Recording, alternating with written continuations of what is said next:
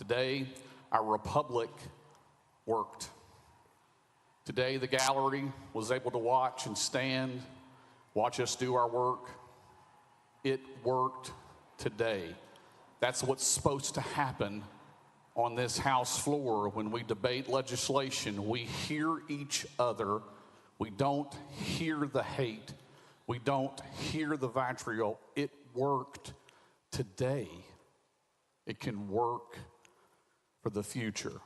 1 week ago, Mr. Speaker, it didn't work. 1 week ago, we had members take it upon themselves to rush the well and stop the people's business. People will say that when they speak or when they can't speak under the permanent house of order here in the people's house, that somehow that suppresses their word. It didn't happen today. And what happened 1 week ago is that members that shut the order of this institution down silenced 7 million people. Today, I have a motion to suspend the rules to allow the video depicting the events occurring on March 30th, 2023 to be played in the chamber at this time. I so move. That's a proper motion, proper seconded. Any objection? All right, there's objection. That means we are voting.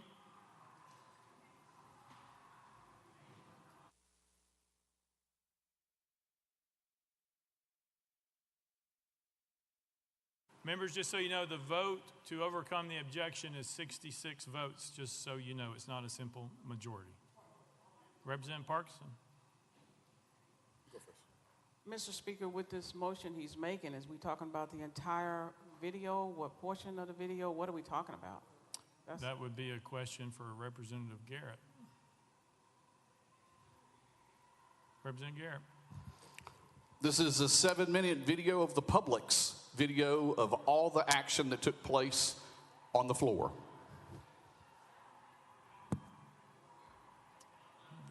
Well, there's objection.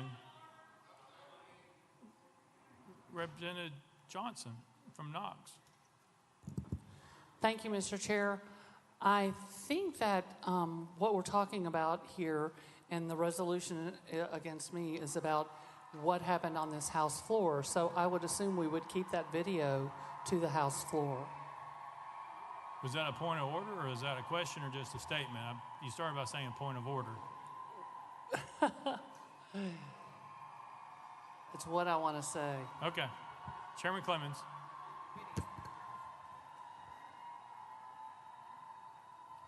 Thank you, Mr. Speaker. My question is, first of all, we had no prior notice of this motion to suspend the rules. Second of all, we are looking at a piece of evidence here is what has been proposed to play in this body. It has, from what I understand, it is a selective portion of a bigger picture. It does not encapsulate what happened to those poor children. It does not encapsulate what happened outside this building. It did not encapsulate or contain what the footage is from outside this chamber. We want to choose 7 minutes of what? I don't know what events that transpired is he referring to, is the sponsor referring to. So my question is, what 7 minutes? Why only 7 minutes, or why not 3 minutes? I think we need more explanation on this matter. Representative Garrett. Thank you, Mr. Speaker. I think the video will speak for itself. Chairman Clemens. Mr. Speaker, this is completely out of order. This is completely unorthodox. The people who are the subject of this resolution have been refused the video, access to the video. We do not know if it's selectively edited. We do not know what 7 minutes we're talking about here. I mean, if we're going to have due process or something resembling due process, I think it's only fair for not only the people who are subject to expulsion, but also the leaders at the very least to be given a heads up as to what this video is, shown the video in advance, and let us prepare for this. We have at least one member who is represented by counsel. Counsel has not seen this video in preparation for this defense. So, Mr. Speaker, if we are going to maintain some semblance of fairness here, then by all means, I would ask that we vote against this motion to suspend the rules, because I don't know what they have chosen. I don't know what the video is. I don't even know if the video contains any depiction of the people subject to the resolution. How do we even know if it's relevant? If we start off in this manner, this is going to go downhill really quickly. I do not want to set this precedent, and I think, in all fairness, I understand some of you may already have your mind made up, but you would expect fairness if you were in this position. Every one of us expects fairness. There are property interests at stake here. There are seats. There are 200,000 individuals who are seeking asylum, and to be blindsided by a selective video that I've never seen, I've never heard about, the defendants of this matter have never even heard about, it's highly unorthodox, it's highly inappropriate, it's highly prejudicial, and we don't even know if it's relevant. Thank you, Mr. Speaker. Thank you. It was a proper motion, proper second. There was discussion, there is objection.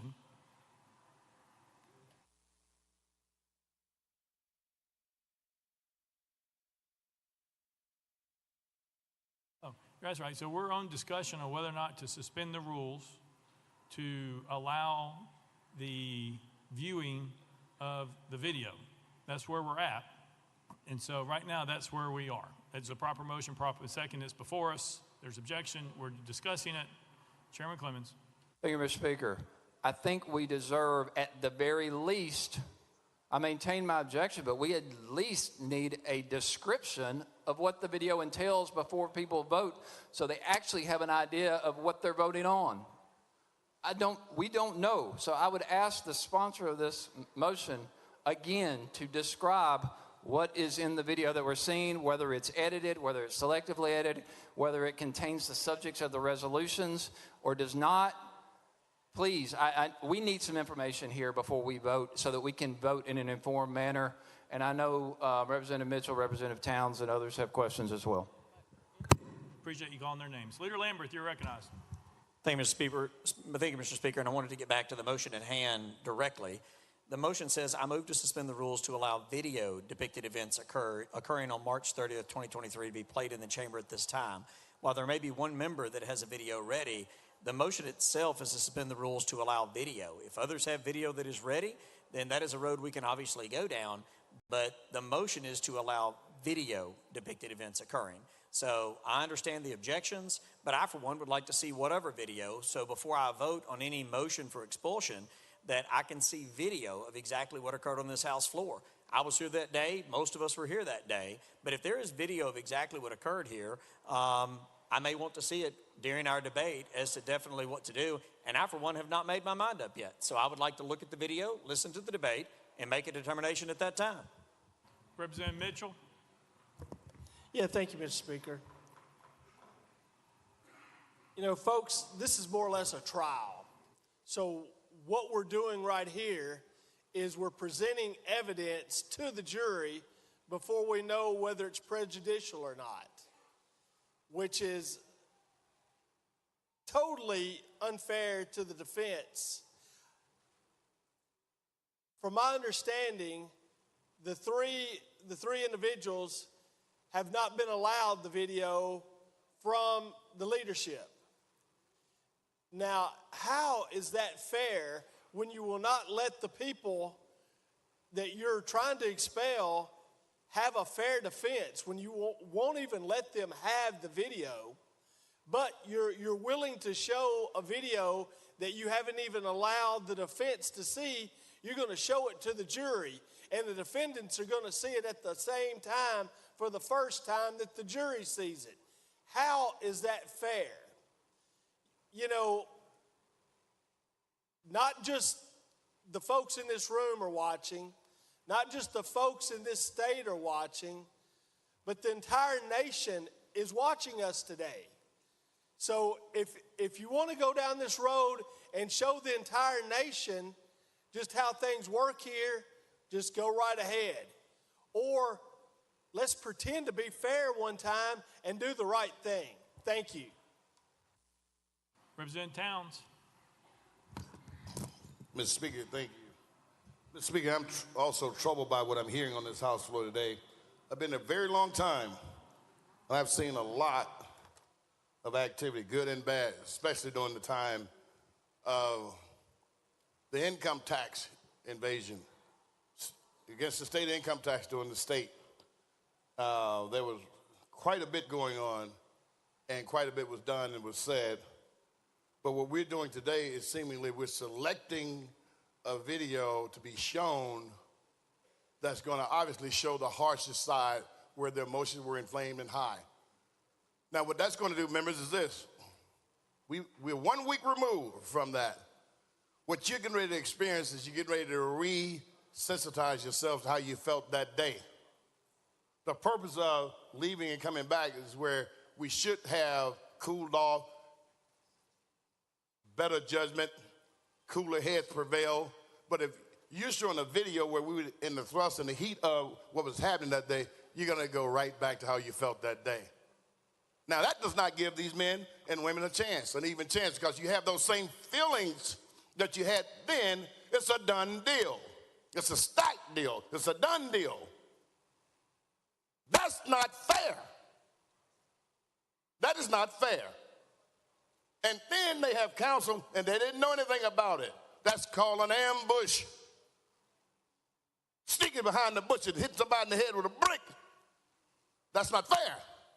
We shouldn't do our members like that, because these members have been sent here by people of the state of Tennessee. Fair is fair, and fair when it ain't fair is wrong.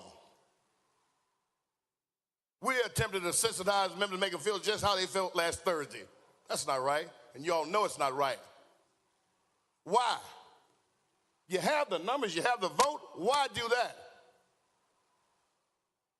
Why would we do that? Go down that road.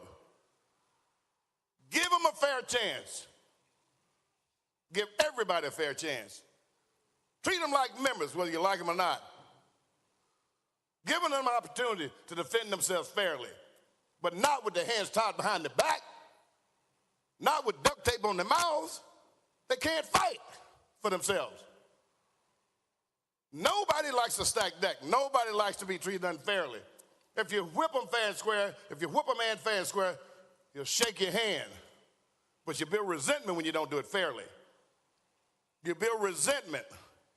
You have the numbers. Treat them right in a fair process. And that's not too much to ask. That's demanding fair treatment, as I would for you and anybody on this House floor. You treat people right, not because you have the bigger gun, the bigger muscles, or the most money.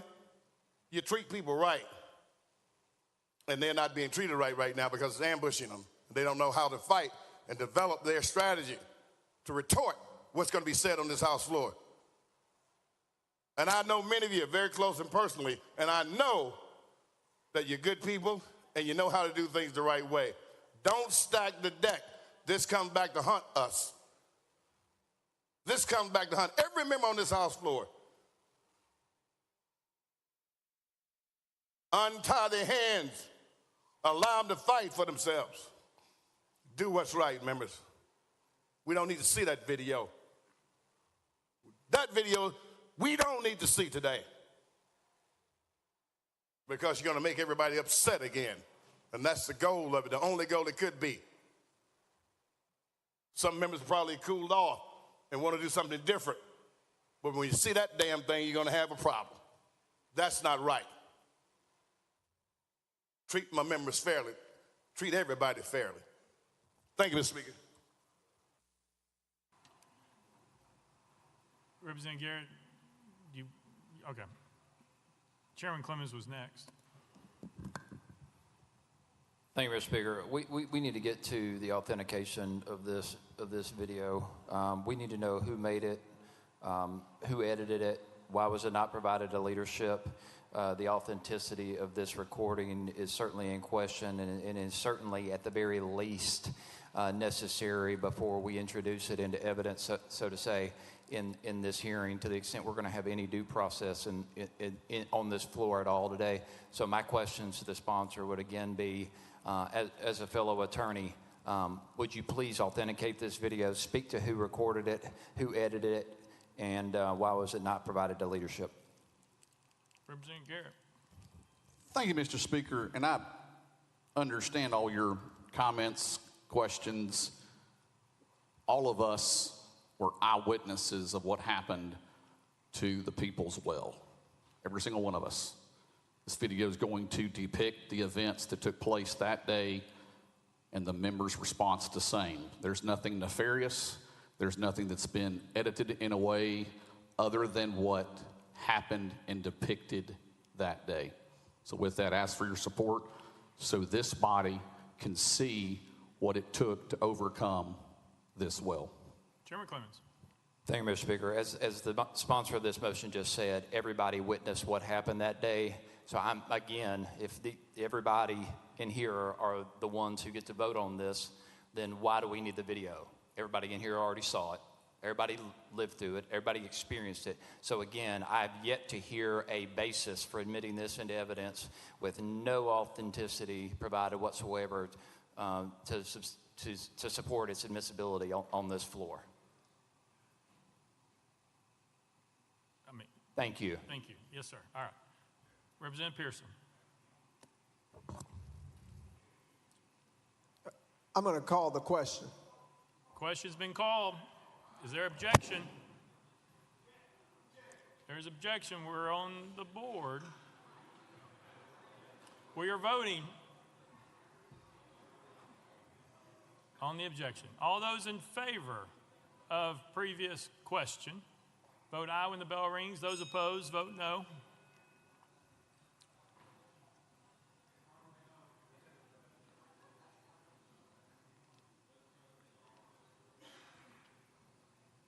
Mr. Clerk, take the vote. Aye, 72, 23 nays, 1 present, not voting. Previous question prevails. We are voting on the motion made by Representative Garrett. All those in favor, vote aye when the bell rings. Those opposed, vote no. Has every member voted? Does any member wish to change their vote? Mr. Clerk, take the vote. Aye, 72, 24 nays, 2 present, not voting. The motion prevails. Mr. Clerk, play the video.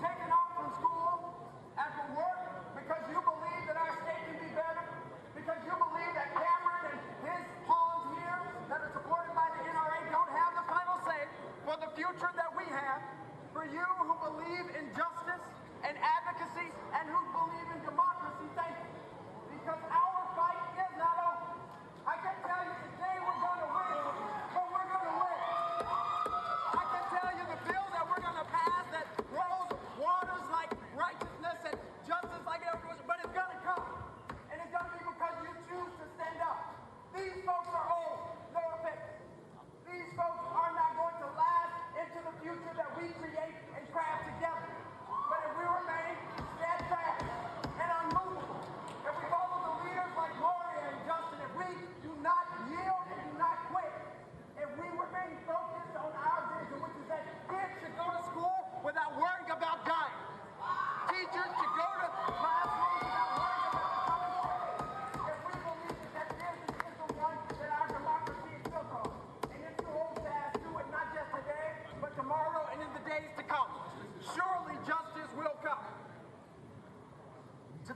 there comes a time when we have to do something out of the ordinary. That's why we're standing in the well today, occupying the well, because our colleagues refuse to listen to the people of Tennessee. You left us with no other choice. We asked you, what will we do? You ignored the calls of the people today. We don't want to be up here, but we have no choice but to find a way to get in the way and disrupt business as normal, because business as normal is our children dying. That's right. Business as normal is the proliferation of military weapons in our communities. That's right. And so will we do something today, colleagues? The choice is yours. The choice is yours. The people are asking us. That's right. That's right. I heard a great chant out there. Power to the people. Power to the people. Power to the people. Power to the people. Power to the people. Power to the people.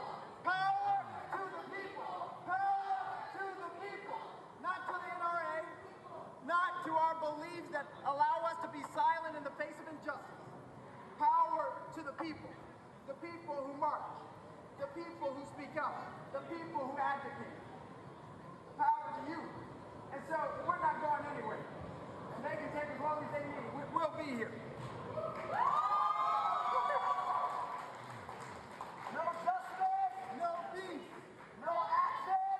No peace. No action. No peace. No action. No peace. No action. No peace. No action. No peace. No action. No peace. Whose house? Our house. Whose house? Our house. Whose house? Our house. Whose house? Our house. Whose house? Our house. Whose house? Our house. Whose house? Our house. Gun control now. Gun control now.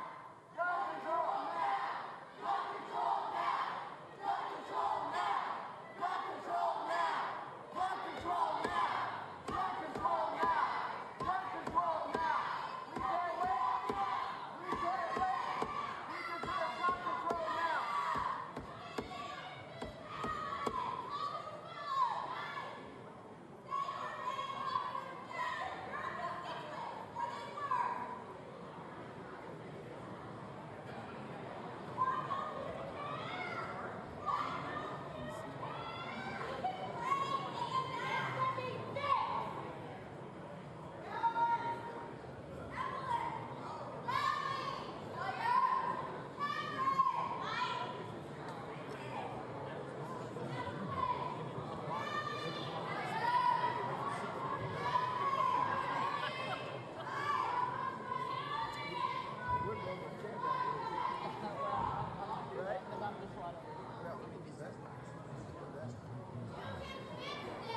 That's right.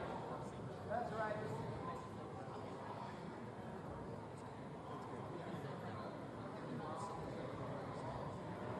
Again, thank you. Thank you. Thank you. Thank you. Thank you. Thank you. Thank you. Thank you. We can never quit. And truly, if we never quit, we can never lose. They bank on us quitting, getting tired, getting so weary in our well-doing that we don't act for justice anymore. We don't protest for justice anymore. We don't say anything against the status quo. That's what they're banking on. But each and every one of you are proof that we will not be silent. We will not be quiet. We will not be stopped in our pursuit. And so thank you for being here. Thank all of your colleagues for being here. You are being heard and listened to, and we will not quit.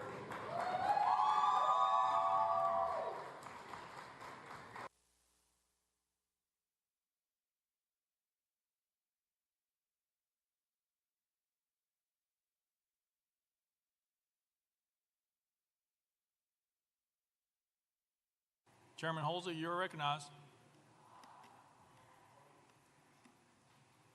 I think it's important that you note we have accountability and responsibility, and personally I have accountability and responsibility for what we did on Thursday. It broke House decorum. It did not follow the House's rules. I know, and my colleagues, I believe, I don't want to speak for them, knew I was breaking a House rule.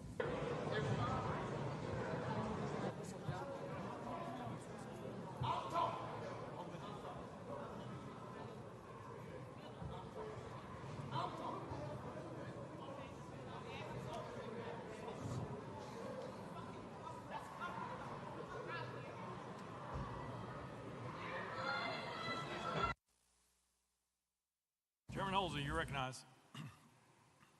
Thank you, Mr. Speaker. I move adoption of H.R. 65. Chairman Halsey moves adoption of H.R. 65, properly seconded. Chairman, all right. Point of order by who? Well, question. We're on the resolution. I appreciate that, Mr. Speaker, but I would like the clerk, if you could read what part of that video appeared to be recorded on the House floor. So could you read the rule in the permanent rules of order with regard to recording on the House floor by members? Mr. Clerk.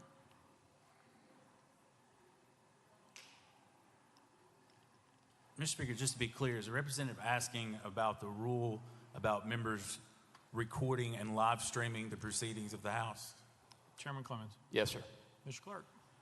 Mr. Speaker, Rule 2, no member or staff member of the House of Representatives shall record or live stream the proceedings of the House, a House committee, joint convention, or joint committee. The preceding sentence shall not apply during floor presentations under welcoming and honoring, or to any official recording or live stream produced, archived, and authorized for distribution by the General Assembly or House of Representatives. Chairman Clemens. Thank you. So would a member who made that recording that was shown in that video have violated that rule? Chairman Clemens. Sorry, Mr. Clerk.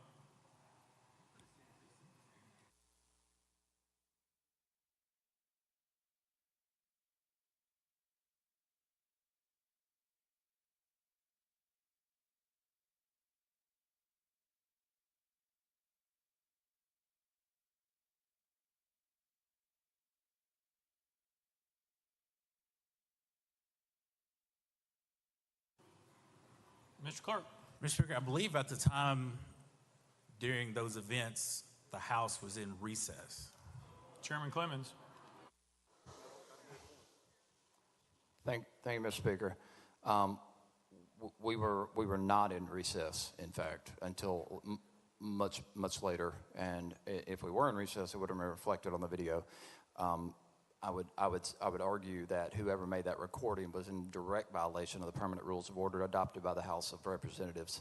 And so I think that point needs to be in the record, that we not only have failed to authenticate a video that was shown on this floor, we have failed to identify who recorded it. It obviously wasn't provided by anybody in the House Democratic Caucus because we don't know where it came from.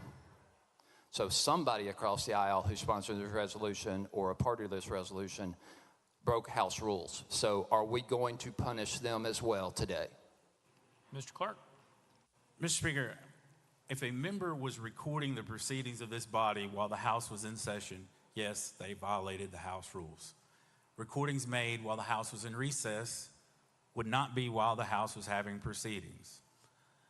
If a member felt that another member was recording during session in violation of the rules, they could have raised a point of order at the time of the violation. Chairman Clemens. Chairman Clemens. Thank you, Mr. Speaker. So at this time, then, I would like to know the recorder of that video and if they would be willing to speak if they recorded that video during the recess. I think that's only appropriate for the record. That's a question. I don't know who you're directing that to, but we were doing point of orders. Chairman Clemens. Okay, well, then the point, if there's going to be a potential argument made that that recording was made by a member during recess, then wasn't also the behavior of my colleagues that was on the recording in recess? And how is that a violation of the rules?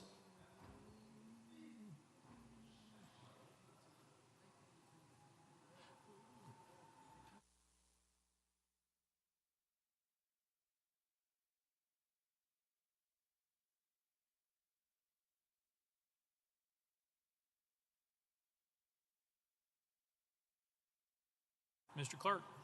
Mr. Speaker, that's the subject of these resolutions that is up for debate by the body as to what infractions to the rules occurred and when. Chairman Clemens. Thank you, Mr. Speaker, and thank you, Clerk. Well, that just goes to the matter of why we try to authenticate video before you admit it into evidence. You want to know the facts, who made it, when it was made, at what point it was made, who edited it, whatever happened. Also, the motion was inappropriate, and the motion didn't cover activities that took place off the floor of representatives. So half that video was shown against the rules of this House because it wasn't even encapsulated in, or covered by the motion that was made to watch the video. We'll check that to make sure. Hang on.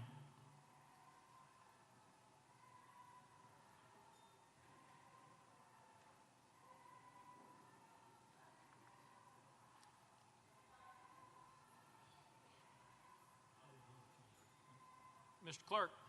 Mr. Speaker, the motion was to have video of that day's events played in the chamber at this time.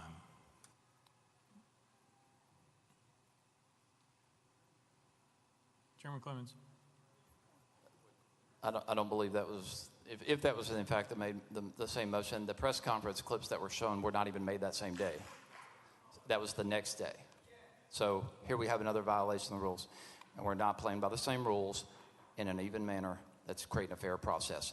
Also, I'd like to raise a point of order that the ethics rules governing this House say that anyone who knowingly knows of someone who broke the House rules and doesn't report them has also violated a rule.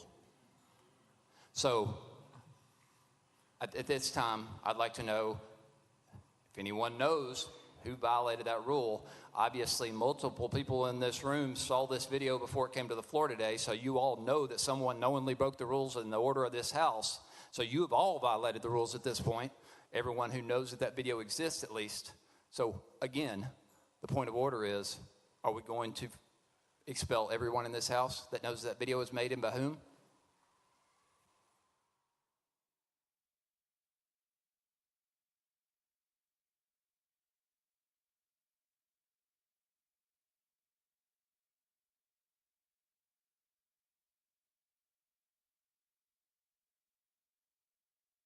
Yeah, I mean, Chairman Clemens, you would have to prove that that video was taken prior to the recess. There's people who believe that video was taken after the recess. So therefore, that would not be an ethics violation or against the House rules. If you would like to prove that that's otherwise, we can do that another time. But right now, we're currently are where we are. Chairman Clemens. Thank you, Mr. Speaker. I appreciate that. At this time, then, I think we should take a look at the House tape, the formal recording of this body, and see when that took place and as to whether or not that video did evidence a violation of the rules. I think that before we proceed today, I think that's 100% appropriate. Otherwise, also, if it does turn out that that entire thing took place during recess, then how did they break the rules if we were in recess? So we can't have it both ways, Mr. Speaker. Chairman Clemens, I believe the first of the videos showed that they did break rules by going to the well and showing that they were at the well, they were speaking, they pulled out a bullhorn and ruled out an order before there was a recess. That's what the first part of that video was that I saw. Chairman Clemens. Thank you, Mr. Speaker. But we also saw in that video that that recording was made by somebody on the House floor that is also questionably a violation of the House rules and ethics rules. And so anyone who knowingly knew about that or took that recording violated the House ethics rules. Therefore, at this time, I move to refer House Resolution 63, 64, and 65 to the House Select Committee on Rules. That's proper motion, proper second. We are voting. All those in favor of moving House Resolutions 63, 64, and 65 to the House Select Committees on Rules, vote aye. If you're opposed, vote no.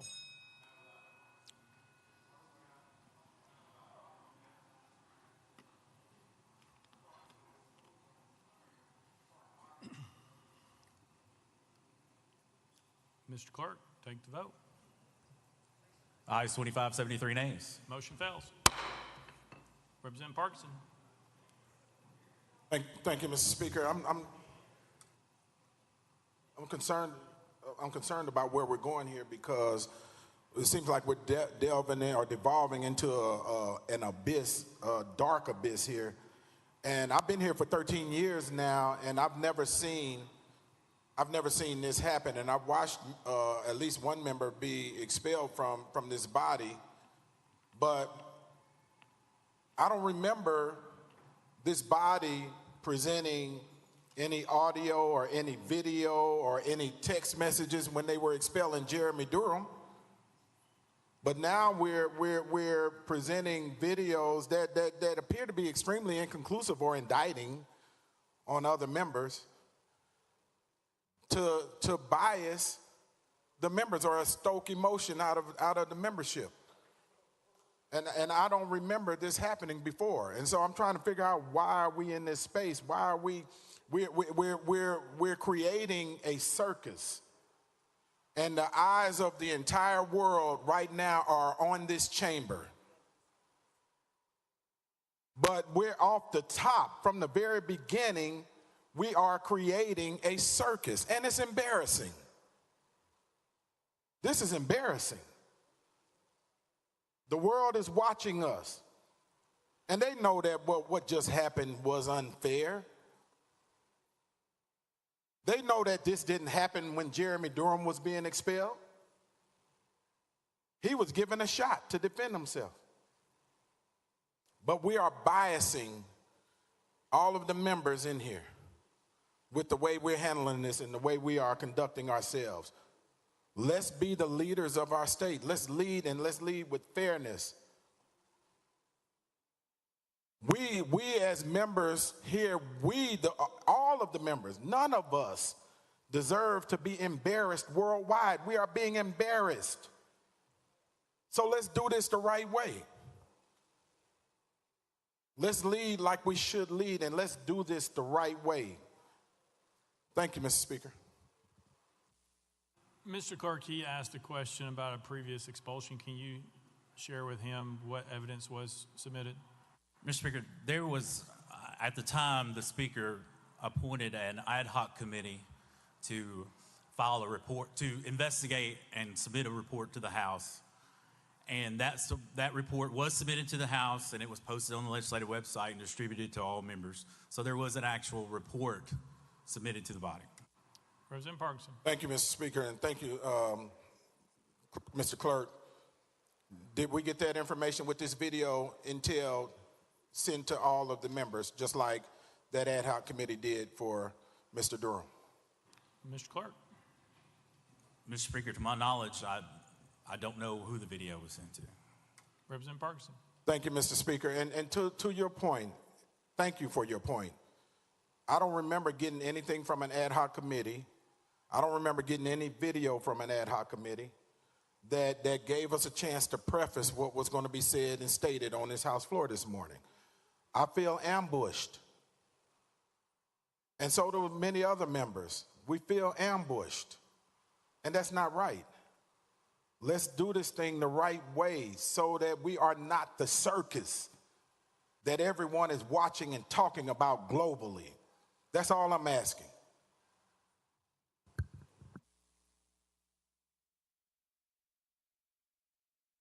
All right, if it's a point of order, that's where we're at. Otherwise, we're taking up the resolution because that's where we are. So if you have a point of order, raise your hand. Representative Mitchell. Yes, sir. Point of order, Mr. Chairman. I'm just trying to figure out, was it ever told to us who did the video, who made the video? That's not a point of order. That's a question. That's not a point of order. Point of order is about the rules and the proceedings, not about the question of who did the video. Representative Mitchell. Yes, Mr. Speaker. But if no one knows, I just got texted a picture of the person videoing. So if they would like to, well, they're not in their seat right now, but if they would like to just speak up and tell everyone they're the one who made the video, and they can tell us whether we were in recess or not. But I got pictures of it. If they don't want to, identify themselves on this floor. I appreciate your point. I also appreciate the body saying how long it took us to get to recess, because I did hear that we went immediately to recess before they ever reached the well. So I do appreciate you at least admitting that they were in the well before I declared recess. Representative Mitchell. I think you just said you called recess before they were ever in the well. Did you say that? No, that's not what I said. What I said is you all have talked about, as a body, as members of the delegation about your members were in the well after recess. The video shows, and I appreciate you indicating now that they were in the well before the recess, because you're admitting that that video showed them in the well before recess. So I do appreciate that. Representative Mitchell. Like you said, if you're talking about in the well, it also showed Mr. Lafferty videotaping them on this House floor. All right, very good. Chairman Holsey, you're recognized. Thank you, Mr. Speaker. I move adoption of H.R. 65. Chairman Holsey moves adoption of H.R. 65, properly second. Chairman Holsey. Chairman Holsey. Thank you, Mr. Speaker. I request that the clerk read the resolution. Mr. Clerk, read the resolution.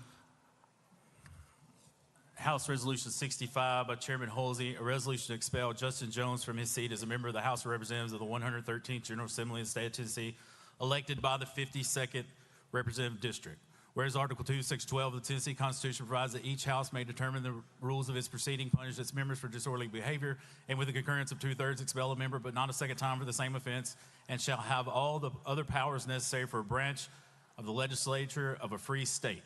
And whereas all members of the House of Representatives must comply with the permanent rules of order of the Tennessee House of Representatives of the 113th General Assembly, including preserving order, adhering to decorum, speaking only with recognition, not crowding around the clerk's desk, avoiding personalities, and not using props or displaying political messages. And whereas during the House floor session, 19th legislative day on March 30th, 2023, Justin Jones of Davidson County, along with Gloria Johnson of Knox County and Justin J. Pearson of Shelby County, did knowingly and intentionally bring disorder and dishonor to the House of Representatives through their individual and collective actions. And whereas at approximately 10:49 a.m., Representative Jones and his colleagues, having gathered at Representative Johnson's desk, moved in unison to the well and began shouting without recognition. And whereas once gathered in the well and called out of order, Representative Jones and his colleagues proceeded to disrupt the proceedings of the House of Representatives from approximately 10:50 a.m. until approximately 11:42 a.m. And whereas during this time, Representative Jones and his colleagues shouted, pounded the podium, led chants with citizens in the gallery, and generally engaged in disorderly and disruptive conduct, including refusing to leave the well, sitting on the podium, and utilizing a sign displaying a political message. And whereas during this time, Representative Jones and Representative Pearson used the bullhorn to amplify their protestations, and whereas these actions were done in open session in the presence of and in witness by the members and staff of the House of Representatives, whereas it appears to be satisfaction of this body that Representative Jones's conduct on March 30th, 2023 constitutes disorderly behavior and justifies expulsion, and whereas such disorderly behavior on the part of Representative Jones reflects adversely upon the integrity and dignity of the House of Representatives of the state of Tennessee, places a cloud upon the actions of this honorable body, and is inconsistent with the duty of a member of this body, and where it is deemed that the best interest of the people of the state of Tennessee and this body for Representative Jones to relinquish his seat as a member of the House of Representatives. And whereas Representative Jones has been given advance notice of the contents of this resolution and has been afforded the opportunity to debate the resolution on the floor of this House prior to its passage, now therefore be it resolved by the House of Representatives of the 113th General Assembly of the State of Tennessee that pursuant to the authority under Article 2, Section 12 of the Tennessee Constitution, this body hereby expels Justin Jones from his seat as a member of the House of Representatives of the 113th General Assembly of the State of Tennessee, elected by the 52nd Representative District for disorderly behavior occurring on March 30, 2023, and declares the 52nd Representative District seat vacant. Be it further resolved that copies of this resolution be prepared and forwarded to Justin Jones, the legislative body of Davidson County, the Honorable Bill Lee, Governor of the State of Tennessee, and the Honorable Trey Hargett, Secretary of State.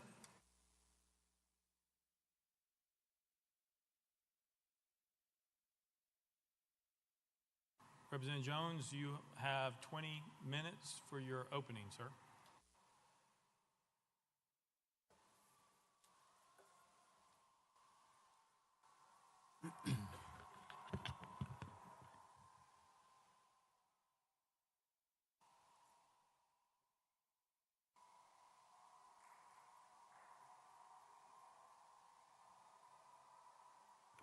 Thank you, Mr. Speaker. The world is watching Tennessee. The world is watching Tennessee. Because what is happening here today is a farce of democracy. What is happening here today is a situation in which the jury has already publicly announced the verdict. Just yesterday, the House Speaker took to national news to condemn us and call for our expulsion before any evidence was presented, before any trial happened. And so what we see today is just a spectacle. What we see today is a lynch mob assembled to not lynch me, but our democratic process. But it will not stand, because no lie can live forever. Colleagues, the video you showed a few moments ago, I want to say thank you, because it showed for the world the ridiculousness of the claims that what we were doing merit the ultimate punishment of expulsion.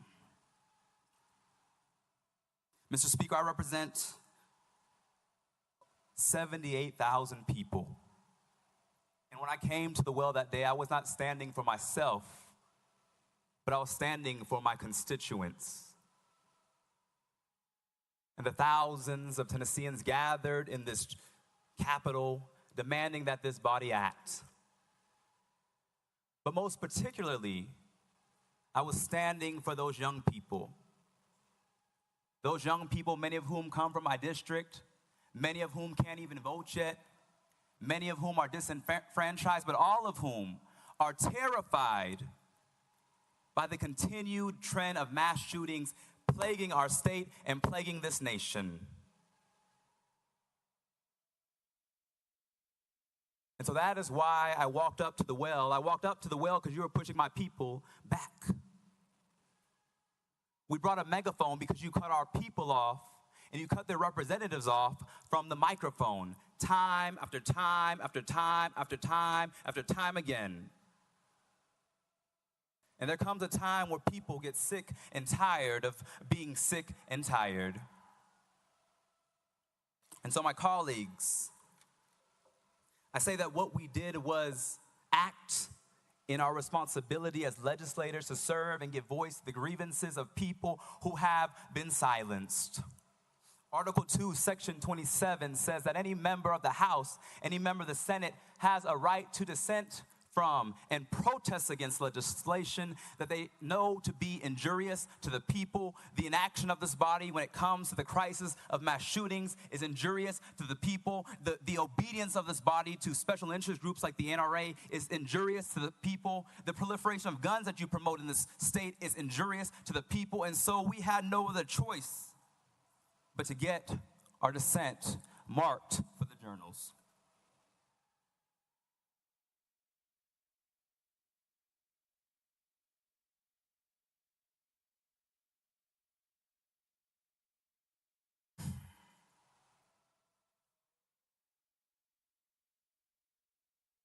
The next day, I was shocked to get messages, shocked to get copies of articles that House Speaker Cameron Sexton went on national television to lie to the world and say that what happened in this well was an insurrection. What happened out in those halls was an insurrection. I was shocked to have the Speaker of the House condemn mothers and children and grandmothers and parents and concerned citizens, clergy, lie on them and say that they were violent insurrectionists. And I think that he owes the people of Tennessee an apology. Because at no point was there violence. At no point did we encourage violence. In fact, what we were doing was calling for the end of gun violence that is terrorizing our children day after day after day, and all we offer are moments of silence. It is in that spirit of speaking for my constituents, of being a representative of the people, that I approached this well on last Thursday. Breaking a House rule, but exercising moral obedience to my constitutional responsibility to be a voice for my people, to be a voice for the Tennesseans who you choose not to listen to because of those NRA checks that are so hefty in your campaign funds. There comes a time where people get sick and tired of being sick and tired. And so I came as a representative to this well. And so today, we are brought to here, where members are responding in the most extreme measure, not because of what we did, but because by breaking the quorum, we broke the glass of your false power for the world to see. We broke the glass of this chamber that someone called sacred. One of the members on the other side of the aisle was in tears and said, "I've never seen such a breach of this sacred chamber." And I thought to myself, that representative has obviously never read history. Because is it in this chamber, if you walk around this Capitol, you'll see bullet holes when representatives got into conflict. You'll see duels take place on this House floor, debating whether people like me should be treated like equal citizens under law. This is not a temple. This is a place where we're supposed to wrestle for our democracy and wrestle ideas and give voice to 78,000 constituents each of us represents. But for so long, this body, drunk with power, has modeled for the world what we know as nothing less than authoritarianism. And today is the climax of that behavior. That a week after a mass shooting plagued our community, the most direct action this legislative body takes, or should I say my colleagues on the other side of the aisle are taking, is to expel us for speaking about the issues of weapons of war on our streets. We called for you all to ban assault weapons, and you respond with an assault on democracy. That is why the nation is watching you today. And I say to my colleagues on the other side of the aisle that no matter what you vote, you have the votes, but you will not be victorious, because there are generations of young people who see what is going on. There are young people that as you try and beat us down, they are rising up to take back this state from the extreme forces that have sought to take away the democratic process, the deliberative process. On last Thursday, when thousands gathered here, tried to silence members from talking about the issue of gun violence because they were afraid that a conversation would remind people that there is complicity of this body in what happened at Covenant Elementary School. The truth be told, colleagues, Covenant Elementary School was not the first mass shooting in Nashville. I represent a part of Nashville. And one of my constituents, who I don't know is in this chamber, Miss Brooks, lost her son, Akila, in that mass shooting that occurred at the Waffle House in Antioch. And after that massacre, we demanded that this body act, but once again, you turned a blind eye and closed your ears and put your head in the sand and refused to listen to the voice of the people. Refused to listen to the voice of the people. And so once again, it was in that spirit of a representative for people who have time after time after time been silenced that I approached this well. And now this body who showed the video of what occurred, no violence, no death threats, but simply saying that until we have action, there will be no peace or safety in our communities. And how do my colleagues respond? They respond with the most extreme measure of expulsion, which has only taken place 3 times in this House. Only 3 times in over 200 years have there been members of the House of Representatives expelled. The first case was in 1866. 6 members were expelled for refusing to confer citizenship on formerly enslaved persons. Then in 1980, 1 member was expelled for taking a $1,000 bribe to kill a bill on committee. In 2016, 1 member who many of you served with was expelled for 22 counts of sexual harassment. And now what you're doing with this prejudged expulsion resolution is saying that our actions were on par and equivalent with those egregious Some would say criminal activities that occurred. But the truth be told, that when we approached this well, we broke no laws. We committed no felonies. We did not abuse the power of our office. We were simply trying to gain a voice for our constituents. And so this is not about expelling us as individuals. This is your attempt. This is your attempt.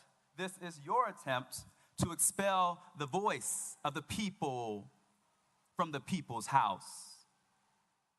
And it will not be successful. It will not, look around, it will not be successful. Because your overreaction, your flexing of false power has awakened a generation of people who will let you know that your time is up.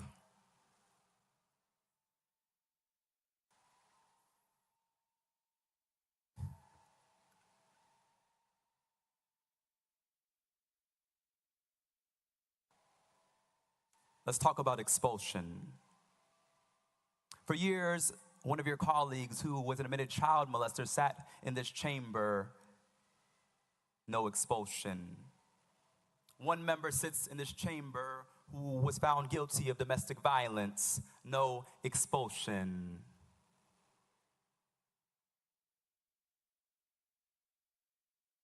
We had a former speaker sit in this chamber who is now under federal investigation. No expulsion. We have a member still under federal investigation. No expulsion.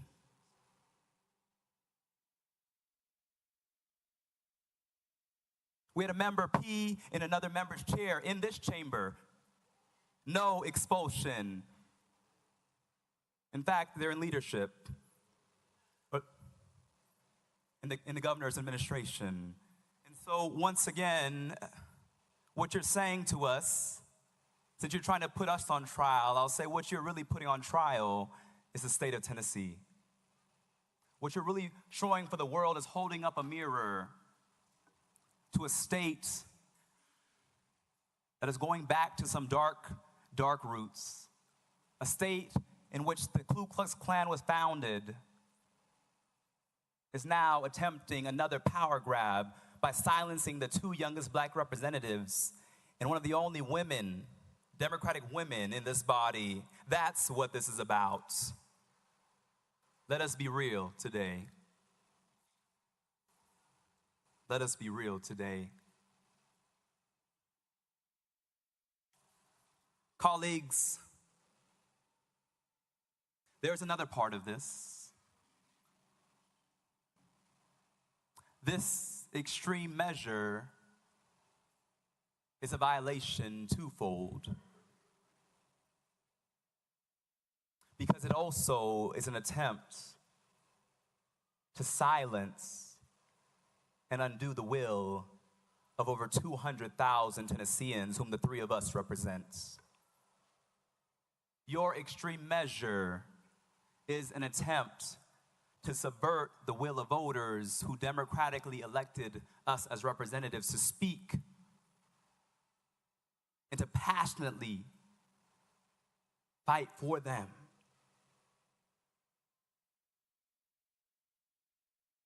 When I entered into this chamber, many members said, "What will you do with this supermajority?" I said, "We will fight for you. We will not bow down simply because they have numbers, because we know that we are on the right side of history and that this body is not the ultimate say. That this is not a palace or a frat house or the Belmead Country Club, but that this is the people's house." And so when we came into this well to say, "I see you, I'm with you, the people of this state, we are standing with you," we were saying, this is the people's house.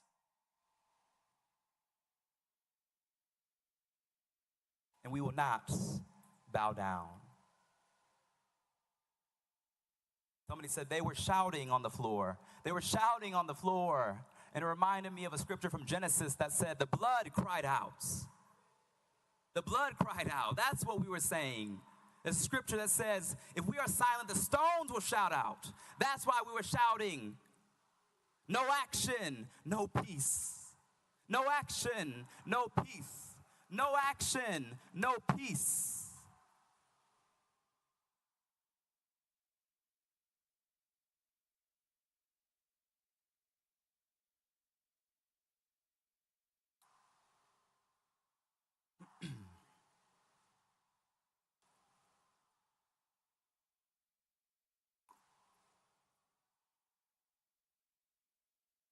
Let's talk about the power grab. This is unprecedented, not just for our state, but it's the reason why states across this nation are sending letters condemning this body. The White House is talking about what's happening in this body because what Tennessee is doing is a power grab of ousting 3 lawmakers, your colleagues, simply because you have the numbers to do it. If I didn't know this was happening to us, and I read the news, 3 opposition legislators expelled from the legislature, I would think that this was another nation. But no, it is Tennessee showing to the world that democracy is no more. That simply because of gerrymandered districts and voter suppression, you have stolen the people's house and think that you are ultimate authority.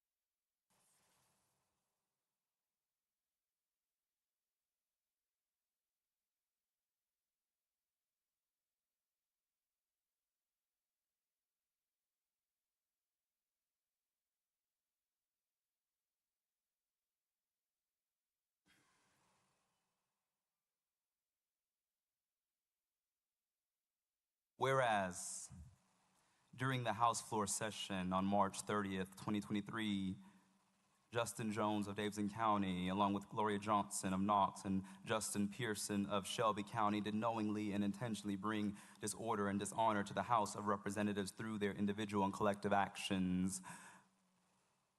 Mr. Speaker, how can you bring dishonor to an already dishonorable House?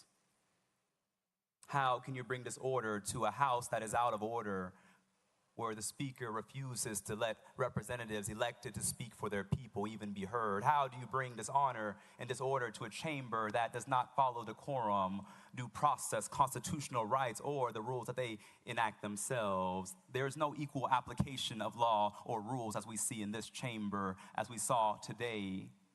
But it depends on who you know. It depends on if you have a certain letter by your name. It depends on if you have the supermajority. That does not sound like democracy to me.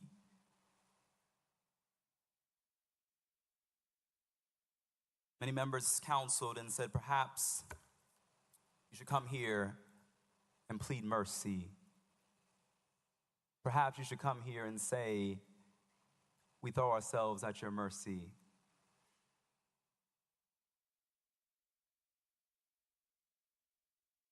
That we should be ashamed of what we did and hold our heads down low.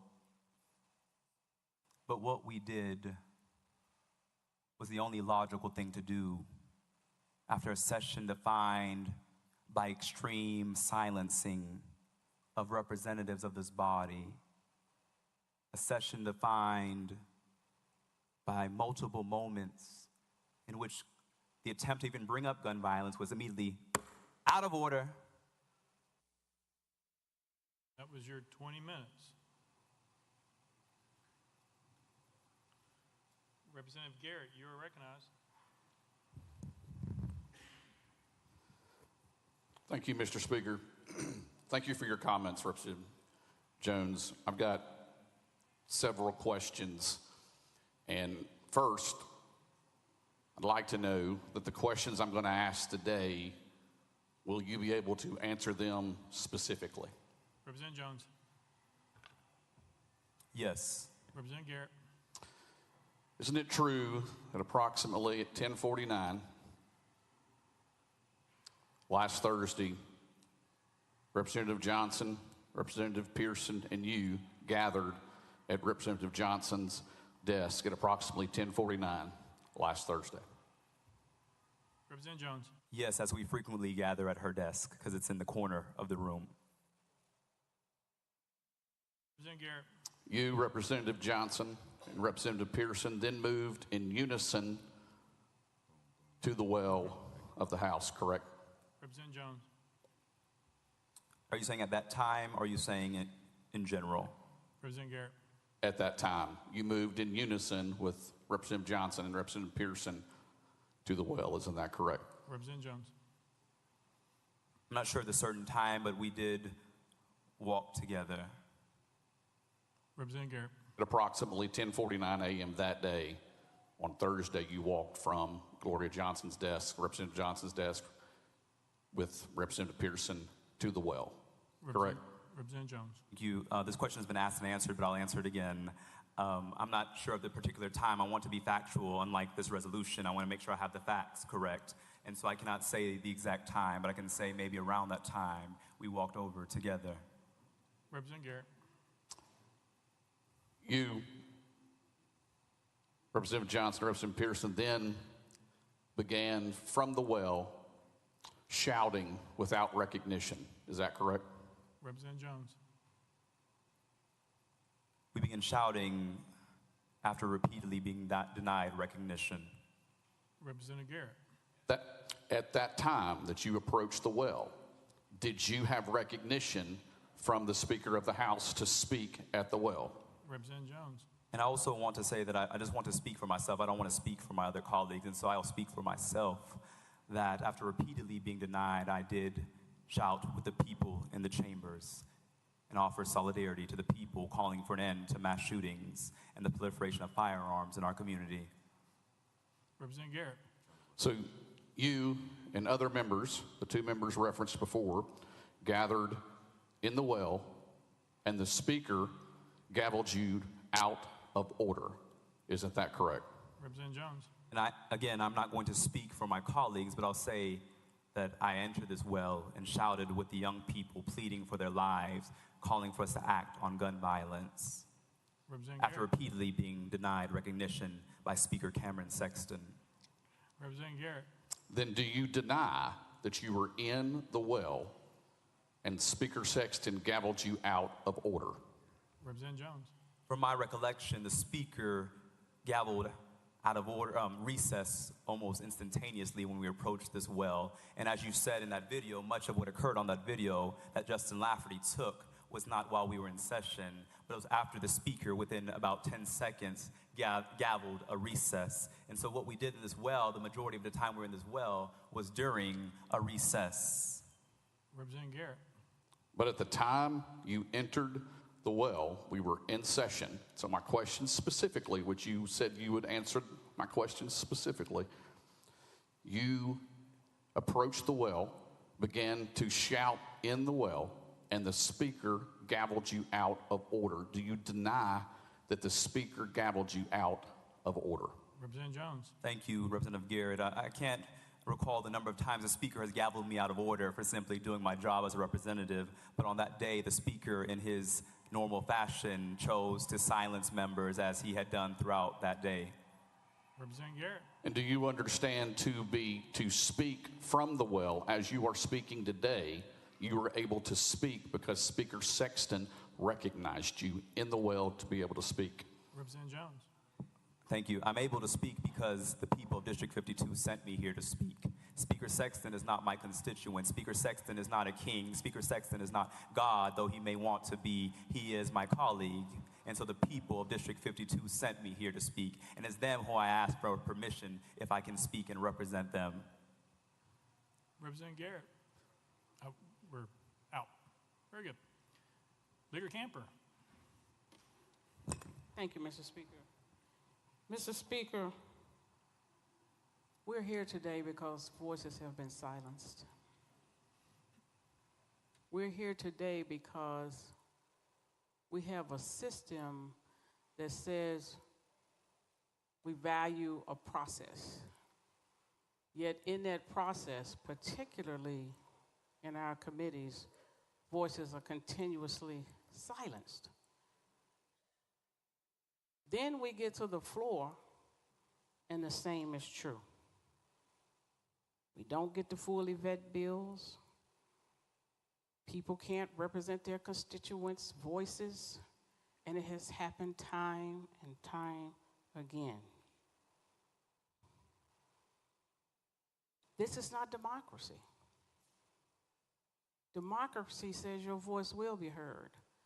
I served 21 years in the military, and I do it again to protect democracy. I've traveled to other countries in the name of democracy. Yet, on this floor, for what appeared to be 15 seconds of a rule violation, we're not protecting democracy. Representative Jones represents thousands of people in this state whose voice have been silenced time and time and time again.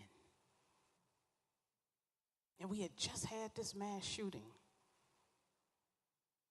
and only wanted to elevate the voices of those people. That's what he wanted to do. And for a simple rule violation, we have elevated this to the highest level of admonishment. That's not democracy. And even more, the gentleman has already been stripped of his committees, has already been restricted access to this building to represent those voices. And so now we're going to double punish. We're going to punish you, and then we're going to punish you. That's not democracy. As a member of this body, I'm here to make sure that we do uphold our democracy and that we value the voices of the people that are sent here, all of us. It's honorable to be sent here to represent those voices. And history is going to reflect what we do this day. History will reflect if it was worth these 15 minutes, 15 seconds of elevating the voices of the people rises to this level of admonishment. We have an opportunity in this body today to say it doesn't rise to that level. We have an opportunity to recognize someone just want to elevate the voices of their people. And maybe in the heat of passion, we feel like we have to admonish at the highest level, but I beg of you not to do that today. History will reflect it. And I am hoping that you decide to be on the right side of history at this moment in time. This would be a dangerous precedent to set. And one day, it will be you. One day, if we don't have the courage right now to say, we may not agree with how they decided to elevate the voices. We don't have to agree. But to expel someone, punish them, then expel them, that's out of order. I beg of you to allow them to continue to serve, allow them to represent their voices, have a full conversation in this state. Thank you, Mr. Speaker. Representative Williams.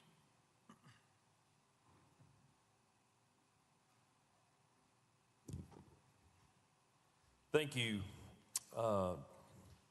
Speaker Sexton. I just had a few questions before I get started about a couple of them. Prior to 1049, when you and your colleagues met over at the representative from Knoxville's desk, I believe there was a parliamentary inquiry regarding a button that you were wearing. Could you tell me a little bit about your parliamentary inquiry and the purpose of it? Representative Jones. Yes, thank you, Mr. Speaker. There actually were multiple parliamentary inquiries levied.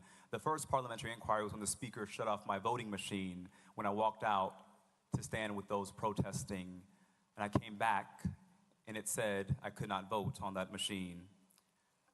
I'd never seen that happen in this body, a member who stepped outside coming back in and their voting machine being shut off.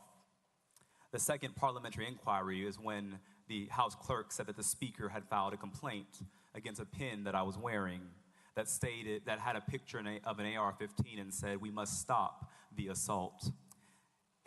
I raised the parliamentary inquiry because a few days prior, Senator Joey Hensley entered to this well with a Confederate flag tie on and was allowed to stand here. But I was threatened with a complaint for wearing a pin that expressed the demands of my district and of my constituents that we take action to end the proliferation of assault weapons in our community. Representative Williams. Thank you. Appreciate your answer to the question. The reason for the parliamentary inquiry was because after the rules say that we can't have props or buttons or things of that nature, and the fact that we do have, even today, we welcome our senators into the well, of which we have 4 in here today. The interesting part about it is the button was on your lapel. You were asked about the parliamentary inquiry. You were told by the clerk that no, it was not proper. It was against the rules in order to do so. And as soon as that was happening, I sat here at my desk, I looked over there, and then immediately you put the button back on your lapel and said, "The rules don't apply to me."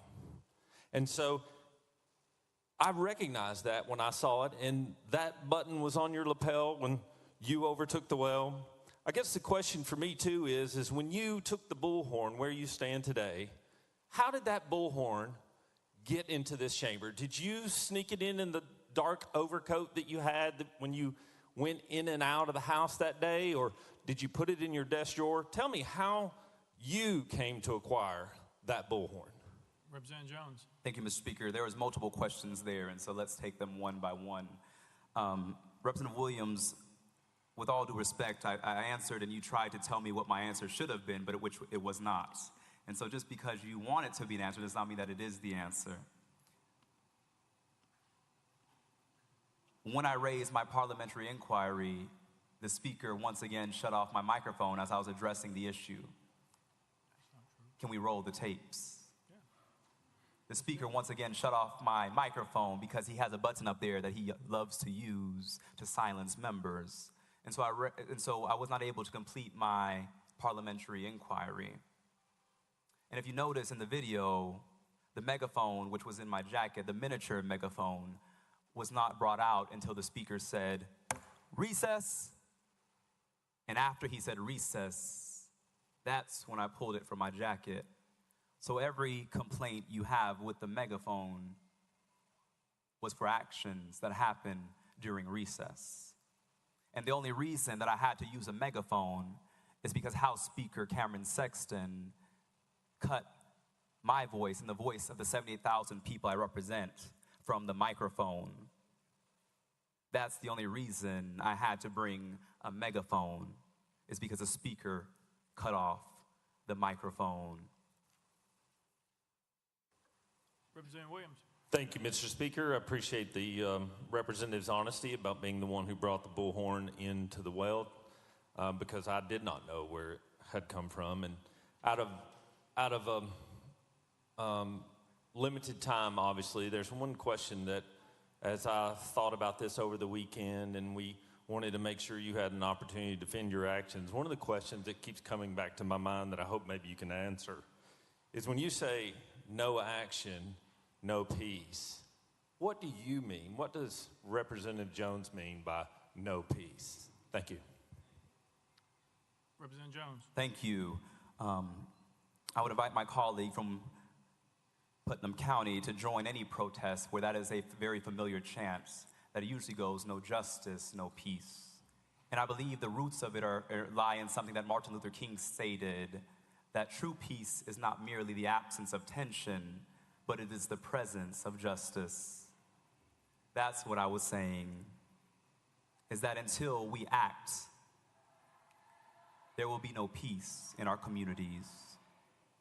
In addition, I would like to read some context about that chant that comes from Jeremiah 6:14. I'll read the New Living Translation. It says, they offer superficial treatments for my people's mortal wound. They give assurances of peace where there is no peace. I'll go to the New International Version. They dress the wound of my people as though it was not serious. Peace, peace, peace, they say, where there is no peace. That's what the chant means, is that we have no peace. And that until we act, there will be no peace for the thousands of children who came here demanding that we act, who are afraid that if they're in school, they will be gunned down because you have passed laws to make it easier to get a gun than it is to get health care in this state. You've passed laws that make it easier to get a gun than it is to vote in this state. And so that there will be no peace in Tennessee until we act on this proliferation of weapons of war in our community. That is the peace I was talking about. That is what I was saying. Representative Williams, thank you for your question. Representative Freeman. Thank you, Mr. Speaker. And members, I rise today to implore you not to do this.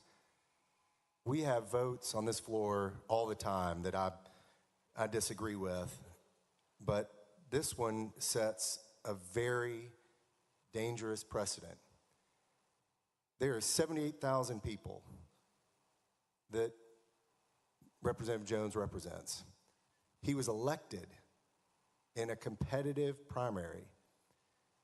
This is who that district wants to represent them. March 27th, 6 people were killed in Nashville, 3 children. We had a couple of presentations. I was fortunate enough to say some words. My colleague, who also represents Davidson County, wanted to say some words and didn't get the opportunity. The passion that he has for his constituents overflowed, and he couldn't take it anymore and felt like his voice and the voice of the 78,000 people that he represents needed to be heard. You know, I understand that my colleague, Representative Jones, challenges you. He's an intelligent, powerful advocate for some causes and issues that you don't want to deal with, that are uncomfortable for you, that challenge your norms, that challenge your beliefs. He speaks to all these people up here. They want him to be here. And I think that scares people in this room. I think it scares people in this room that he can speak to the people and speaks for the people in a way that many of us in this room can't. I urge you to not vote to expel. We need his voice. You may not agree with him. I don't agree with all of you all the time. Surprise. But we need his voice. He represents a constituency in our state, which we are the Tennessee State House of Representatives, and we cannot silence those people. I'm sorry to the 78,000 people that duly elected Representative Justin Jones if his voice is stripped from you. And I urge all of you to vote against expulsion. Representative Garrett. Thank you, Mr. Speaker. I've only got a few questions in the time that I have, and I appreciate your candor and I appreciate your responses. And again, I would ask that hopefully you can respond specifically to my question. You knew that Article 2, Section 12 of the Tennessee Constitution vested the House with the power to set its own rules, correct? Representative Jones. Thank you, Mr. Speaker. I cannot cite the specific provision in the state constitution, but I know that rules were passed in this chamber that the majority of colleagues on my side of the aisle did not agree to. Representative Garrett. And I understand that some folks voted against the rules that we passed here. That's your obligation to vote against them. But if you vote against them, does that mean that you don't have to follow them? Representative Jones. No, that's not what I'm saying, Representative Garrett, but I believe that this is the first time in Tennessee history that a rule violation is resulting in an expulsion hearing. This is the first time that a minor infraction of rules brings a member before this body to be expelled, because as I listed, every other measure of expulsion beginning in 1866 to 2016 were for acts that were criminal, unethical, not a rule violation. Representative Garrett. Today, I mentioned before that we've had several pieces of legislation that has traveled through the system. Everyone was able to speak on it. Everyone's district's voice that wanted to speak was heard today. In a week ago, that stopped. This is just not about one specific instance or one specific rule that may be broken. The rules here are for order. We owe that to the constituents that we represent across this state. And when it says to us, and I'll leave you with this, a couple more questions. With that, knowing that the House could not do business when you entered the well and you were gavelled out of order, and you continue to stay in the well, you placed a bullhorn out of your own jacket, as you said earlier.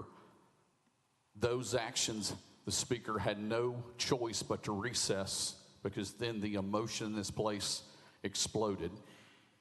So with all of that conduct by you, by overtaking the well against the rules of this House that we are bound to do under Article 2, Section 12 of the Tennessee Constitution. That's the site that says we must have rules for this House so we can achieve what we achieved today by passed legislation today in an orderly fashion. I ask you this simple question. Were your actions last week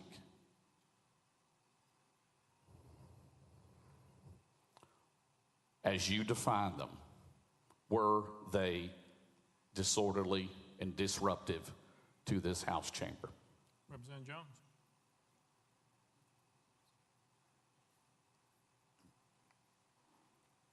Thank you, Mr. Speaker. I had to take notes because I believe there's about 10 questions in Representative Garrett's comments. I want to begin with the first one, the first statement made.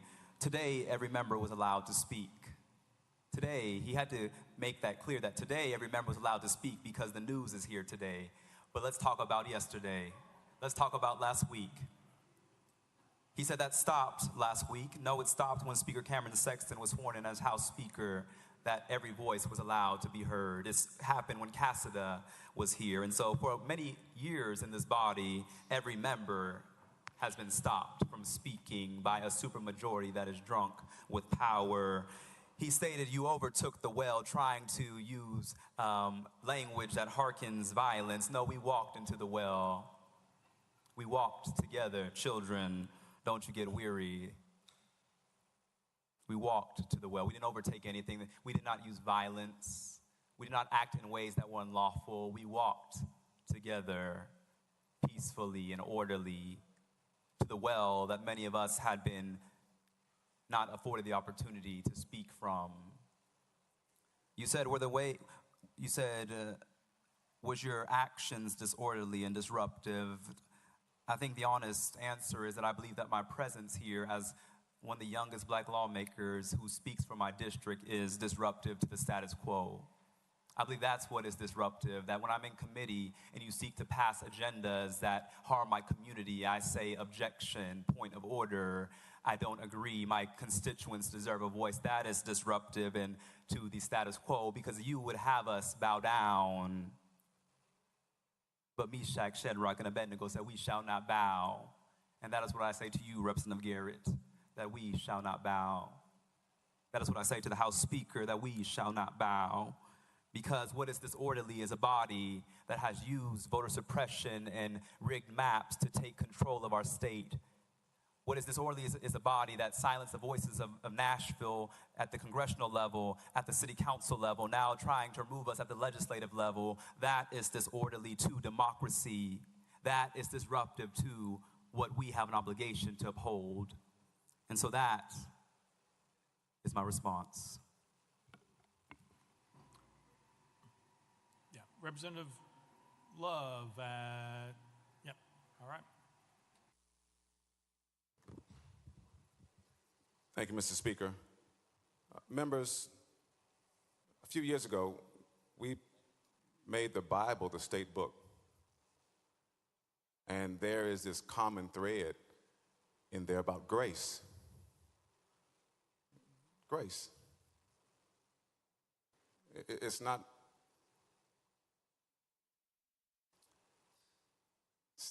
easy to bestow grace. Martin Luther preached in 1522, said, God's grace received must be bestowed. So I'm asking you, just consider. I know it's difficult. I know it's hard. I know there are a lot of hurt feelings. But I'm asking you to consider the grand scheme of things, the future of our body, and not take this particular vote.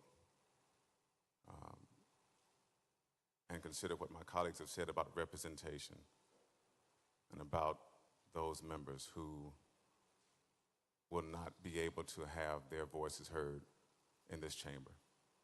Thank you for hearing me and considering what I've suggested. Thank you. Representative also.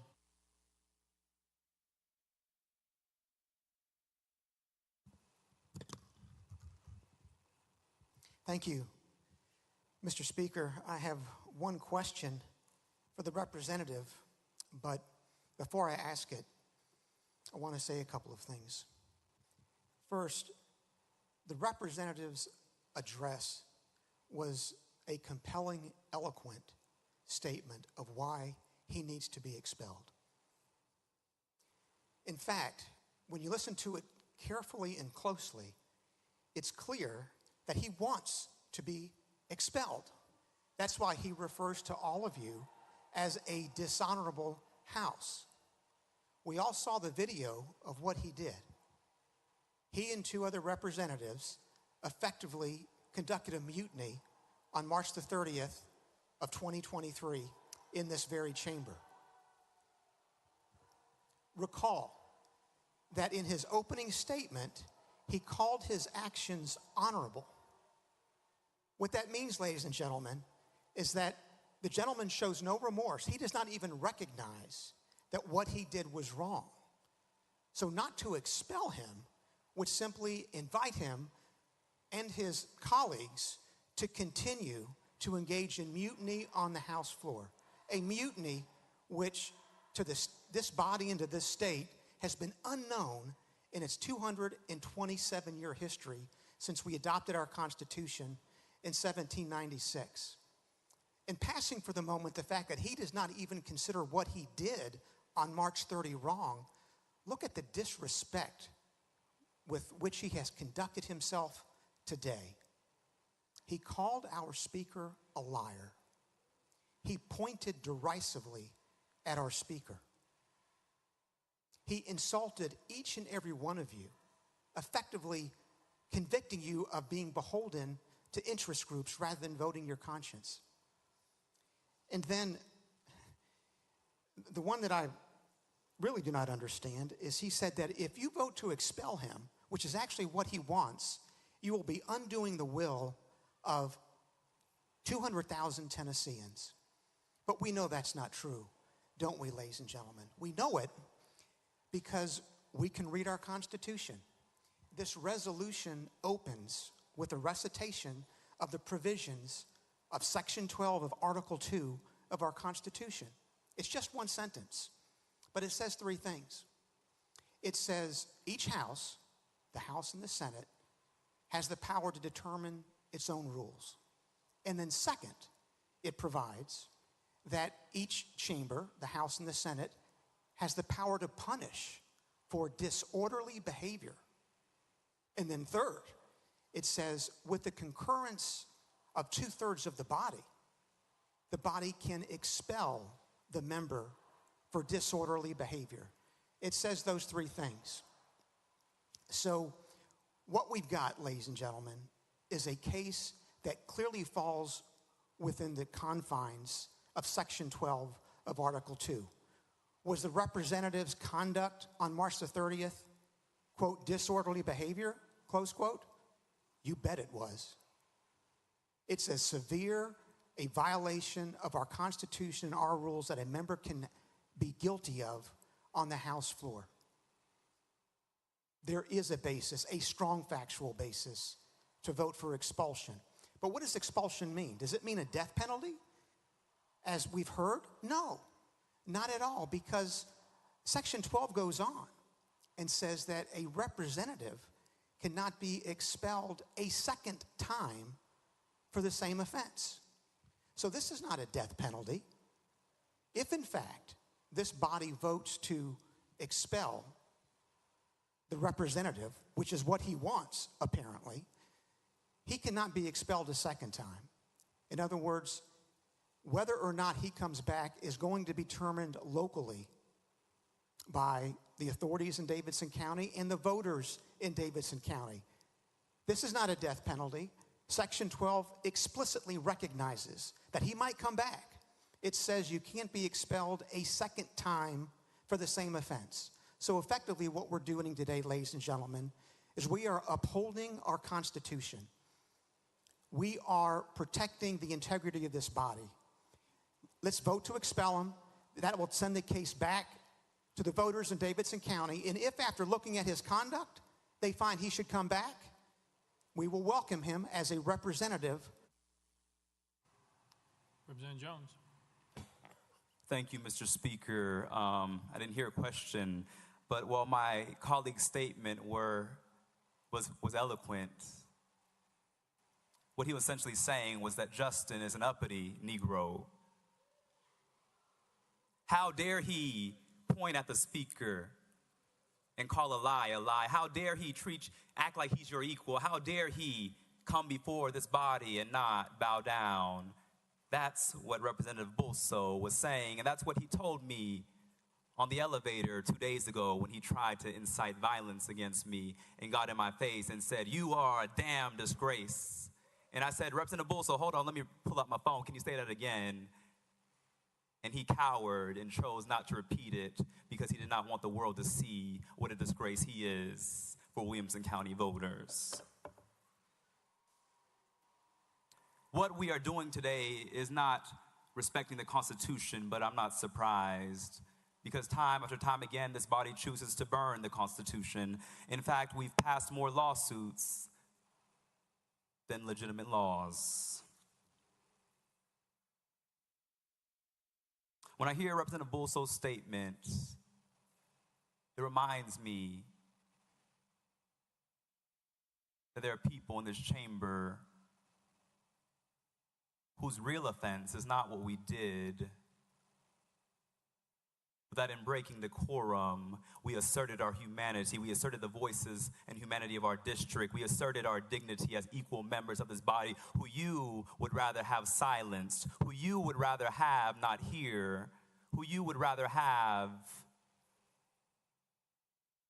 back somewhere else instead of up here as your equal. And that, sir, is disheartening. Because I know that not every member of the other side of the aisle feels like you do, Representative Bulso. But throughout this session, I have seen the passion with which you have to attack marginalized communities, and it has disheartened me to see that someone like that sits in this chamber. Someone who has made it his mission to target the vulnerable. It hurts to see that. And so I did say that what the speaker did was lie when he went on national television and told national news that the kids outside, the children who were pleading for their lives, calling for an end to mass shootings, he said they were insurrectionists. He said that they tried to rush the chamber. He said that what we did was violent, and that was a lie, as the video showed you. Thank you for the evidence. Play that on Fox News next time, and not the edited video that the speaker chose to retweet and tag Donald Trump and tag all these conservative pundits. That is what the speaker did a few days ago, and that is dishonorable. It is beneath the dignity of the office of House Speaker to have the speaker targeting and trying to incite violence against members of this body. But his words have consequences. As one of our community members had his house shot, his words have consequences. As youth who participated in the protests asked me, is it safe to come to the next protest after the speaker called us insurrectionists? Mothers saying, is it going to be safe for my children? Or was the speaker giving a dog whistle to the Proud Boys and other groups to show up? That is dishonorable. And like I said before, I pray for an apology. Because, Representative Bulso, I will apologize when the speaker and you all apologize to the families at Covenant, when you apologize to the families from the Waffle House, when you apologize to those many countless victims to gun violence because of your reckless gun laws, because of your reckless laws that proliferate weapons of war in our communities. When you apologize, then I will apologize. To Representative Bulso's point, I broke a rule. I did acknowledge that. But what I did not break was my oath that said that I would dissent from and protest against any legislation that is injurious to the people. What I did not break was my promise to the people of District 2 that I would fight for them no matter the consequences. What I did not break was my oath to future generations that says that when I see something that is wrong, that is unjust, that is unfair, I will find a way to get in the way and to get in good trouble, necessary trouble. So thank you for your question. Representative Towns.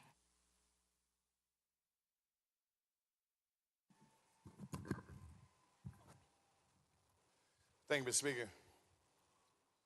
Members, what I see today is really a spirit of anger on this House floor. People are angry.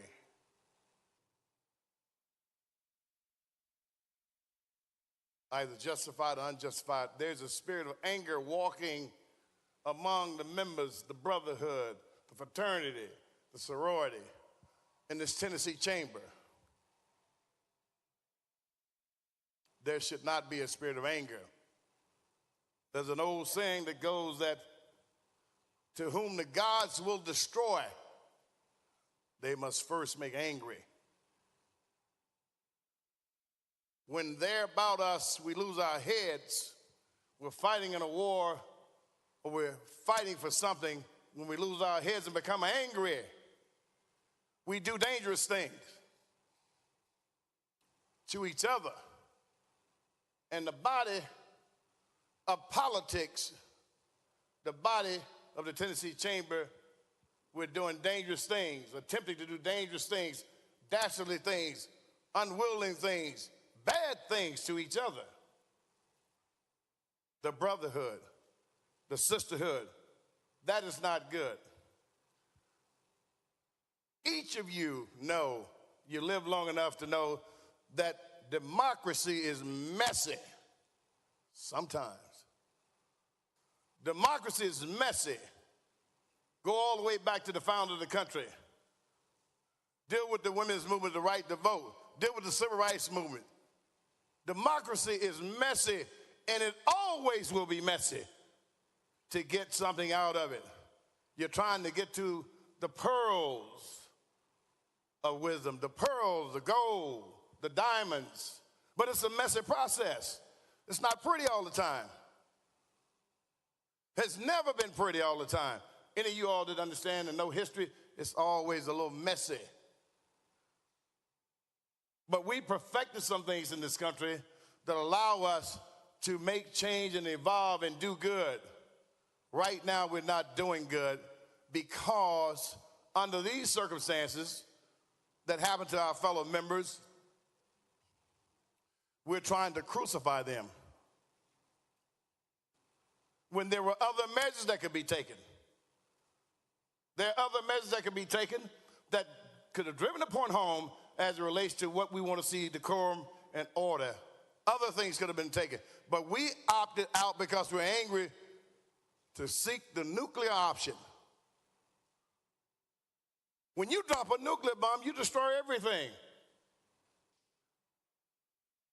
You never use a sledgehammer to kill a gnat with. We are dropping the nuclear option on one of our fellow members. Now, ladies and gentlemen, that dog bites twice. Comes back to bite you in your butt too. We should not go to the extreme of expelling our members for fighting for what many of the citizens want to happen, whether you agree with it or not. Is there the right way to do things? Of course there is. Many of y'all probably secretly admire the courage of our young members and glory. You probably admire the courage. How many of y'all can remember how you acted when you were 20 years old, 25 years old? If there's a video camera around, I bet you don't want to see that. Our conduct. Some of us are older and we did not have everything that we did on tape today. So you make allowances for our young people to grow and to become, because regardless, at some point, they're going to have to run this country. I'm encouraging some compassion. Don't vote for this expulsion of any of our members. I didn't vote for the Jeremy Dermer expulsion. I thought it was wrong. It was wrong then, and it's wrong today. They should not be expelled for fighting for something that many of the citizens of the state of Tennessee want. Let's think deeply, let's think caringly, and let's show we have the ability to lead with a good heart. Mr. Speaker, thank you.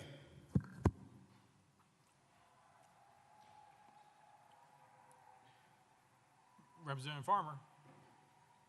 Pass. Representative Hardaway.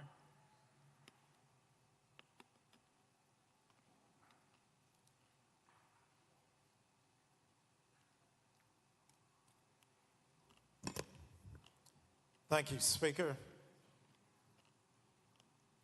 Colleagues, I've thought long and hard what I needed to say to y'all. It's simple. We all need Mo Black Jesus. That guy with the woolly hair and the bronze feet. Now that truth is what we base our lives on. So I'm not surprised that we're here. I'm disappointed and to a great extent, just disgusted.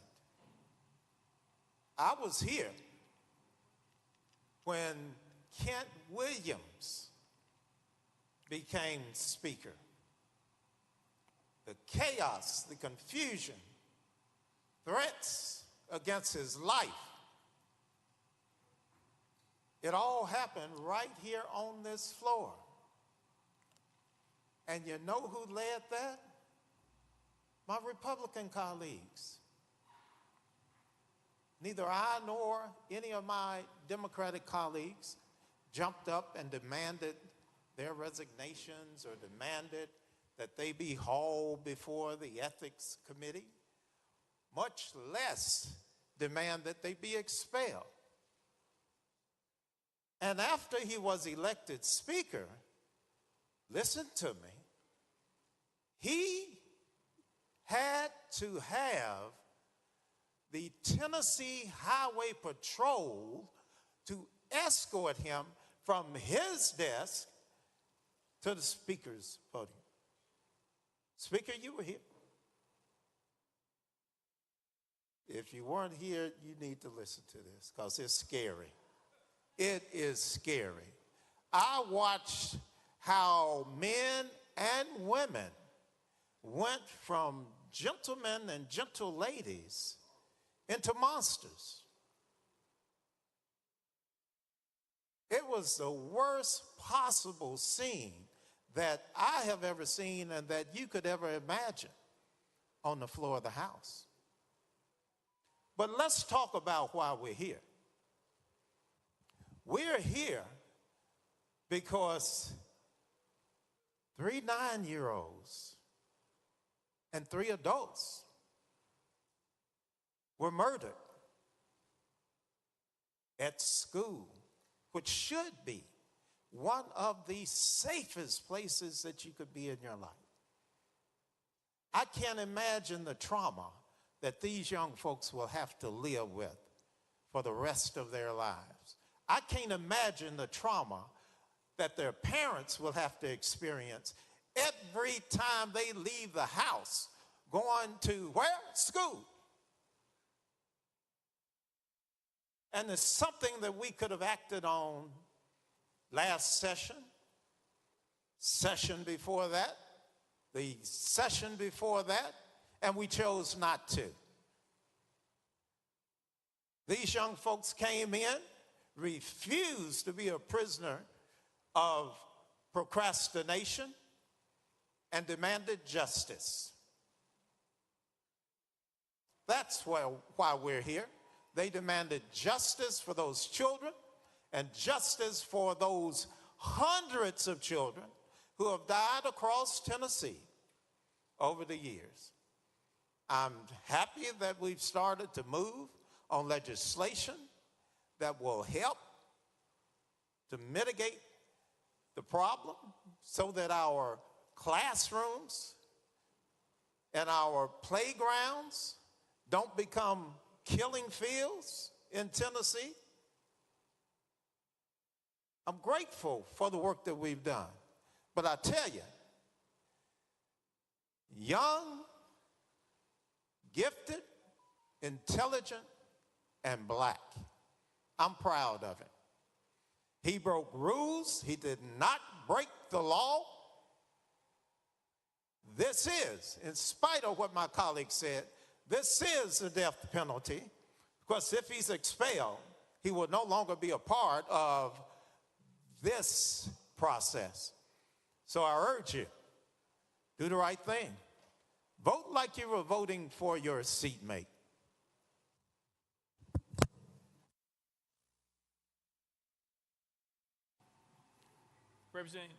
Thank you. Representative Gant, you pass.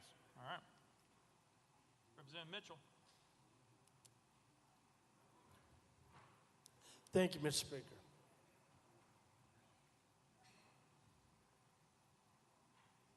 We're setting a precedent today that a lot of you in here, including myself, you better think long and hard about it. You know, there's been many of us in here, and you know who you are, there's rules that are broken. I mean, there's been many a time we've had debate on this floor. I've gotten hot. Another member's gotten hot. I know of 2 instances of 2 people in pretty high-level positions on the other side have come back here to my desk and threatened bodily harm. Do I say we ought to jump up and throw them out of here for that? No, in the moment, they lost their temper. They lost their composure because they believed what they believed. They were willing to fight for what they believed in. You got to admire that. So I'm sorry if you're sitting in here and you're not willing to fight for what you believe in, I understand you've got to be composed, but every now and then you're going to lose it. Even the best of us are going to lose it. But today, you set this precedent that you're going to throw him out of here for breaking a rule. I've said it before and I've said it again. I've had some people sit beside me on this House floor. I've had to look up the aisle at a former speaker that there's not a jail cell that he doesn't deserve to be in, and have to sit here and look at that. And I didn't hear a peep out of anybody saying we ought to toss him out of here. And everybody knew it wasn't a rule he broke. There wasn't a felony he didn't see he didn't want to break. But not a soul said a thing about it. We all just, we'll let the process work itself out. You know, I had somebody sit beside me, multiple teenage girls say things that should make us all cringe about that member. No one wanted to do anything about that. But we're going to throw a young man out today who had the audacity to fight for what he believes in. I hope you have the audacity to fight for what you believe in.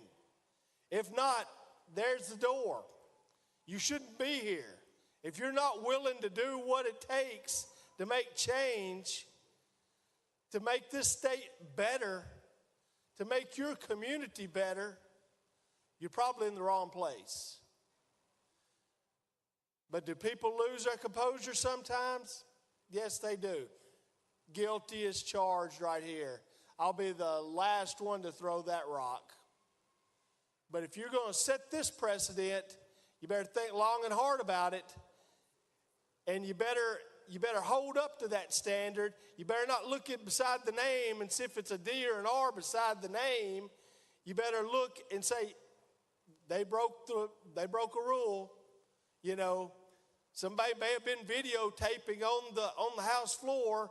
You can hear the speaker say recess in the video.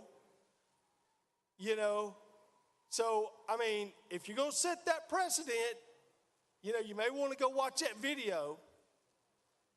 So don't look if a D or an R is beside their name. You're going to set the precedent. Let's live by it. Just think about that, folks. Have a little grace. And look in yourself and say, will I fight for what I believe in? Thank you.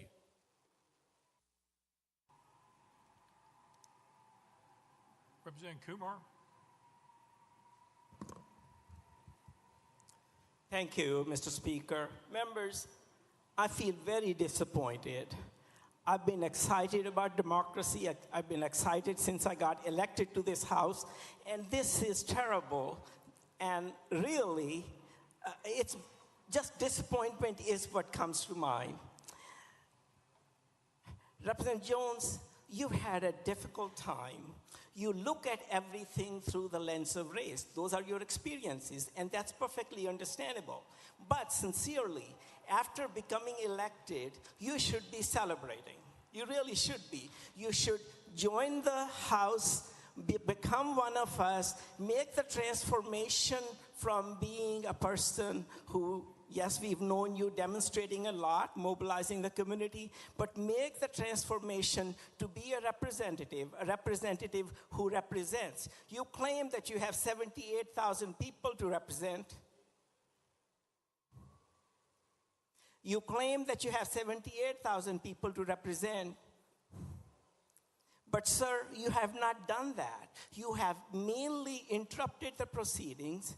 You have attacked fellow representatives. You have attacked the chairman almost in all committees. That is not representing your people. That is not going to bring credit to the people that you claim to represent.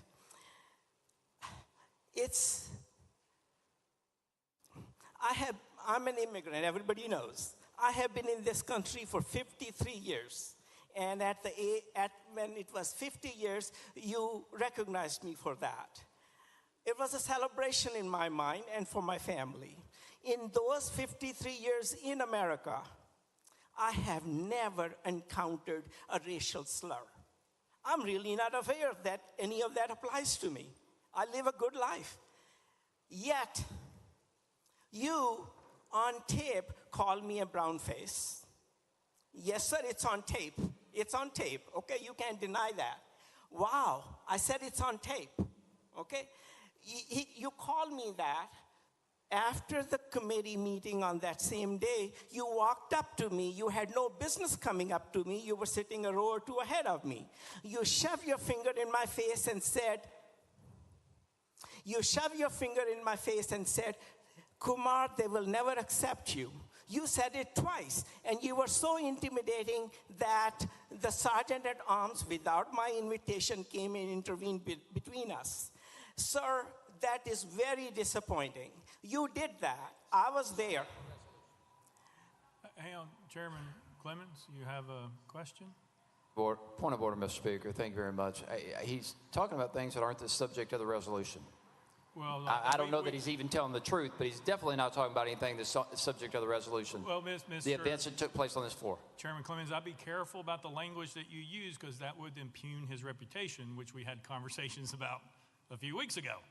So I would be careful. You didn't go there, so I appreciate that. We have given latitude to the representative in the well who's made many accusations against me and other members of this House. I'll ask Chairman Kumar to stay on the topic of today, but I would advise you then that everybody in this chamber, including as the representative in the well, to stay on the topic and germane to the conversation.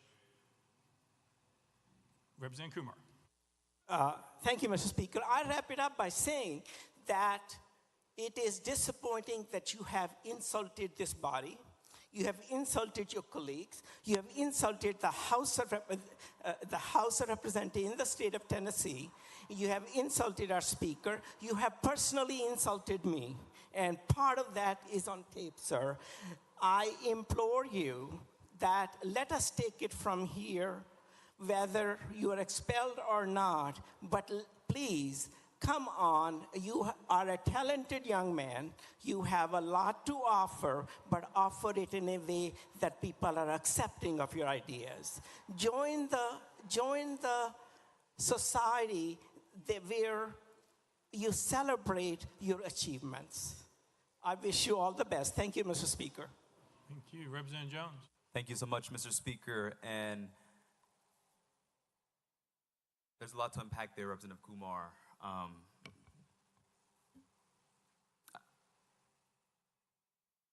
I don't even know where to start, to be honest. I mean, it's sad what you just stated to me, and that's what this is really about. He said, you see everything under the lens of race. When you join this body, you should just become one of us. Just assimilate. That's very disappointing to hear, my friend. And what I told you was what you just exhibited. As the only member of their caucus who is not of the Caucasian persuasion, I said that you put a brown face on white supremacy.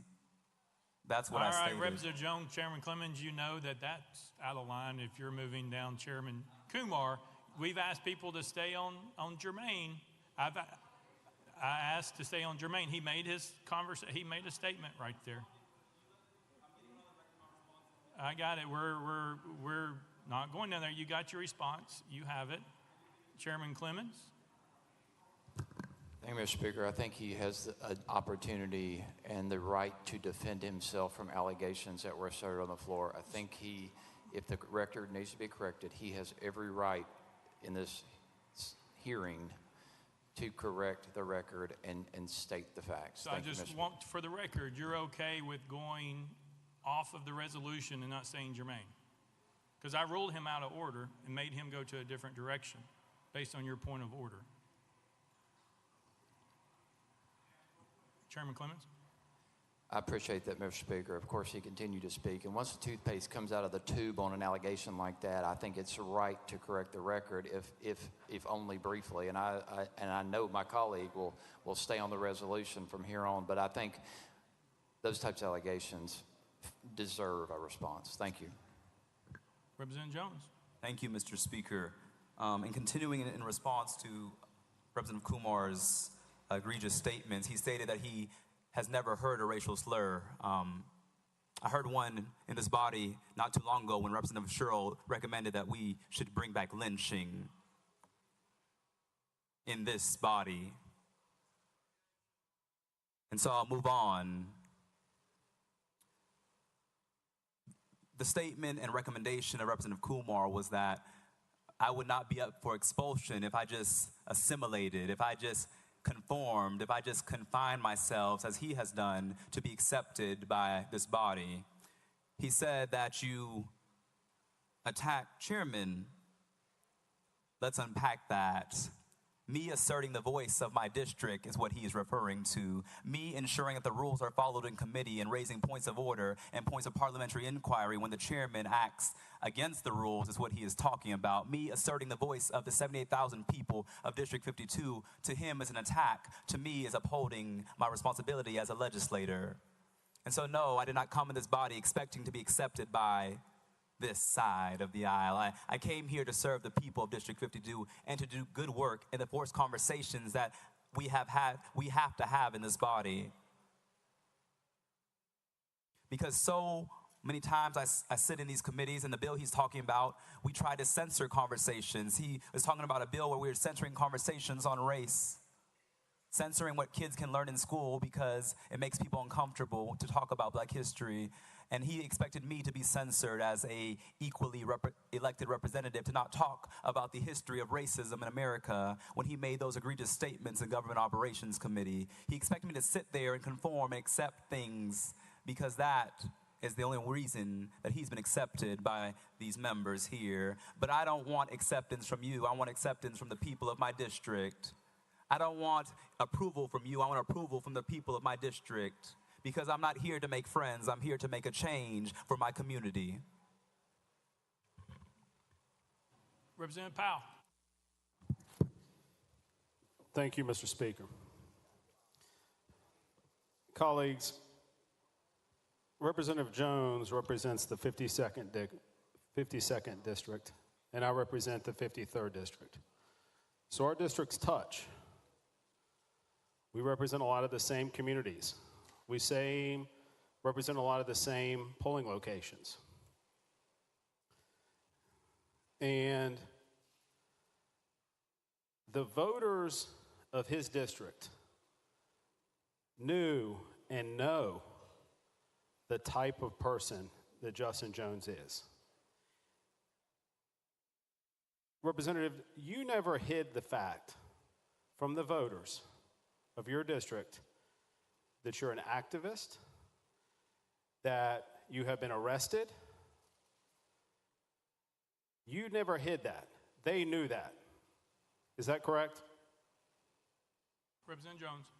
That's correct. In fact, Chairman Faison recently said, wasn't your slogan from the jailhouse to the State House when he introduced me to a member of Congress who was visiting a couple weeks ago? I never hid who I was and talked about the history and necessity for good trouble in this body. Representative Powell. Members, I was with Representative Jones the day he was elected. I was at the polling location with him. I helped him pick up signs, his signs, after the polls closed. I was there when the vote tally sheet was put up on the wall that showed that he had won his election. The people of Tennessee, each one of us, we represent different districts and different communities. We bring our experiences up here. That is what's wonderful about a representative democracy. And the people of District 52 knew and they know who Representative Jones is. And I have all the confidence in the world that they believe his message and everything that he's done to fight for his community. Members, I said this, and I'll say it again. I was in a third grade class the day of the shooting, reading down the street from this school to my son's class, full of third graders. When that shooting occurred, I was concerned that that might be my child's school. I didn't know.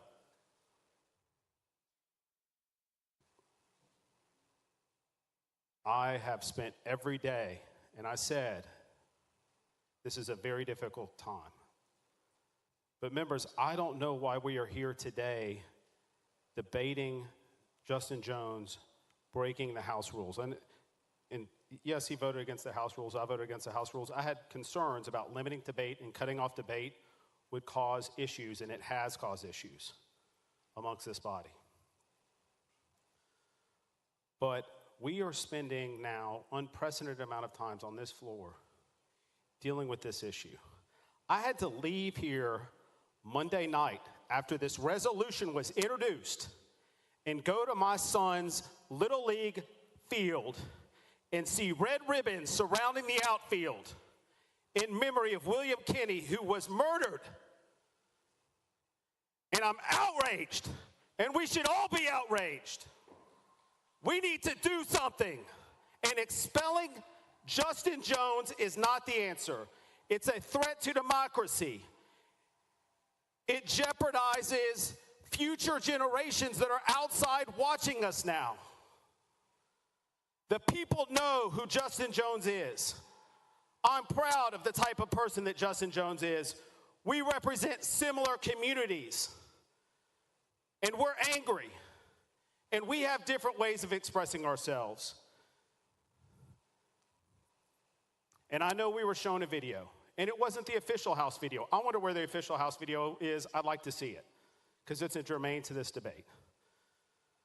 But expelling Justin Jones is not the answer, colleagues, and I urge you to please vote against expulsion. Thank you. Representative Jones, anything? Nope. Representative Keisling. Thank you, Mr. Speaker. I call for the previous question. Previous question been called. There's objection. We are on the board. Previous question's been called. We're on the board. All those in favor vote aye when the bell rings. Those opposed vote no. As every member voted, does any member wish to change their vote?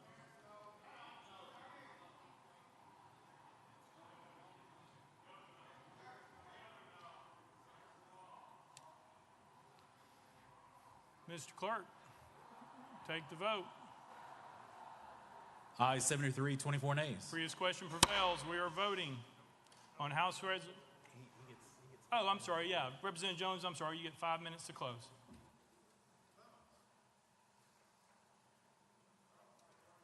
You have 5 minutes. Chairman Clemens. Thank you, Mr. Speaker. We are talking about nothing less than 75 people overruling the wishes of 78,000 people. And you're going to cut off debate? Give me a break. Is this a circus? You are talking about kicking somebody out of this body. Grow up. If you can't sit through a conversation or a debate on something no less than expelling a colleague, grow up. Get out of here. You don't belong here. You want to call the question? I am humiliated. I'm embarrassed. Look at the rules of procedure, the ethic rules. The purpose of this is to hold the respect and confidence of the people. Representatives should avoid conduct that even appears to violate the trust the people have placed in them. What are we doing? Calling the question. Ladies and gentlemen, point of order is, if you don't want to sit here and have this discussion, withdraw the resolution. Let's move on to the people's business and actually address the issue that created what made you uncomfortable. The loss of life, not just those 6 loss of lives, people in every community across this state that continue to be killed by gun violence. Hey, Chairman Clemens, it's a point of order. I understand you're upset by the call of the question. If somebody have a point of order where we are, not a speech on the floor, but we're at a point of order if that's where you're wanting to go. The question's been called. It was put on the board as objection. The rule prevailed to take the vote. If there's a question about point of order, we'll be happy to take it. Anybody? Leader Camper? No? Representative Hakeem? Thank you, Mr. Speaker. There were a number of us who had their names on the list to speak. And I think it would be totally disrespectful not to allow us an opportunity to make necessary comments. One of the problems that we have is that the cutting off of debate. I mean, that's what we're here for. We talk about it being messy. We're talking about getting things done. We're talking about coming to a consensus. How can we do that if we don't hear the voices of more than ourselves, so to speak? All right. Yeah, is that a question for Mr. Clerk about calling the question? Okay, Mr. Clerk, can you read the rule, please? Mr. Speaker, previous questions shall only be admitted when demanded by 2/3 of the members present. Previous question's been called. Anybody can call it at any time, and we all know that that's a possibility. Leader Camper. Thank you, Point of Mr. order. Speaker. Mr. Speaker, I move that we reconsider our actions on that. Is that appropriate? Or we ask that members reconsider their actions and withdraw your motion, allow us to continue the debate.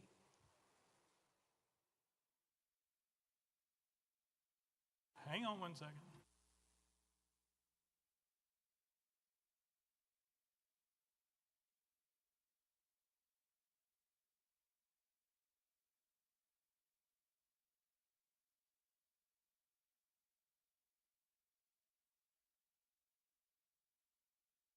Mr. Clerk. Mr. Speaker, this is from the rule. If the question prevails on the main motion, its effect shall be to preclude all future amendments and terminate all debate. So if previous question prevails, we're voting on the legislation. The previous question has prevailed, so therefore we move to vote. That cuts off all motions is that correct, Mr. Clerk? Mr. Speaker, that's correct. Yeah, Representative Jones still has his 5 minutes. Point of order, Representative Hardaway? Representative Hardaway. Thank you, Speaker. And would a reconsideration be proper at this time? Mr. Clerk. Mr. Speaker, no, it would not, as previous questions prevailed by 2/3 of the members present. Representative Hardaway. Mr. Clerk. The only right that does not cut off is the right of the proponent to close. And as the motion that was made earlier in the rule suspension, the representative in the well will have 5 minutes to close, even though previous question prevailed. Representative Hardaway. Thank you, Speaker. It's just in my mind, and I don't know whether the clerk is quoting our rules or Robert's rules, but we have a motion that can't be reconsidered. Mr. Clerk. An action, rather, that can't be reconsidered. Mr. Clerk. Mr. Speaker, the only opportunity to even be recognized once previous question has prevailed is as you have for a point of order or a parliamentary inquiry. So there's no opportunity to present a motion to reconsider. Representative Hardaway.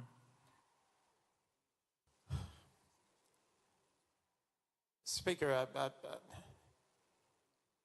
I disagree. However, we're going to move on. Representative Thompson. Thank you, Mr. Speaker.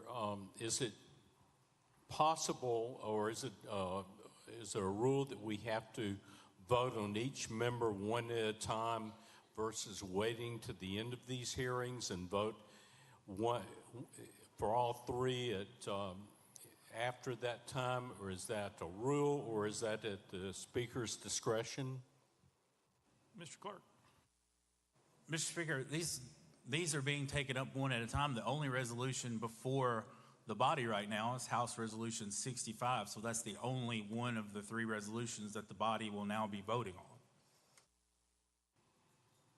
Any further point of orders? All right, we are voting. Oh, 5 minutes. I keep forgetting.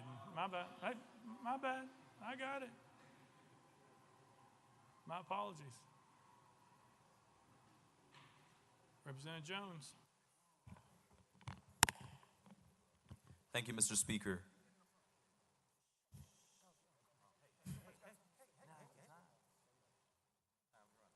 Thank you, Mr. Speaker. To my colleagues on the other side of the aisle, I want to say that you have the power, you have the votes to do what you're going to do today. But I want to let you know that when I came to this well, I was fighting for your children and grandchildren too. To those who here will cast a vote for expulsion, I was fighting for your children too, to live free from the terror of school shootings and mass shootings. When I walked up to this well on last Thursday, I was thinking about the thousands of students who were outside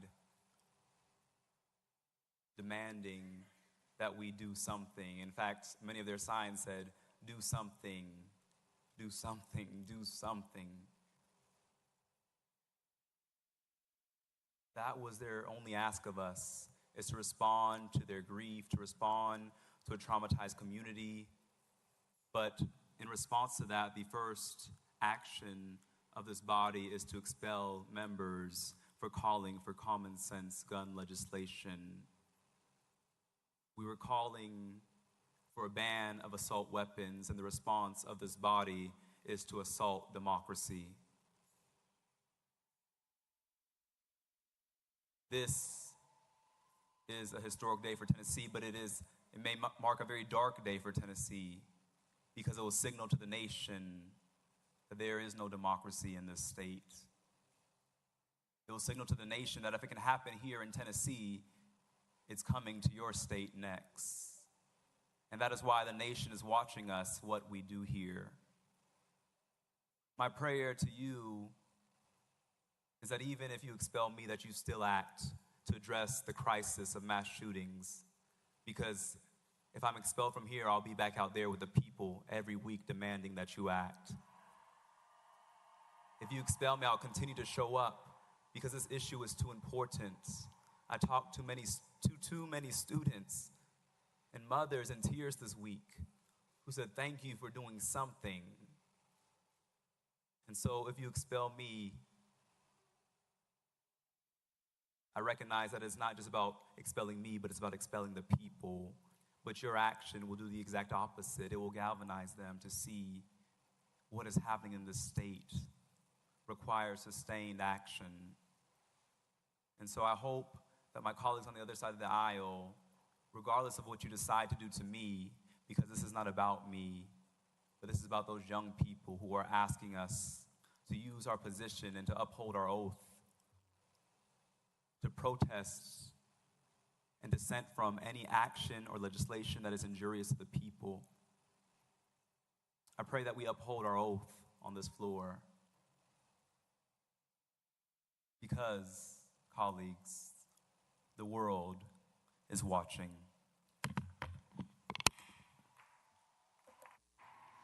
All right, we are voting on House Resolution 65. All those in favor, vote aye when the bell rings. Those opposed, vote no. Has every member voted? Does any member wish to change their vote?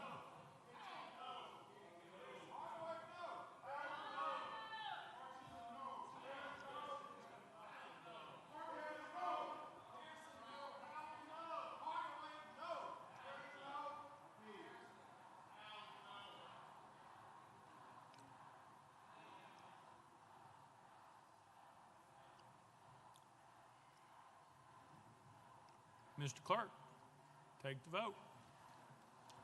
Ayes 72, 25 nays. Having received the concurrence of 2/3 of the members to which the House is entitled under Constitution of the State of Tennessee, House Resolution 65 is hereby adopted without objection and motion to reconsider is tabled.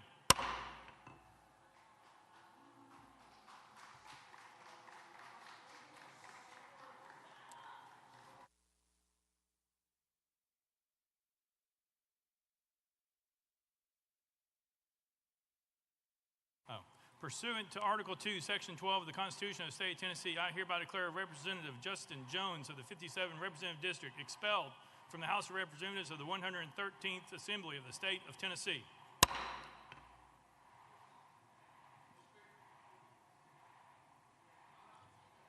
Chairman Clemens.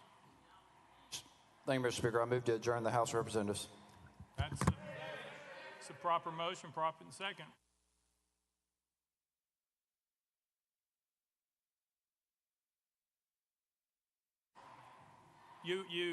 Would you like to adjourn for 2 years, or would you like to have a date at some point in the future to come back? Chairman Clemens. Mr. Speaker, I move to adjourn this body until Monday, 5 p.m. It's proper motion, proper second. Is non-debatable. We are voting on the motion to adjourn until Monday at 5 p.m. We're on the board. All those in favor vote aye. All those opposed vote no.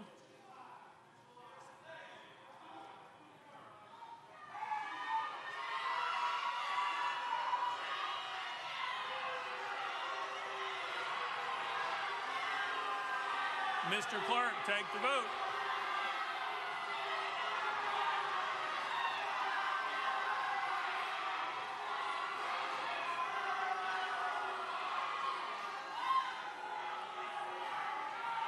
Mr. Clerk, take the vote. Ayes 23, 73 nays. Motion is denied. Members in the gallery, that is disruptive behavior. If it continues, we will have to clear the balcony except for the press. That's the one warning. Representative Bolso, you are recognized. Thank you, Mr. Speaker. I move adoption of H.R. number 64. Representative Bolso moves adoption of House Resolution 64, properly seconded. Representative Bolso, you're recognized. Thank you, Mr. Speaker. I request that the clerk read the resolution. Mr. Clerk, read the resolution. House Resolution 64 by Representative Bolso, a resolution to expel Gloria Johnson from her seat as a member of the House of Representatives of the 113th General Assembly of the State of Tennessee, elected by the 90th Representative District. Whereas Article 2, Section 12 of the Tennessee Constitution provides that each House may determine the rules of its proceedings, punish its members for disorderly behavior, and with the concurrence of 2/3 expel a member, but not a second time for the same offense, and shall have all the powers necessary for a branch of the legislature of a free state. And whereas all members of the House of Representatives must comply with permanent rules of order of Tennessee House of Representatives for the 113th General Assembly, including preserving order, adhering to decorum, speaking only with recognition, not crowding around the clerk's desk, avoiding personalities, and not using props or displaying political messages. And whereas during the House floor session, 19th Legislative Day on March 30th, 2023, Gloria Johnson of Knox County, along with Justin J. Pearson of Shelby County and Justin Jones of Davidson County, did knowingly and intentionally bring disorder and dishonor to the House of Representatives through their individual and collective actions. And whereas at approximately 10:49 a.m., Representative Johnson and her colleagues, having gathered at her desk, moved in unison to the well and began shouting without recognition. And whereas once gathered in the well and called out of order, Representative Johnson and her colleagues proceeded to disrupt proceedings of the House of Representatives from approximately 10:50 a.m. until approximately 11:42 a.m. And whereas during this time, Representative Johnson and her colleagues shouted, pounded the podium, led chants with citizens in the gallery, and generally engaged in disorderly and disruptive conduct, including refusing to leave the well, sitting on the podium, and utilizing a sign displaying a political message. And whereas during this time, Representative Pearson and Representative Jones used the bullhorn to amplify their protestations, and whereas these actions were done in open session in the presence of and witnessed by the members and staff of the House of Representatives, and whereas it appears to be satisfaction of this body that Representative Johnson's conduct on March 30th, 2023 constitutes disorderly behavior and justifies expulsion, and whereas such disorderly behavior on the part of Representative Johnson reflects adversely upon the integrity and dignity of the House of Representatives of the state of Tennessee places a cloud upon the action of this honorable body and is inconsistent with the duty of a member of this body, and whereas it is deemed in the best interest of the people of the state of Tennessee and this body for Representative Johnson to relinquish her seat as a member of the House of Representatives, and whereas Representative Johnson has been given advance notice of the contents of this resolution and has been afforded the opportunity to debate the resolution on the floor of this House prior to its passage, now therefore be it resolved by the House of Representatives of the 113th General Assembly of the state of Tennessee that pursuant to the authority under Article 2, Section 12 of the Tennessee Constitution, this body hereby expels Gloria Johnson from her seat as a member of the House of Representatives of the 113th General Assembly of the state of Tennessee, elected by the 90th Representative District for disorderly behavior occurring on March 30, 2023, and declares the 90th Representative District seat vacant. Be it further resolved that copies of this resolution be prepared and forwarded to Gloria Johnson, the legislative body of Knox County, the Honorable Bill Lee, Governor of the state of Tennessee, and the Honorable Trey Hargett, Secretary of State. Representative Johnson, you are recognized in the well with your attorneys. All three of you have 20 minutes for comments. Whoever wishes to go first, you're recognized. Mr. Wendell. Mr. Speaker and members, as a believer, I must recognize that today is Maundy Thursday, the day of betrayal. Let's go straight to the charging instrument. I'd like to direct each of your attention to the next to last paragraph on the first page of House Resolution 64. At approximately 10:49 a.m., Representative Johnson and her colleagues, having gathered at her desk, moved in unison and began shouting without recognition.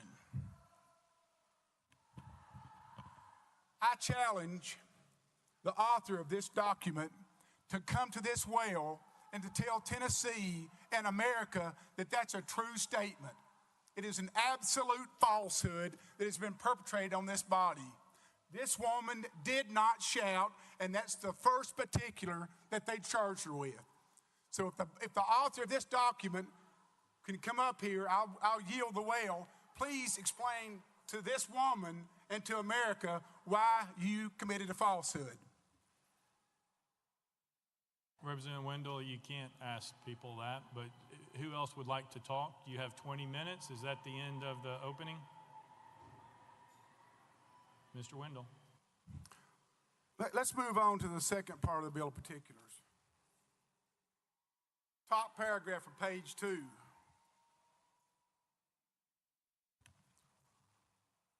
Whereas during this time, Representative Johnson and her colleagues shouted. Again, a false statement for the second time, the second allegation, and both are false.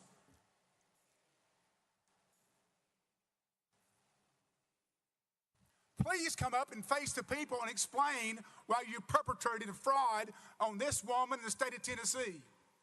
Where is the sponsor of this document? It's unconscionable.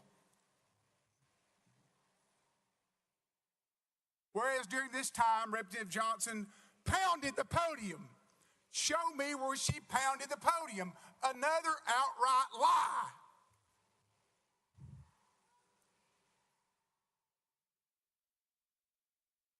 Somebody contradict me in this body. Please, somebody come up and set me straight that the first 3 comments about this woman are true, because it's an absolute falsehood. You just watched it on the video. Democracy is too precious for a supermajority to abuse it.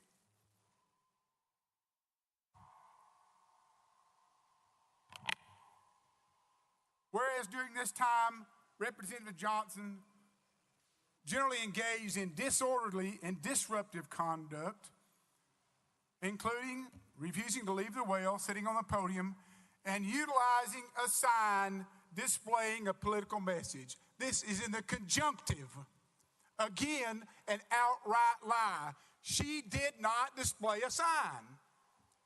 Isn't it fitting these allegations are made during Holy Week? The author of this document should apologize not to her, but to the state of Tennessee. This is an outright fraud and an abomination in the United States of America. And not this is Tennessee's watching, America's watching.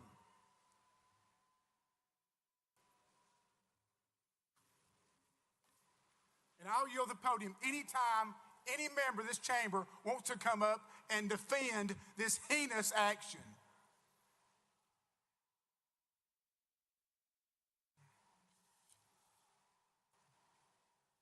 This document is not only inaccurate, it's an outright distortion of her conduct. Any sessions court in the state of Tennessee in all 95 counties would dismiss this on a simple motion, but this body is going to take it seriously and try to oust somebody and subvert the will of the voters of Knoxville, Tennessee.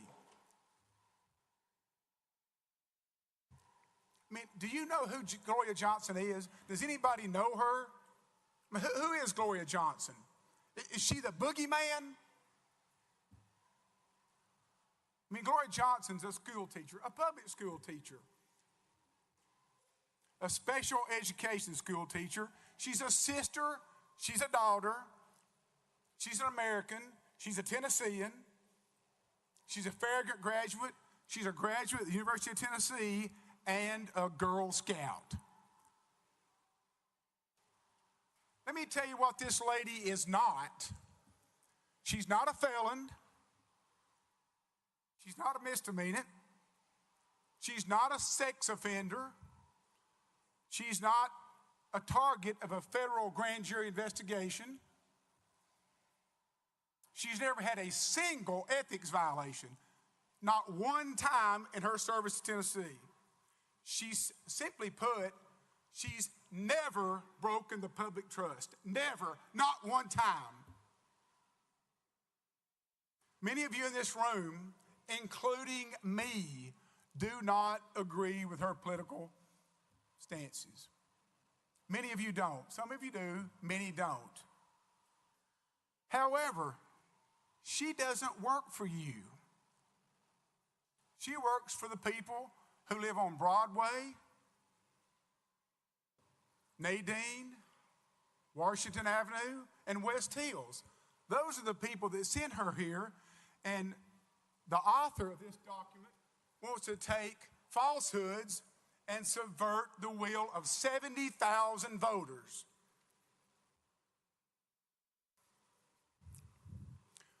I'm sure most of you are going to be surprised that you vote with this woman 80% of the time. 80% of the time, the members of this body vote exactly the way she votes.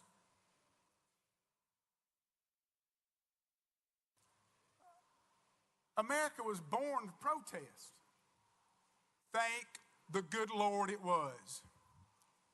1688, the Germantown Quaker protest. 1773, the Tea Party. 1791, the Whiskey Rebellion. 1863, the New York City draft riots. 1913, right here, women's suffrage. 1963, March on D.C. 1969, protest against the Vietnam War.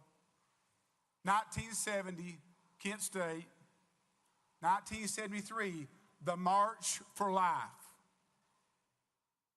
2009, the Tea Party protest. And 2011, Occupy Wall Street. I submit to this body that this document is absolute fraud. And whoever votes for it is going to perpetrate a fraud on America. This is democracy at stake. Please be aware. Thank you.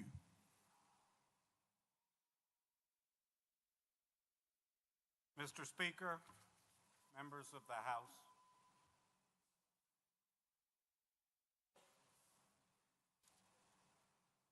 the proposal before you represents a dangerous turn entirely without precedent in the history of our great state. You just heard the charging document against Representative Johnson contains statements that are just not true.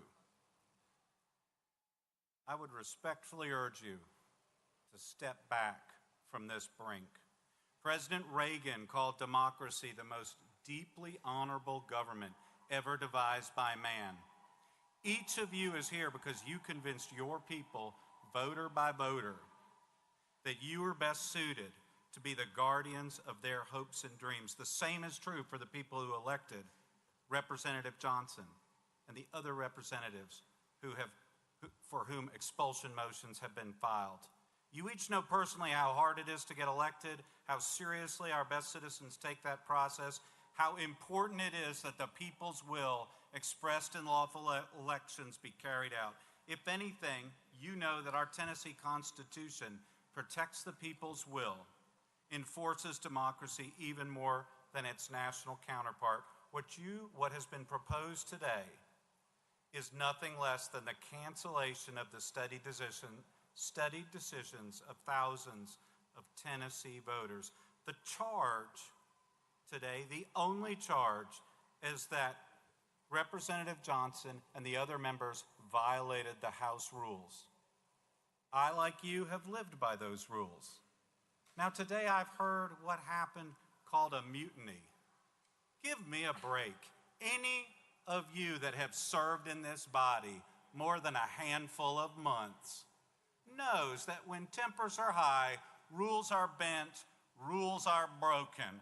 I have personally been in this chamber when on multiple occasions members came to blows, when members took videos improperly in violation of the rules.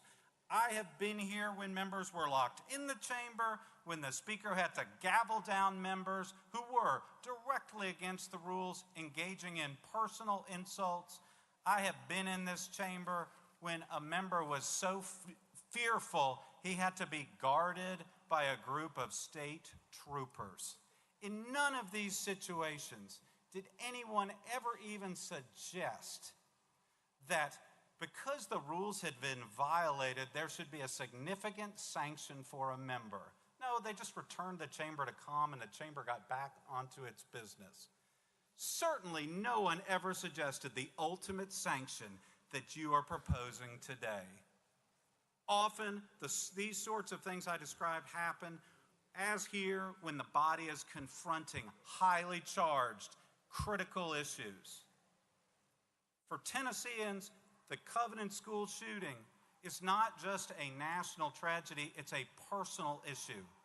For us in Nashville, we know these people, we know the victims or their teachers or their friends. Representative Johnson's a teacher. As many of you know, she spends an enormous amount of time counseling and working with teachers here in Nashville and elsewhere. For her, the events at the school were a crushing personal tragedy, a huge burden. We saw a tape today as represents the complete lack of due process in this particular proceeding. We've never gotten a straight answer about who took that tape that we were provided. But what did it show? It showed some members came to a well almost immediately. I hear after 5 seconds a recess was called. The members came to the well.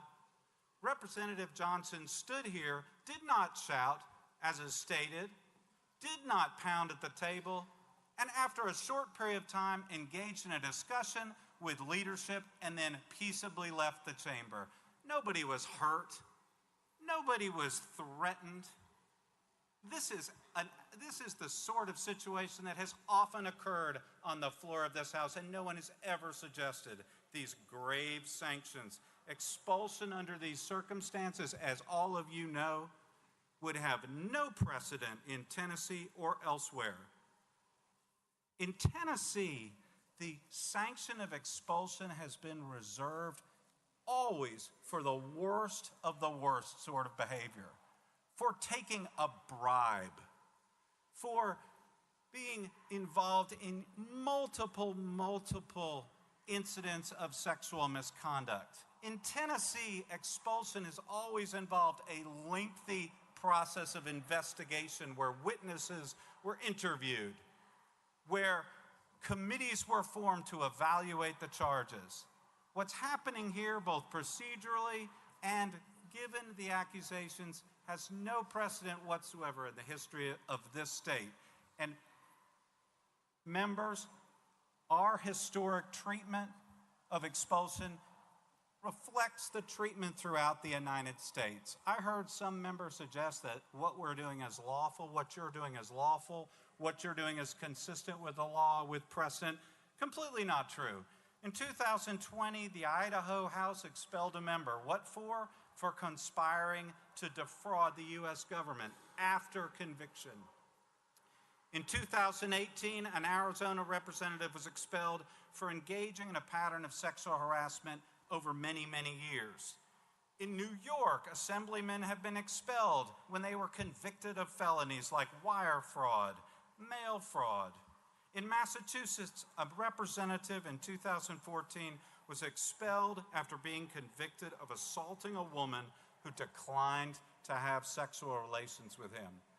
These are the sorts of grave and criminal activities that have resulted in this sort of extraordinary sanction.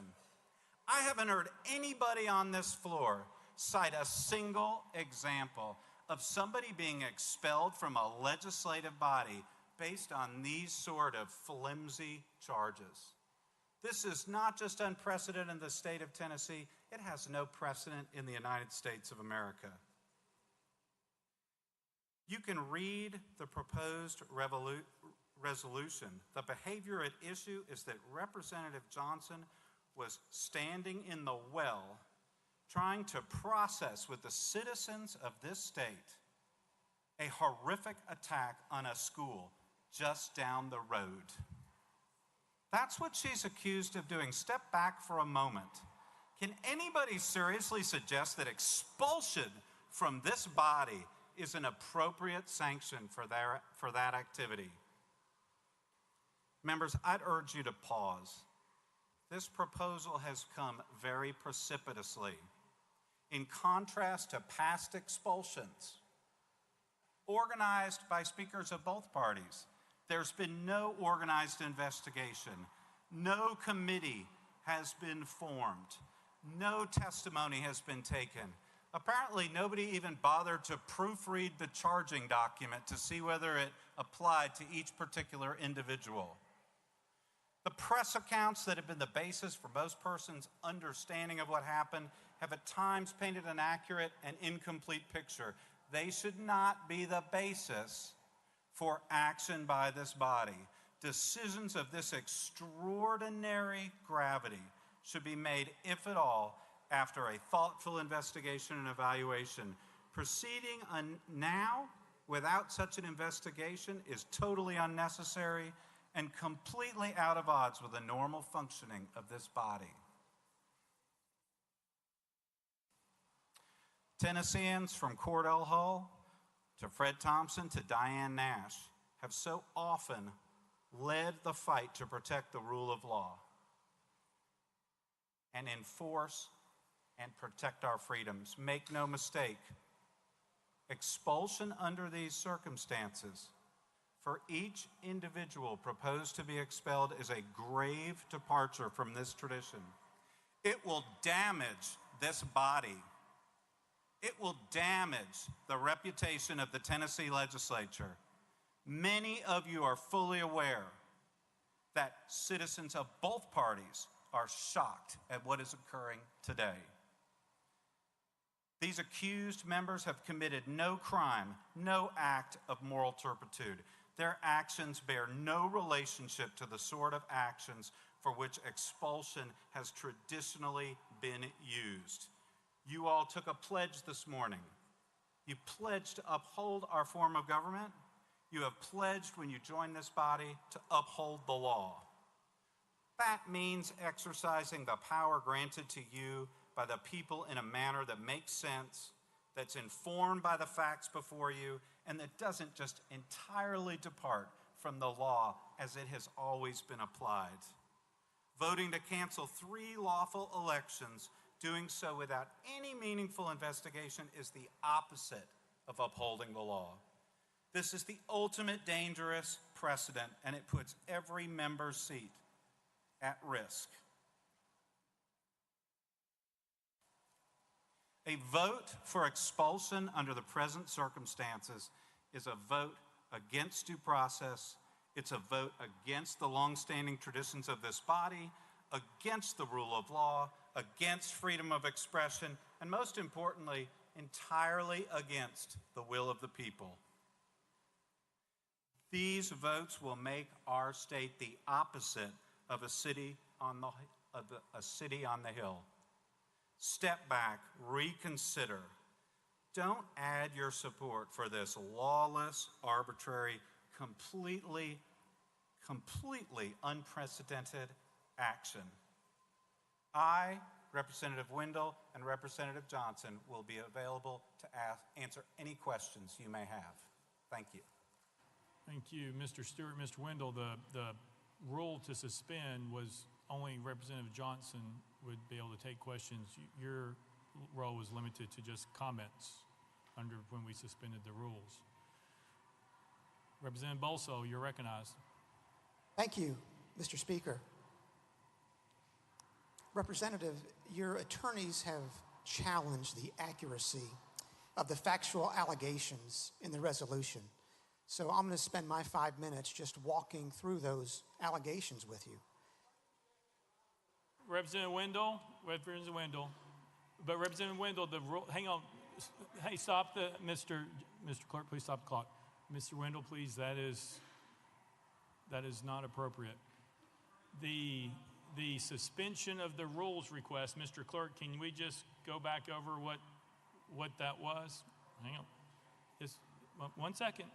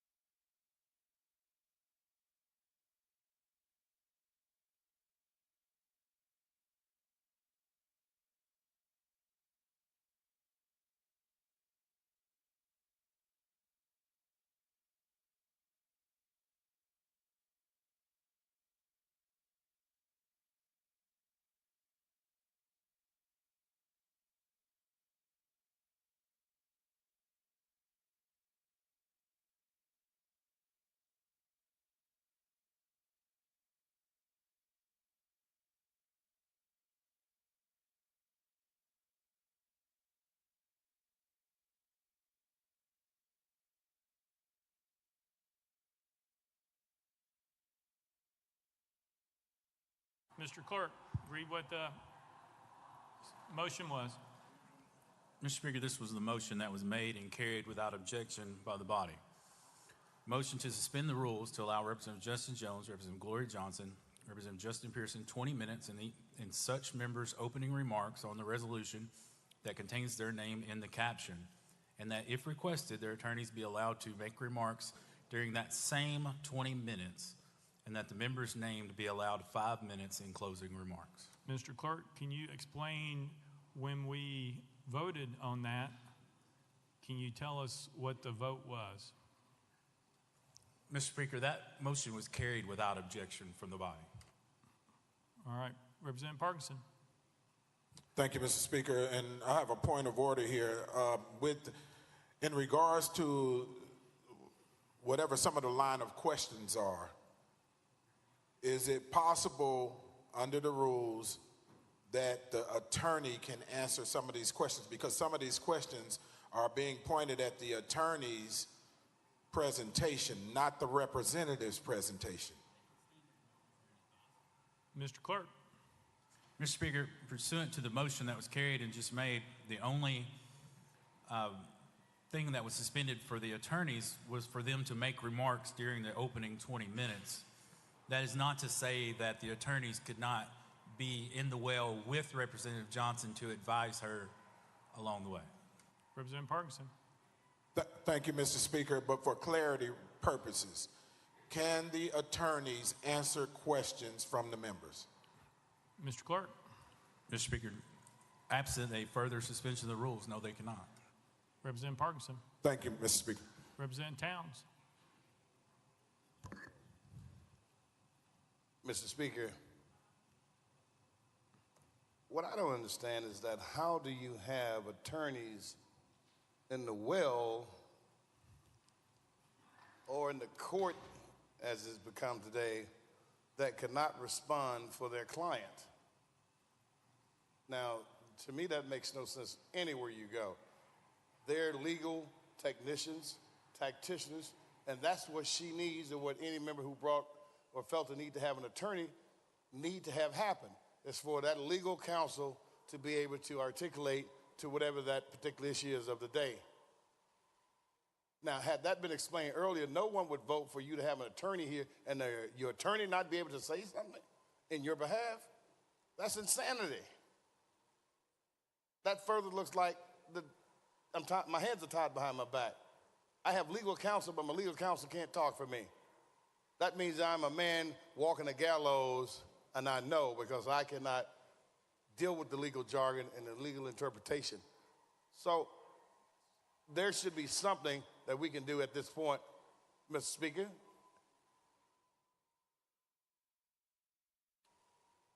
Representative Towns. Yes, sir. My question to you, Mr. Speaker, what is it that we can do at this point where this member, her legal counsel, can respond to questions? What is our parliamentary procedure? I know. Representative Towns. Yes, sir. I will let Mr. Clerk answer the procedure. What I can tell you is there was a motion made by Leader Lambert to suspend the rules. In that, he stated such of what the motion was very clearly. We put it before the body. We asked if there was any objections. There were no objections by anyone on the House floor. Therefore, it was approved by unanimous consent. That's where we're at. Mr. Clerk.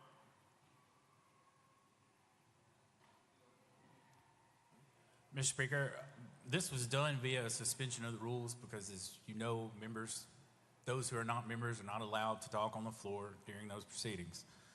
It was for that limited purpose that the attorneys be able to speak during the 20 minutes of opening statements. It would take a subsequent suspension of the rules to allow the attorneys to speak in any other form. Representative Towns. So I'm hearing that it would take a subsequent suspension in order to allow the attorneys to speak on their behalf. Mr. Clerk. Mr. Speaker, that's correct. Representative Towns. Like to make that motion then.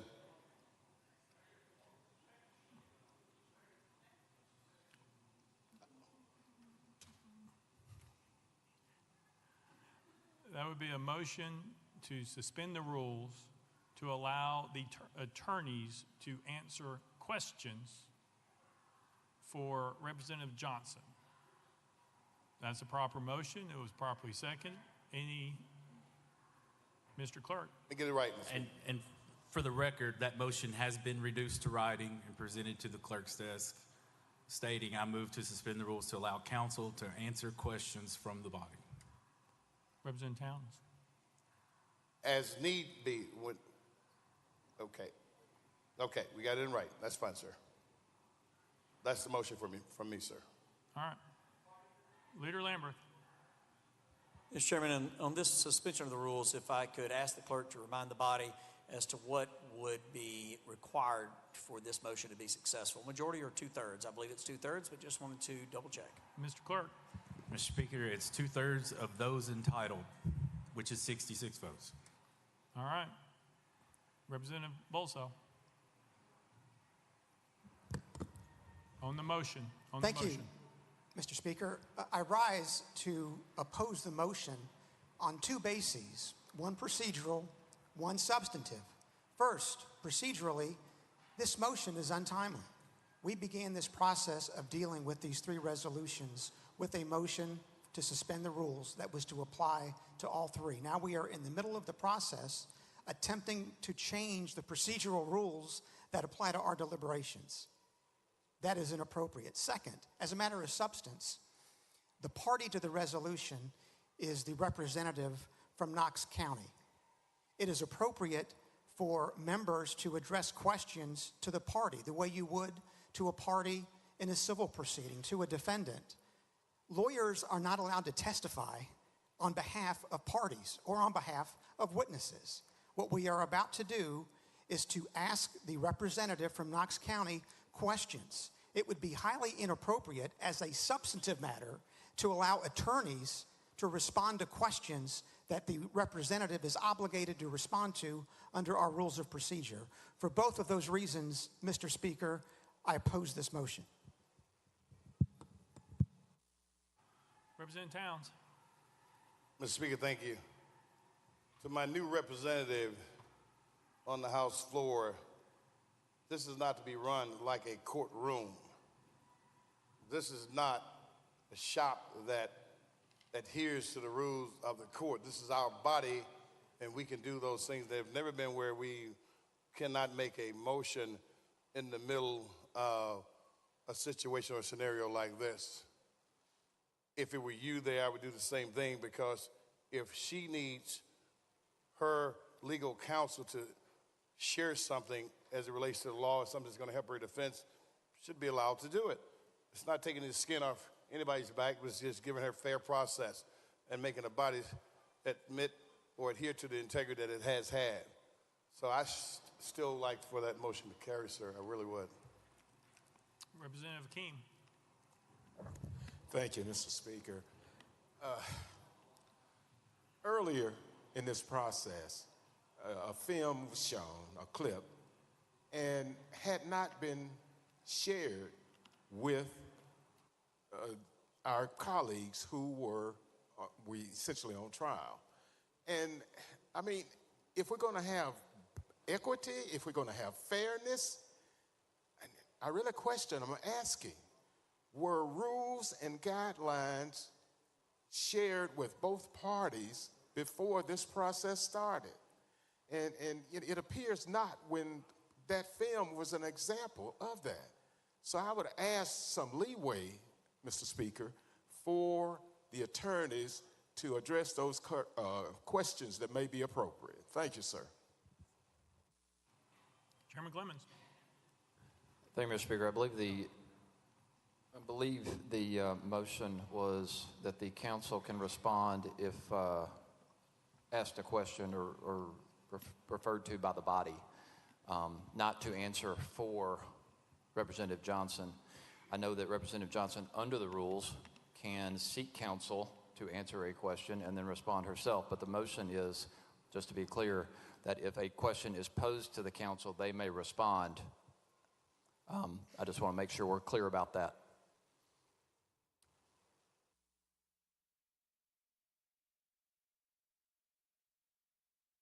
Chairman Clemens, I understand.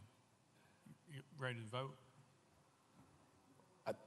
Yes, sir. Thank you, Mr. Speaker. I think there was the statement by the freshman representative was off point on that matter. Thank Correct. you. We'll take that under advisement. Any objection to calling the question? Seeing none, we're voting. All those in favor of the motion, vote aye when the bell rings. All those opposed, vote no.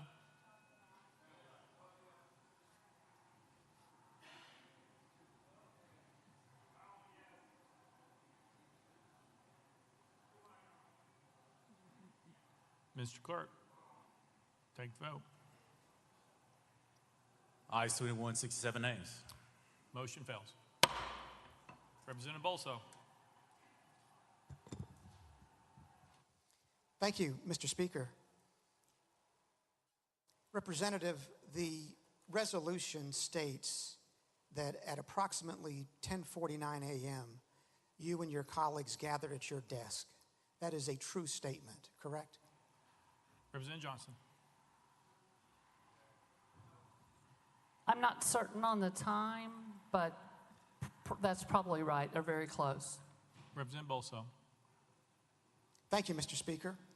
The resolution goes on that you and your colleagues moved in unison to the well. That also is a true statement, correct? Representative Johnson. Yes, we did walk to the well together. Representative Bolso. You. Thank you, Mr. Speaker. The resolution goes on that you and your colleagues began shouting without recognition. That is true, correct? Representative Johnson. No, sir, that is not true. This resolution is my understanding. It's about me. I went to the well and I did not speak. And as a matter of fact, I will say that when my colleagues spoke, they were not yelling because this microphone was on. And as long as this microphone was on, and I don't even remember which colleague it was, I stood with them. But as long as this microphone was on, they spoke to the microphone and did not yell. When the microphone was cut and the speaker called recess, I think that's when the megaphone came out. But I absolutely never yelled. This is about me as I understand it with this resolution. Representative Bolso. Thank you, Mr. Speaker. Well, let's just walk through it slowly. You will agree that your two colleagues, one from Shelby County, one from Davidson County, used a bullhorn to address the gallery, correct? Representative Johnson. It is correct that a small megaphone was used, and yes, I stood with my colleagues, but the video showed what I was doing. Representative Bolso. Thank you, Mr. Speaker. And the video shows that you were chanting with your colleagues, correct? Representative Johnson. I believe that the charges were that I was yelling and I was not yelling. Representative Bolso. Thank you, Mr. Speaker.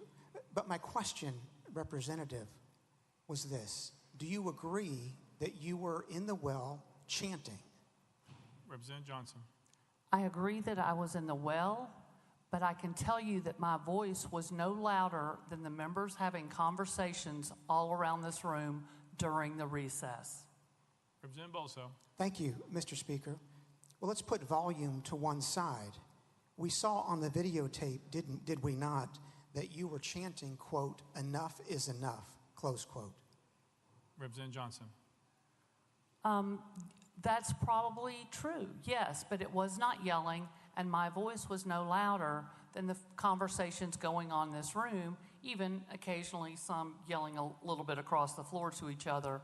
That was also going on. I stood with my colleagues. I stand with my colleagues. And we may have broken a House rule coming to the well, but much of this document is false. Representative Bolso. Thank you, Mr. Speaker. You will agree that you also were chanting from the well, quote, "Power to the people," close quote, and, quote, "No action, no peace," close quote. You chanted both of those slogans from the well, correct? Representative Johnson. What I'm going to say to you is I did not speak in a voice louder than any other member on this floor. You may make of it what you will. Representative Bolso. Thank you, Mr. Speaker. Representative, we can certainly agree on this. You were speaking from the well without having been recognized by the speaker, correct? Representative Johnson. During the recess, yes, we did that. Representative Bolso. You also agree that you approached the well without recognition from the speaker, correct? Representative Johnson. As I said, I may have broken a rule in approaching the well, but much... Hang on, she gets to continue. Representative Johnson. Much of what is in this document is false. Representative McKenzie.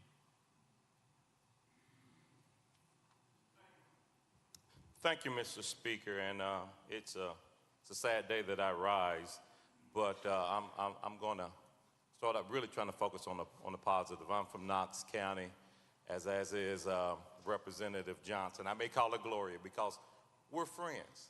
But for those of you all that don't know, and I like the fact that Representative from Williamson County brought it up, you know, her campaign tag is standing tall.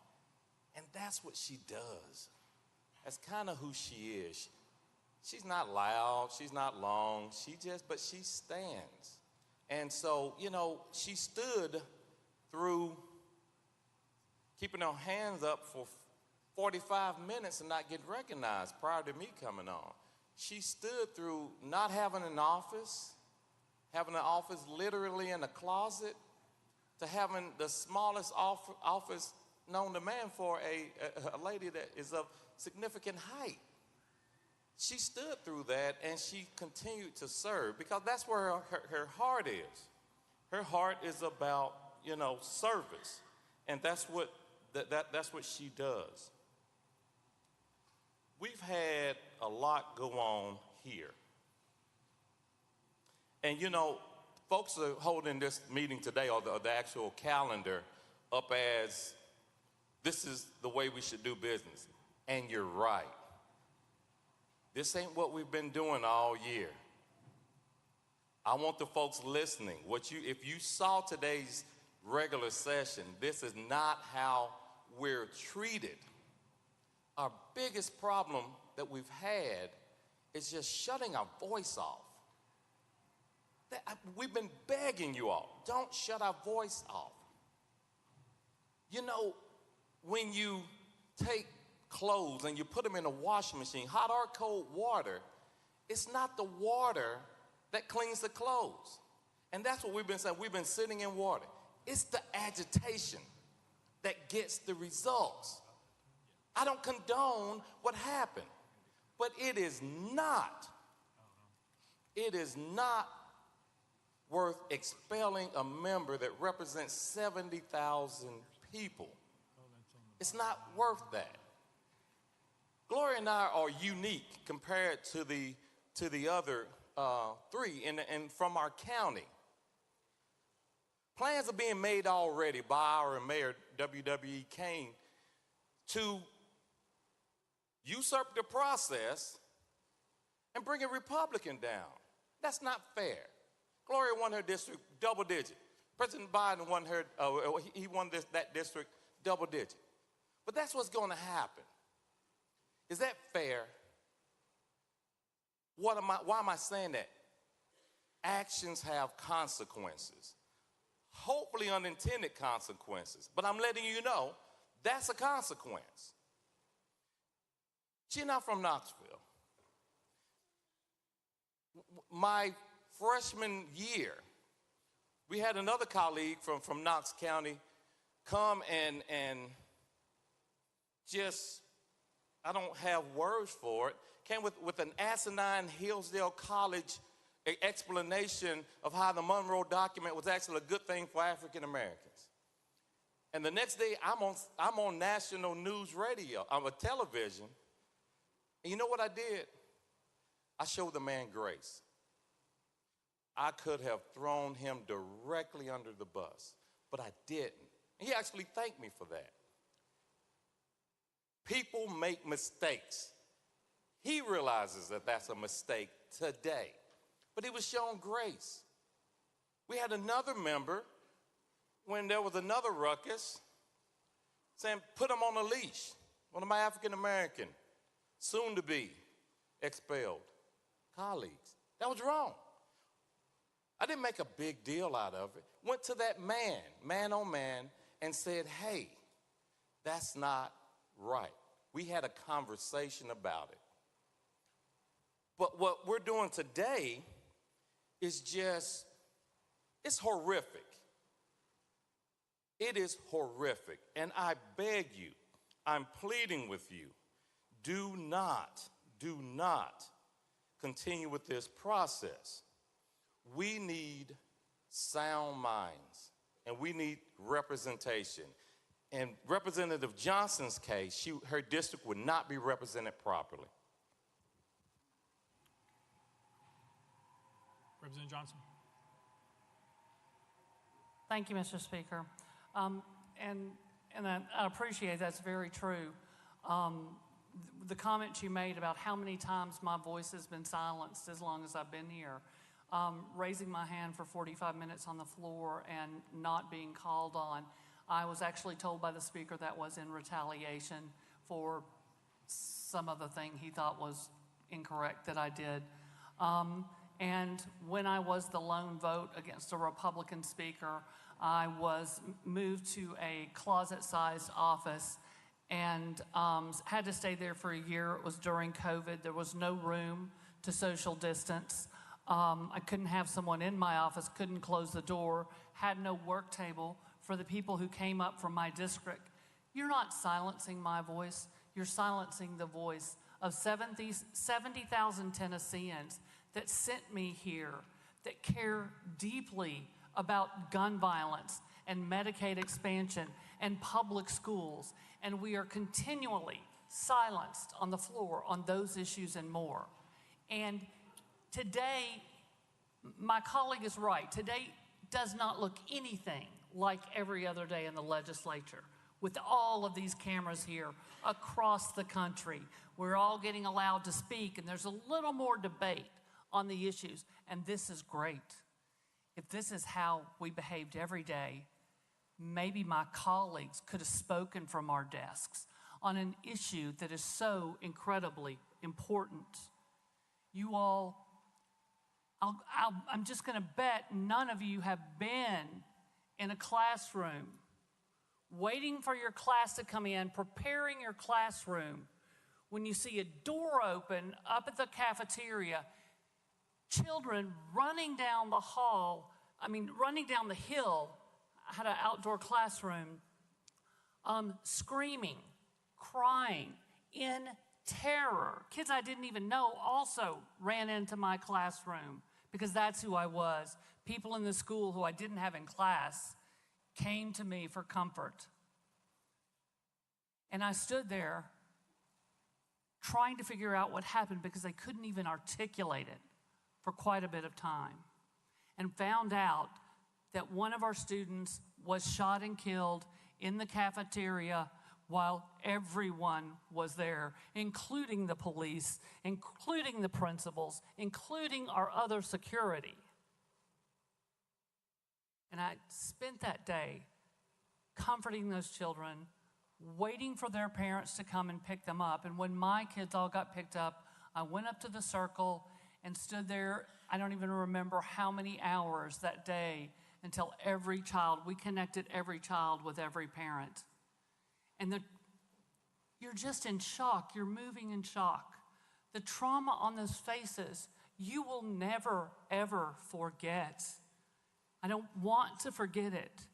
And if I'm not allowed to speak that issue, that is why I walked up to this well, to stand with my other colleagues who were tired of having their voices cut off when we are trying to speak about violence in our classrooms, violence in our churches, violence in our restaurants and our grocery stores. I have to raise the voice of the people in my district. And I did what I felt those folks wanted me to do. It's not a secret. My folks sent me here because they know I'm a fighter. They know I will fight for them.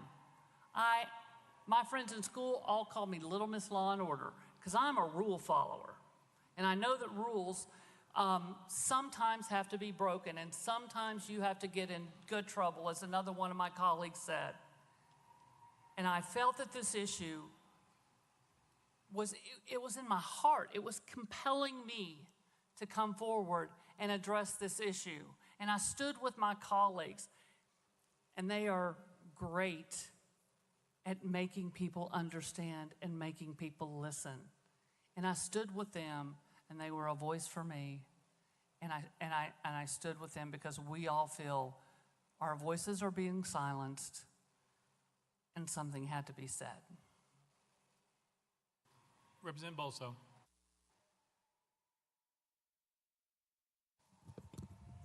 Thank you, Mr. Speaker. You stated just a few minutes ago, Representative, that the facts set out in the resolution were false. Let me just explore that with you a little more, if I could. The resolution goes on and says that once you and your colleagues gathered in the well, that you were called out of order. That is a true statement, correct? Representative Johnson.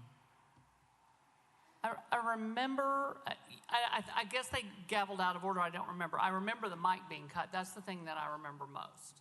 Representative Bolso. Thank you, Mr. Speaker. Well, if in fact the videotape shows that you got to the well and were gavelled out of order by the Speaker, you would not dispute that, correct? Representative Johnson. What is my crime, sir? What? You continue to ask this question. I think we've been through it over and over and over. I came to the well. I stood with my colleagues. I fought for my constituents in a quiet, non-desk pounding, whatever it said about holding up signs or whatever. But I came here and I stood because I did it for the kids in my district, for the kids in the state, for the kids in this community. And you are continually asking the same question. You're going to get the same answer. Representative Bolso. Thank you, Mr. Speaker. Representative, I'm simply exploring a claim you made here that the facts in this resolution are false. And my last question was simply whether, in fact, it was true that once you got to the well, the videotape shows that you were gavelled out of order. Now, if the videotape shows that, you do not dispute that, correct? Representative Johnson. I think I've answered that question. I've explained it over and over. You are beating a dead horse. What is my crime? Representative Bolso. Thank you, Mr. Speaker. And the resolution continues that after you were gavelled out of order, that you proceeded to disrupt the proceedings of the House of Representatives. That is a true statement, correct? Representative Johnson. Thank you, Mr. Speaker. No, it is not. We were in recess, and we stood up here for a few more minutes after recess, and then we went and left the floor. So during recess, we were standing up here. You are correct. But it was recess, and we weren't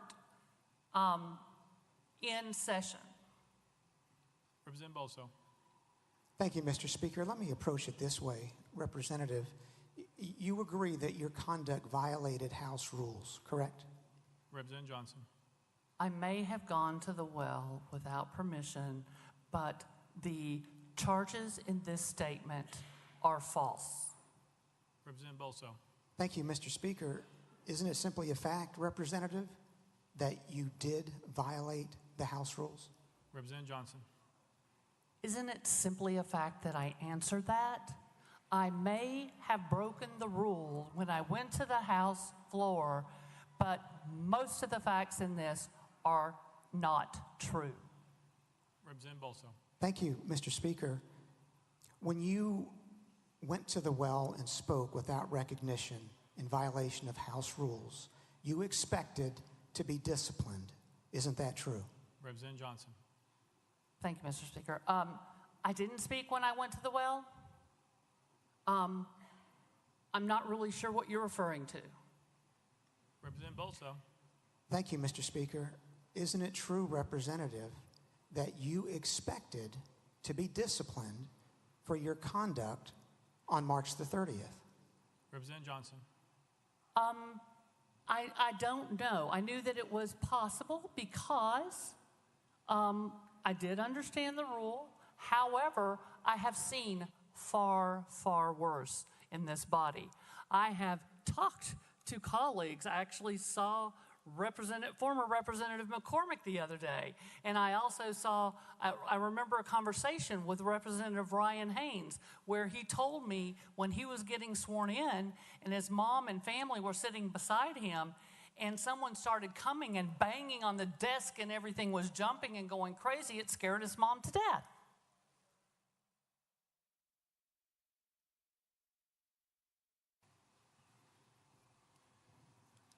Representative King.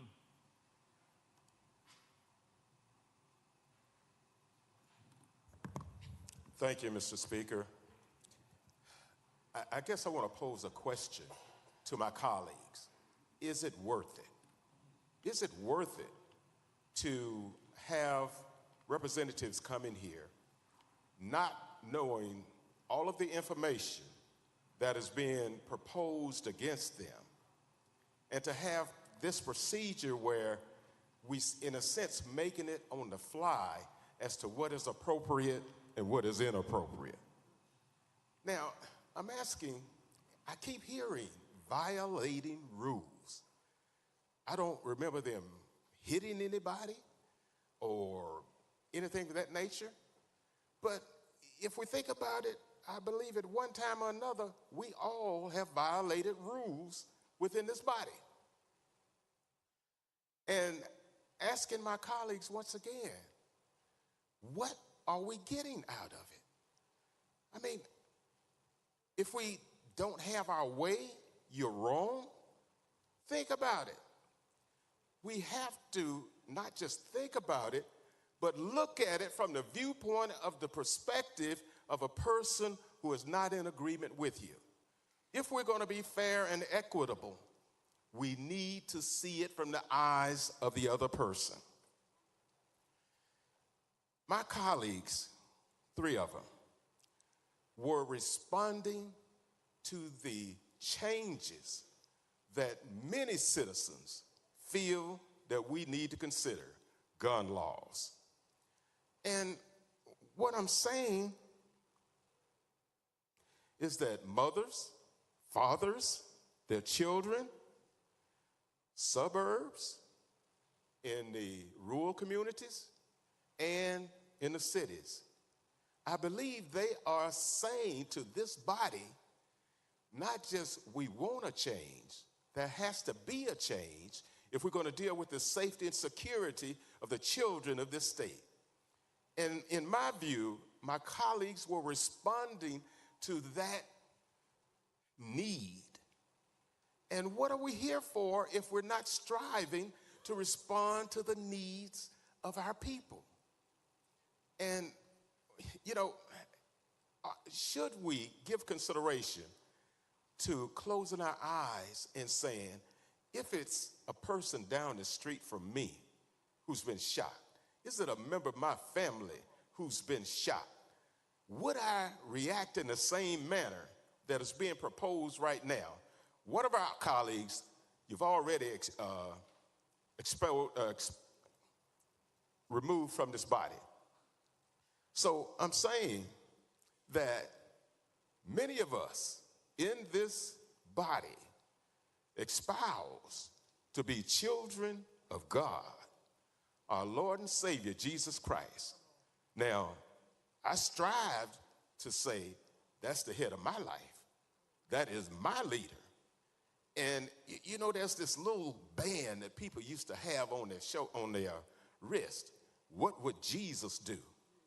Are we doing that in which our Lord and Savior would do to that average person? We need each other. There are so many perils in this world, and we think we've got it made. We're in control. The world will bend to what it is we want it to be. That's not reality. And I would ask that we give consideration to what they were responding to, the concerns of children in letters that have been sent not only to myself but to others, afraid to go back to school. Parents afraid to leave their children at school. We are all in this together. And, you know, it's interesting that we have not found a way of sitting down, talking about the reality of coming together to make those necessary changes for our citizens. Remind you, we are in this together, and what is being done here today does not bring us any closer together. Thank you, Mr. Speaker. Representative Johnson. Thank you, Mr. Speaker. I appreciate that, and I appreciate you bringing up that others have broken rules. Well, just this week on Monday night, what looked like a Monday night football brawl, and when there's a bad call on the field, we had members in here, one who shoved one and stole his phone, and people were having to separate members from each other. Actual physical contact, actual folks coming in, shoving someone, stealing their phone, and having to pull people apart. And it's remarkable to me that that's not being talked about, but this 6 or 7 minute disturbance up here, that whatever you want to call it, what we call coming to the well to lift the voices of the people that we serve, the voices of my district, where more than 50% of the Republicans in my district want red flag laws. More than 50%. An overwhelming majority of all parties in my district want red flag laws. They want safe storage laws. They want universal background checks and closing loopholes.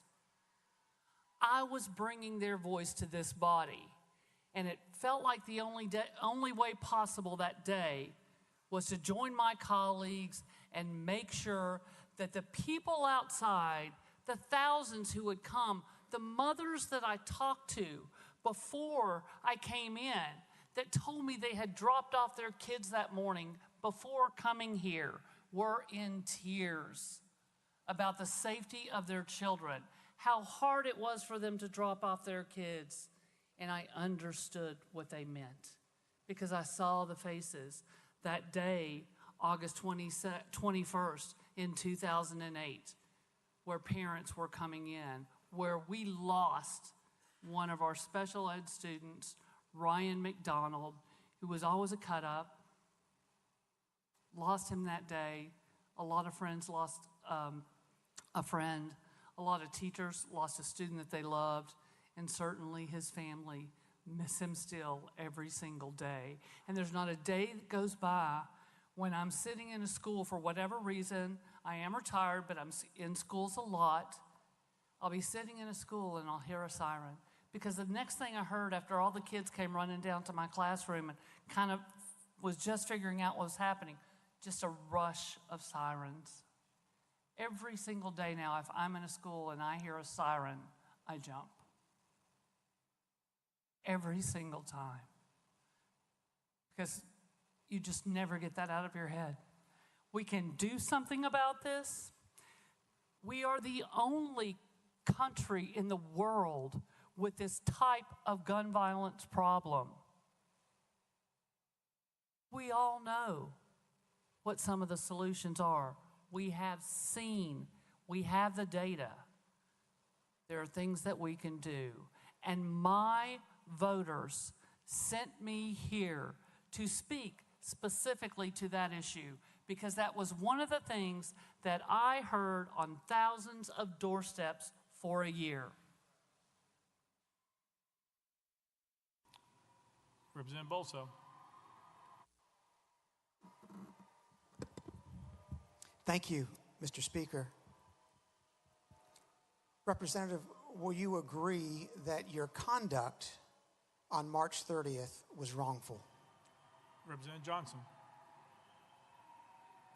My conduct on that day was what I felt compelled in my heart to do for my constituents. That is your answer, sir. Representative Bolso. Thank you, Mr. Speaker. Will you agree, Representative, that your conduct on March the 30th constituted disorderly behavior? Representative Johnson. I don't think I'm going to agree with you on anything, quite frankly. I mean, we've voted the same a lot of time in this body, but what I'm going to agree to is that I may have broken a rule, but the words in this document are false, and I did what I was compelled to do based on speaking for the voters in my district who were begging me to bring this issue forward. Representative Bolso. Thank you, Mr. Speaker. Let me move to a different topic, Representative, regarding coordination. Before the session began on March 30, you and the other two representatives had discussed your plans to occupy the well, correct? Representative Johnson. That is absolutely incorrect. Representative Bolso. Thank you, Mr. Speaker. You intended to disrupt the House proceedings that morning, correct? Representative Johnson. Thank you, Mr. Chair. That is, Mr. Speaker, that is absolutely incorrect. Representative Bolso. Thank you, Mr. Speaker. You knew and expected that the Speaker would cut off the microphone in the well, correct? Representative Johnson. As he cuts off our microphones a lot, I thought that was possible, yes. Representative Bolso. Thank you, Mr. Speaker. And is that why you and your colleagues brought a megaphone to the well? Representative Johnson. Is this resolution about my colleagues or is this about me? Representative Bolso. Thank you, Mr. Speaker. Did you have difficulty understanding the question, Representative? Representative Johnson. Oh, I understand pretty well. Representative Bolso. Thank you, Mr. Speaker. Are you the person who brought the bullhorn into the chamber? Representative Johnson. Thank you so much for that question. I am so happy you asked that. I absolutely did not. A lot of you folks passed a lot of gossip around about where that megaphone came from, and let's just talk about it right now. Because a friend of mine came in the morning and walked with me through the tunnel, and she didn't know if the protesters were going to be inside or outside. Her name is Margot Price. You might have heard of her. Anyway, we got upstairs and the protest was not indoors, so she said, well, I want to go outside where the protest is. And I said, well, here, you're going to want your megaphone out there. So at the doors, I handed her her megaphone and she went outside. Later, she messaged me and she says she's coming back up. I know I can't bring my megaphone in. Can you put it in your scooter? And I said, absolutely. And so we put the megaphone in the scooter. I talked to two troopers who watched me do it, and they watched me put it, and they said to me, would you please not get that out the rest of the day? And I said, absolutely, to them. The megaphone was this big. It had an attached microphone. So much for the gossip. That megaphone never left my scooter. It's in my office now. If anybody would like town to go down and look for prints, it'll have my prints and Miss Margot Price prints on it. Representative Bolso. Thank you, Mr. Speaker. Based on your responses, Representative, it seems that you do not view your conduct as wrongful, and that if you thought it appropriate, there might be another occasion when you'll take the well without the permission of the Speaker and hijack House proceedings. Isn't that true? Representative Johnson. You know, you're reading minds again, and it's happened a couple of times today. I'm trying to be as respectful as possible, but I don't like to have my mind read. And if we conduct business like we have today, where people get to speak, I don't think it'll ever happen again, to be quite honest. Because when people are allowed to talk, when people are allowed to speak up for the folks that sent them here, then we can get things done. We can come to the table. We can talk about the importance of protecting kids' lives, not after the guns come to the schoolhouse, to the gym, or to the library, or wherever it all happens, but before the guns ever get to the doors. Prevent gun violence in schools. It seems like some people here they want tanks and they want security. They want this violence at our schools. We need to make sure those guns don't get there. And that's what we need to be talking about.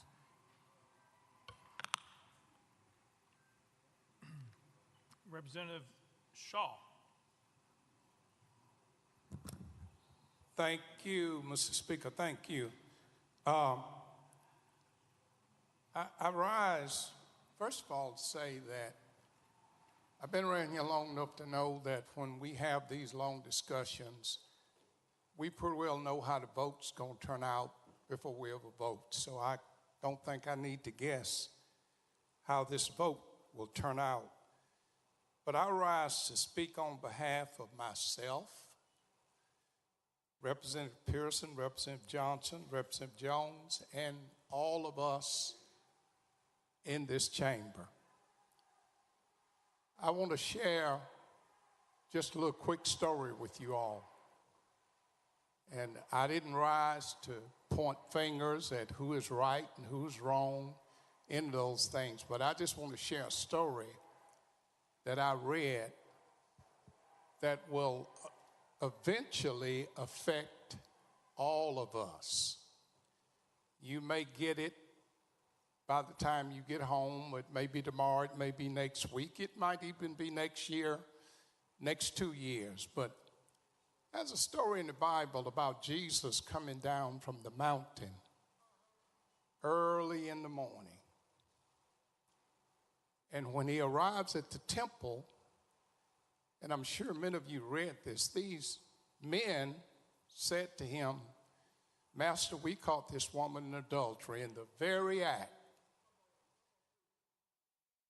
And we know what the law of Moses says. The law of Moses says, stone her, kill her.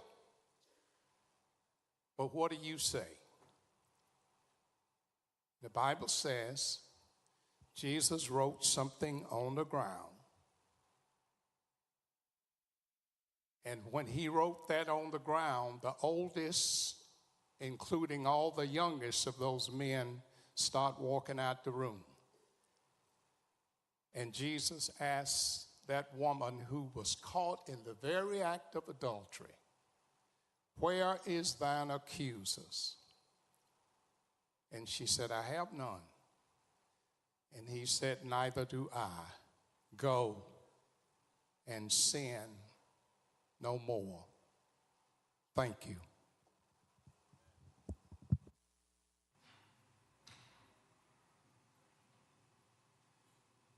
Representative Jernigan. Thank you, Speaker. Representative Johnson, did you hold up a sign? Representative Johnson. No, I did not. Representative Jernigan. Did you pound the table? Representative Johnson. No, I did not. Representative Jernigan. Did you yell? Representative Johnson. No, sir. Representative Jernigan. Members, during the opening remarks, Colonel Wendell went through a couple of falsehoods, and he challenged every member on this body to dispute it. And there was silence, crickets, including from the sponsors of the resolution, who did not dispute it. But when it came time, when opening statements were over with, the sponsor, the first thing he did was get rid of the lawyers. Now, I don't know. I wouldn't want to be up against Colonel Wendell or Captain Stewart either. But I've yet to hear anyone challenge those falsehoods that are in this resolution. We can't vote on a resolution that's poorly written. So I would ask you and urge you to vote no on expelling her, because this resolution is poorly written. It cannot be defended, and there is just too many falsehoods within it. Thank you.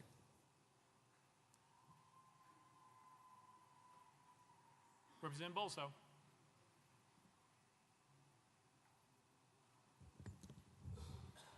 Thank you, Mr. Speaker. Members, you've heard several references to the Bible this morning, primarily from the New Testament. And one thing that is significant is that forgiveness always follows contrition. It always follows penance. It follows someone taking responsibility for conduct. What you've heard here this afternoon from the representative from Knox County is not contrition. She's not even willing to agree with me on anything, that her conduct was disorderly or that she disrupted the proceedings. She wouldn't even agree not to do it again. That's why this issue of forgiveness does not factor into the equation this afternoon at all. What you've heard from these representatives who are the subject of the resolutions is that they believe what they did was right, and we have no guarantee whatsoever that they're not going to do it again. We have an obligation to protect the integrity of this body.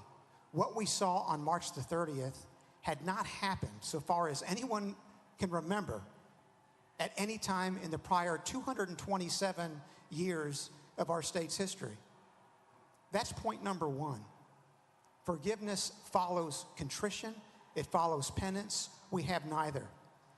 And then secondly, with regard to the facts, we've heard these broad statements that the facts contained in the resolution are inaccurate.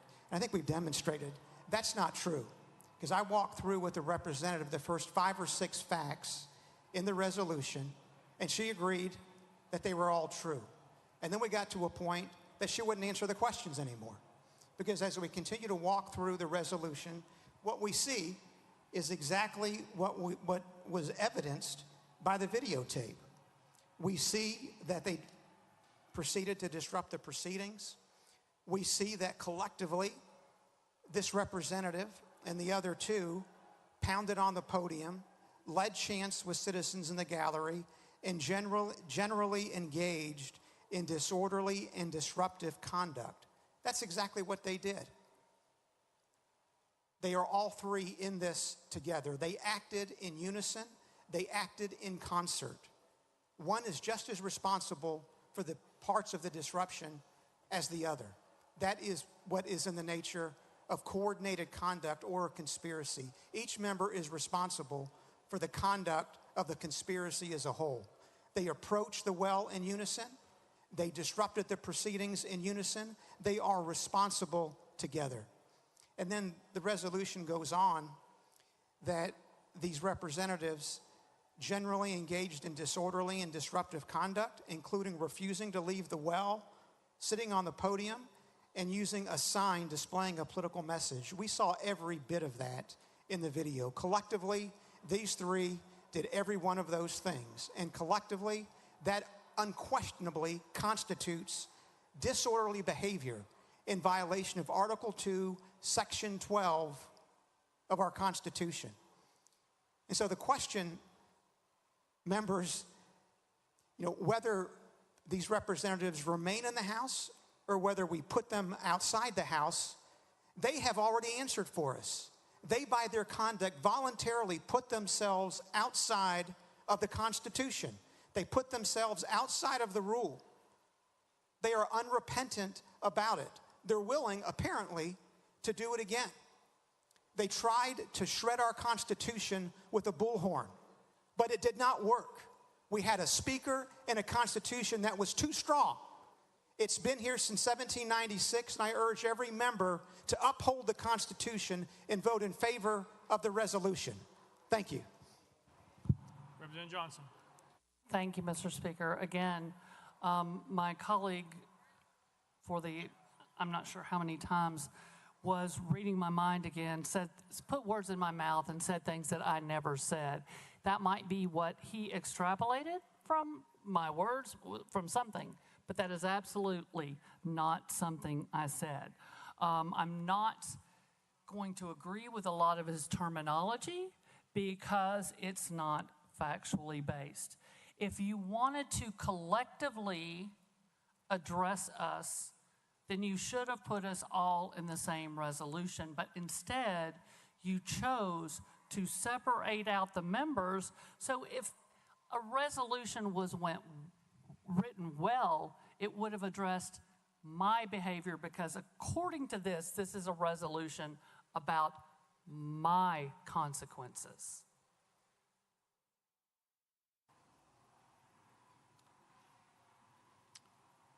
Representative Clemens.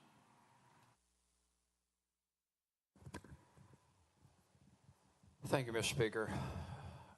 I certainly have empathy for my colleague from Williamson County because I know what it's like to try a lawsuit with a witness who doesn't answer the way that you want them to answer a question.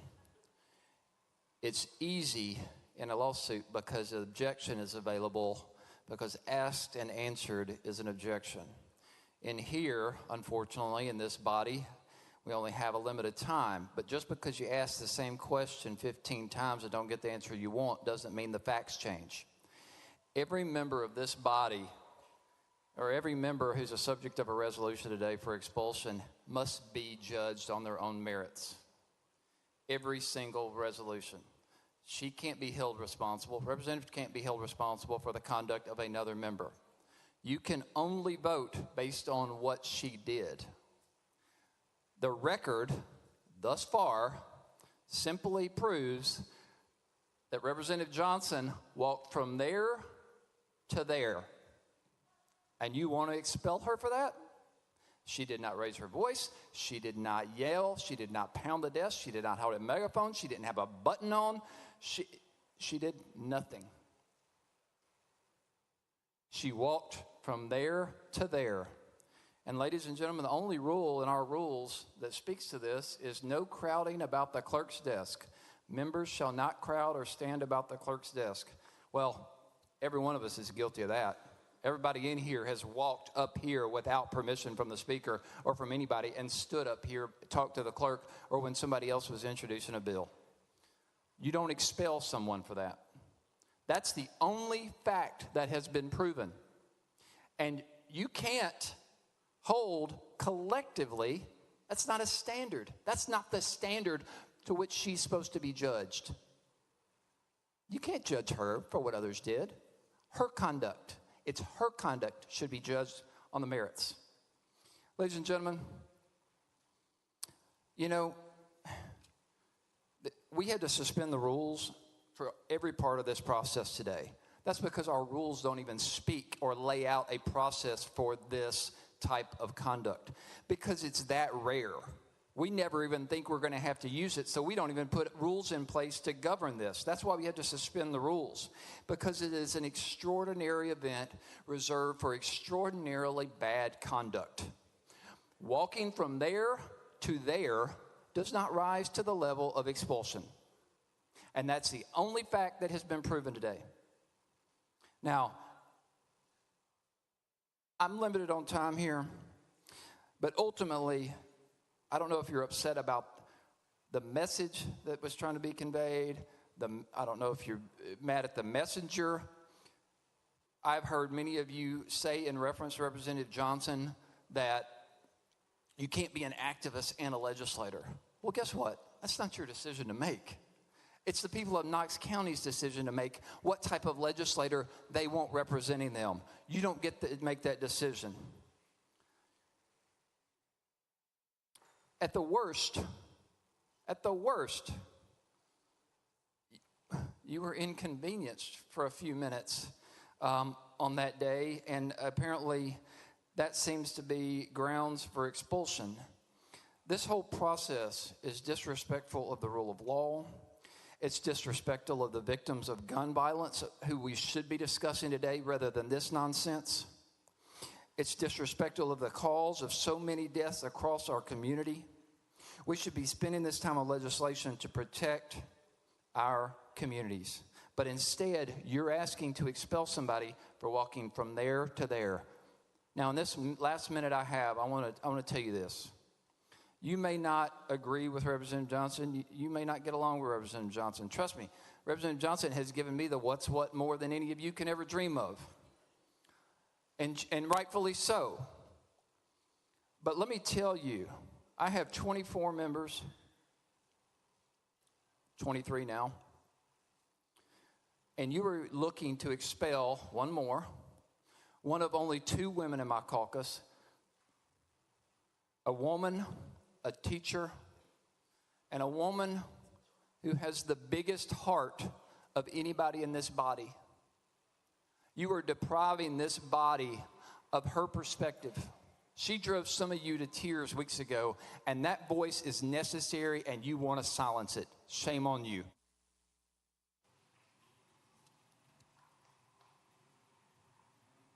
Representative Johnson. Thank you, Mr. Speaker.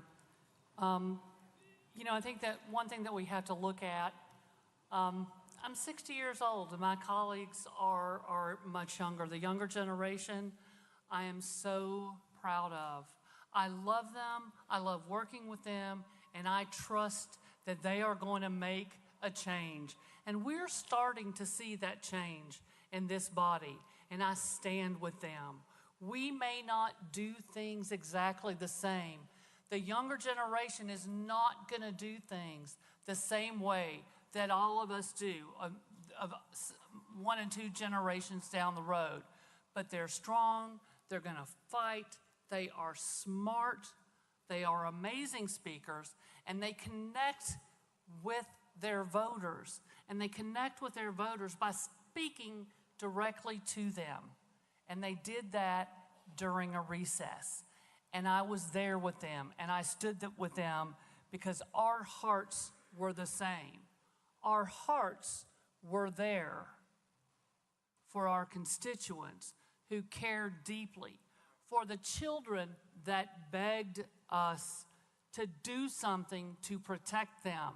I was out there at 7 a.m., conversations all morning with moms and kids, people, staff at Covenant that I wasn't able to recognize on the floor that had reached out to me because I was a teacher. And we just have to do something. And as long as we are not allowed the voice to represent our districts on an issue so critically important that has impacted my life. I went to Denver, Colorado in 2001, the year after Columbine, to take a job at Dakota Ridge High School, which was about 2 miles away from Columbine. And some of the kids from Columbine who could not go back into that school went to Dakota Ridge. Some went to Chatfield, which was about 2 miles in another direction. I was at Dakota Ridge. When I got there, I saw the trauma that these kids had been through. I wrote a program. I wrote a grant for a program very similar to a program we had in Knoxville that addressed mental health. It did wonders. We had a counselor, we had a psychologist, and we were able to help those kids. And we are looking for solutions so that it never happens again. It should never, ever happen again for any parent, for any child, for any classroom. And many of my colleagues walk past those folks without ever making eye contact with them. I cried with them that morning. I told them that I understood. I told them we would lift their voices and try to get something of substance done, something that would keep the guns from never getting to the schoolhouse doors.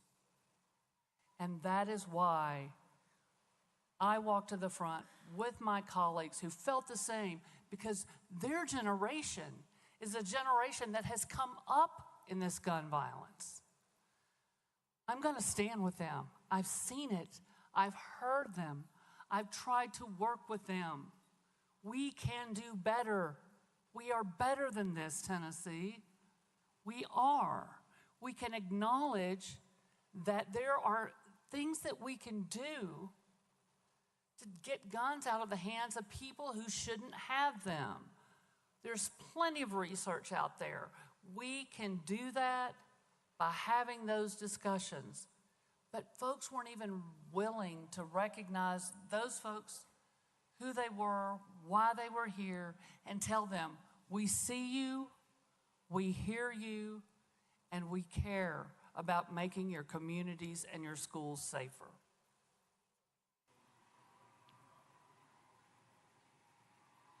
Representative Doggett.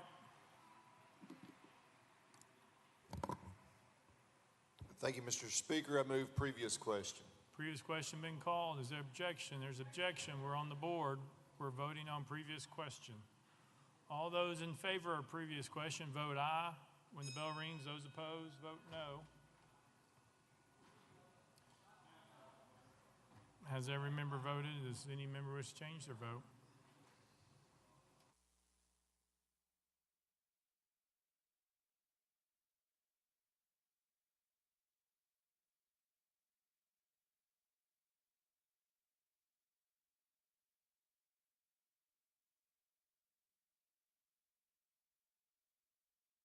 Mr. Clerk, take the vote.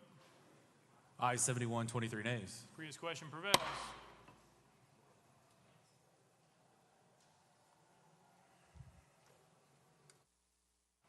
Representative Johnson has 5 minutes to close. Thank you, Mr. Speaker.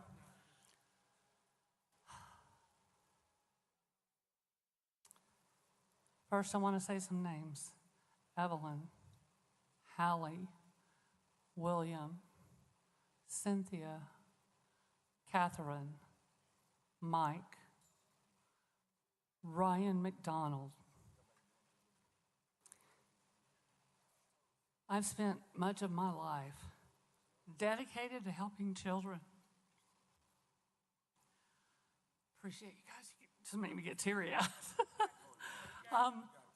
And I really want to thank you for standing with me, because I know you care about children.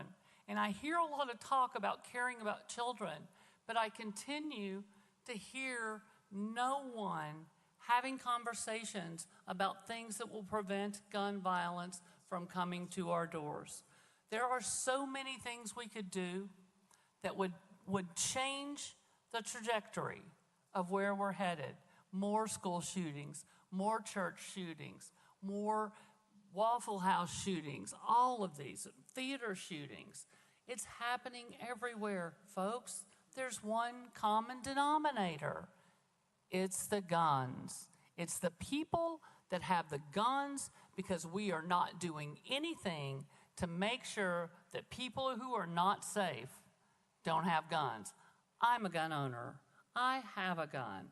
I took a class so that I would know how to use that gun. I trained with my nephews, a Marine and an Air Force member. I shoot regularly because I think you have to be responsible. It's responsibly stored. It was my father's service revolver. It laid on his dresser every night when he came home, and we didn't touch it. And we knew not to touch it. But we grew up with that. But my father believed in things that we can do to prevent gun violence. My Marine nephew came home from losing his best friend in Afghanistan, went to live with his best friend's family because they were without their child in Massachusetts. And his business was manufacturing guns in Massachusetts. He told me about the restrictions that they had there. And he said, as a gun manufacturer, these are protecting us. These are protecting kids. I sat down with him for hours to talk about what things made sense to you guys as manufacturers, and what things did you think were a bridge too far. Not only did he talk to me about it, but he collectively got online with a lot of his colleagues in the same sort of business and sought agreement from all of them. This is the way we get to solutions. But we've got to have those conversations. We have got to be allowed to stand up and speak for our constituents. And we have to welcome this younger generation who might do it a little bit differently, but they are fighting like hell for their constituents. And that's what they sent them here for. That's what they're doing. It's going to look different, you guys. The next generation always does. Respect the human dignity of every citizen in the state of Tennessee, and not just the ones that look like you, and not just the ones that agree with you. We've done so much damage up here to vulnerable communities this year. And now we're doing damage by not addressing the concerns of the families and the children.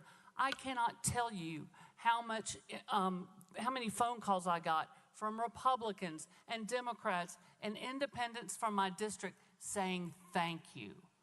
And from outside of my district in Knox County, from many of my colleagues on the other side of the aisles districts, Republicans I heard from. We want action. Our hearts compelled us to come up here for action. We need to allow people to speak for the 70,000 folks that sent them here. And earlier when my colleague said 200,000, he was talking about the combined total of the three of us. That's what he was talking about. So be careful about putting words in people's mouth. I have words.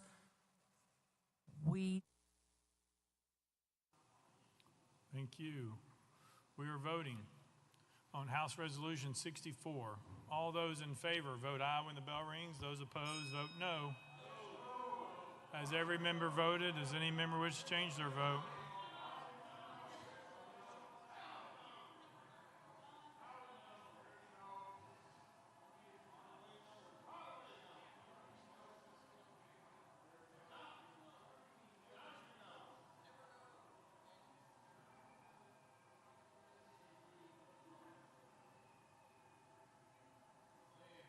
Has everybody voted? Does anybody wish to change their vote?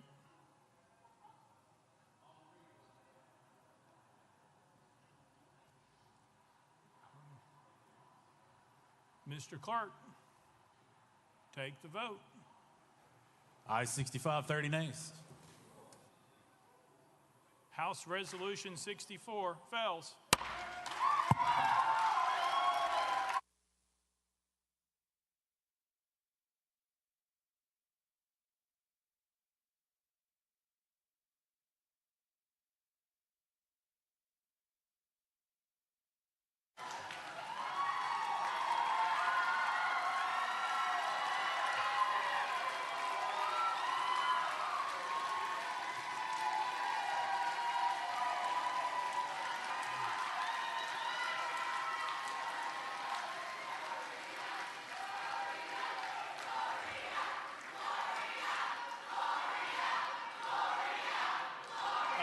That's out of order.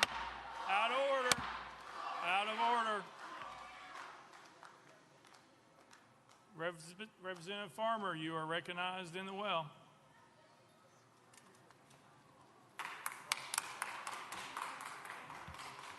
Thank you, Mr. Speaker. I move adoption of House Resolution 63. Chairman Farmer moves adoption of House Resolution 63, probably seconded. Chairman Farmer. Thank you, Mr. Speaker. I request that the clerk read the resolution. Mr. Clerk, read the resolution. House Resolution 63 by Chairman Farmer, a resolution to expel Justin J. Pearson from his seat as a member of the House of Representatives in the 113th General Assembly of the state of Tennessee, elected by the 86th Representative District. Whereas Article 2, Section 12 of the Tennessee Constitution provides that each House may determine the rules of its proceedings, punish its members for disorderly behavior, and with concurrence of 2/3 expel a member, but not a second time for the same offense, and shall have all the powers necessary for a branch of the legislature of a free state. And whereas all members of the House of Representatives must comply with the permanent rules of order of the Tennessee House of Representatives for the 113th General Assembly, including preserving order, adhering to decorum, speaking only with recognition, not crowding around the clerk's desk, avoiding personalities, and not using props or displaying political messages. And whereas during the House floor, 19th Legislative Day on March 30th, 2023, Justin J. Pearson of Shelby County, along with Gloria Johnson of Knox County and Justin Jones of Davidson County, did knowingly and intentionally bring disorder and dishonor to the House of Representatives through their individual and collective actions. And whereas at approximately 10:49 a.m., Representative Pearson and his colleagues, having gathered at Representative Johnson's desk, moved in unison to the well and began shouting without recognition. And whereas once gathered in the well and called out of order, Representative Pearson and his colleagues proceeded to disrupt the proceedings of the House of Representatives from approximately 10:50 a.m. until approximately 11:42 a.m. And whereas during this time, Representative Pearson and his colleagues shouted, pounded on the podium, led chants with citizens in the gallery, and generally engaged in disorderly and disruptive conduct, including refusing to leave the well, sitting on the podium, and utilizing a sign displaying a political message. And whereas during this time, Representative Pearson and Representative Jones used a bullhorn to amplify their protestations, And whereas these actions are done in open session in presence of and witnessed by the members and staff of the House of Representatives, and whereas it appears to the satisfaction of this body that Representative Pearson's conduct on March 30, 2023 constitutes disorderly behavior and justifies expulsion, and whereas such disorderly behavior on part of Representative Pearson reflects adversely upon the integrity and dignity of the House of Representatives of the state of Tennessee, place a cloud upon the action of this honorable body, and is inconsistent with the duty of a member of this body, and where it is deemed in the best interest of the people of the state of Tennessee and this body for Representative Pearson to relinquish his seat as a member of the House of Representatives, and whereas Representative Pearson has been given advance notice of the contents of this resolution and has been afforded the opportunity to debate the resolution on the floor of this House prior to its passage, now therefore be it resolved by the House of Representatives 113th General Assembly of the State of Tennessee that pursuant to the authority under Article 2, Section 12 of the Tennessee Constitution, this body hereby expels Justin J. Pearson from his seat as a member of the House of Representatives of the 113th General Assembly of the State of Tennessee, elected by the 86th Representative District for his disorderly behavior occurring on March 30, 2023, and declares the 86th Representative District seat vacant. Be it further resolved that copies of this resolution be prepared and forwarded to Justin J. Pearson, the legislative body of Shelby County, the Honorable Bill Lee, Governor of the state of Tennessee, and the Honorable Trey Hargett, Secretary of State. Representative Pearson, you're recognized in the well.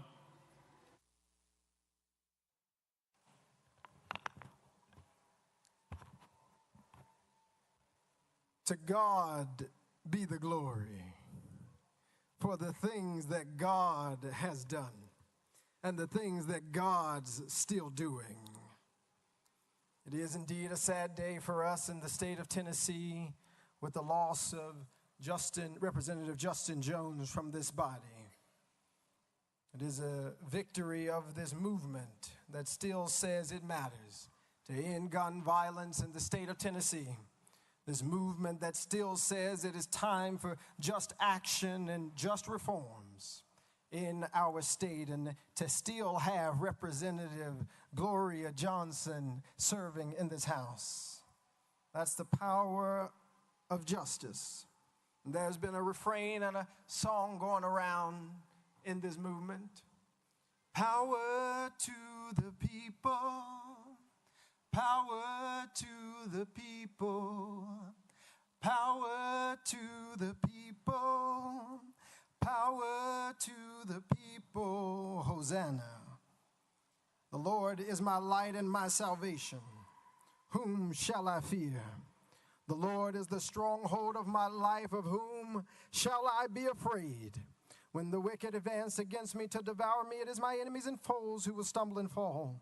Though an army besiege me, my heart will not fear. Though war break out against me, even then will I be confident. One thing I ask of the Lord, this only that I seek after, that I may dwell in the house of the Lord all the days of my life, to gaze upon the beauty of the Lord and to seek God in God's temple. For in the day of trouble, God will keep me safe in God's dwelling. God will hide me in the shelter of God's sacred tent and set me high upon a rock. Then my head will be exalted. Above the enemies who surround me at his sacred tent I'll sacrifice. With shouts of joy and thanksgiving I'll sing and make music to the Lord. Hear my voice when I call, Lord. Be merciful to me and answer me. My heart says of you, seek God's face. Your face, Lord, I will seek. Do not hide your face from me. Do not turn your servant away in anger. You have been my helper. Do not reject me or forsake me, God, my Savior.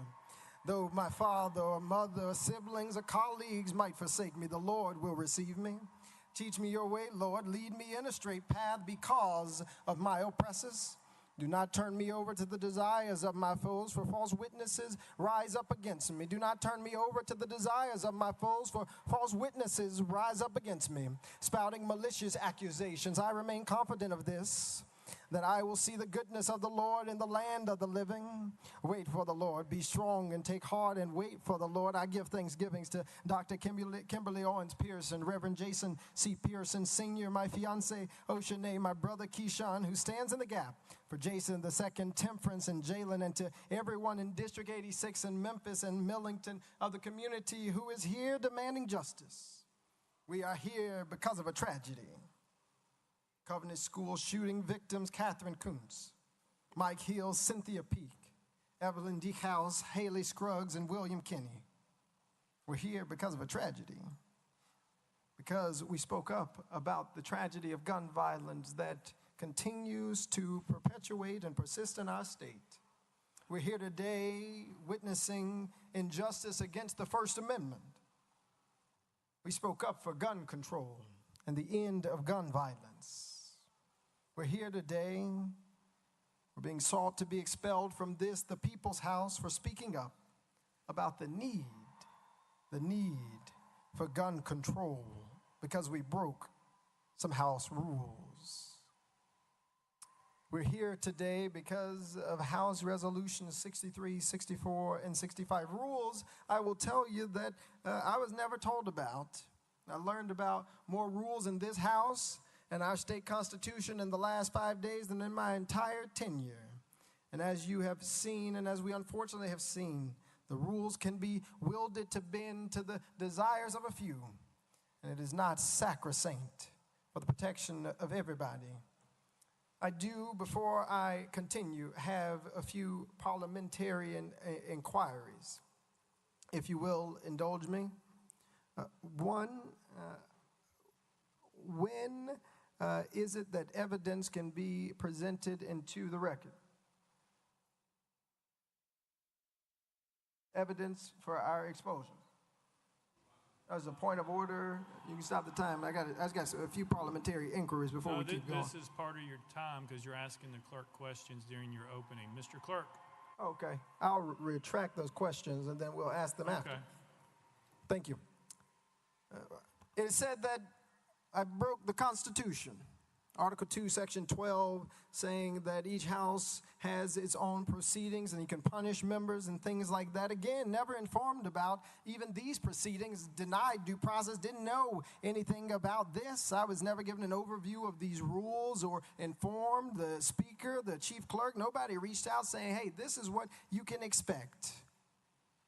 I've been serving officially District 86 for 10 days since our swearing in. I was sworn in the day of the Covenant shooting.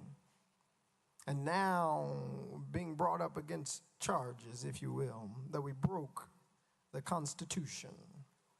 Told in paragraph 2 that members of this assembly have permanent rules of order. Now, when did we sit down and we talk about these rules? I think they were voted on before I got here and was appointed by the Shelby County Election Commission. I was told that we were crowding around the clerk's desk, and I got to be honest with you, I just realized they're talking about this desk and not the one up there. It's a lot of things that are in these resolutions that seem to assume a lot of knowledge about what I am supposed to know or what we are supposed to know without real facts about what we have been provided information about. I'm told that I did knowingly and intentionally bring disorder and dishonor.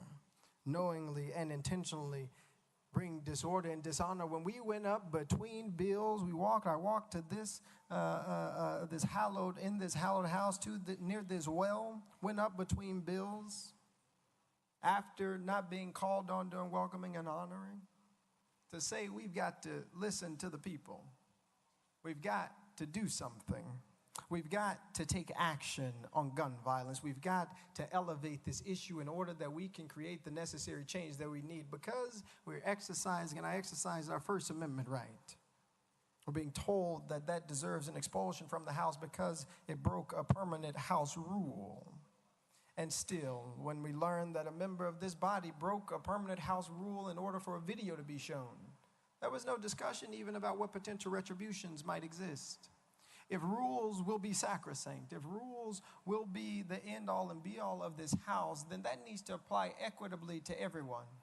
But there is something that tells me it is not the rules being broken, it was what we were advocating for that folks have gotten very upset about.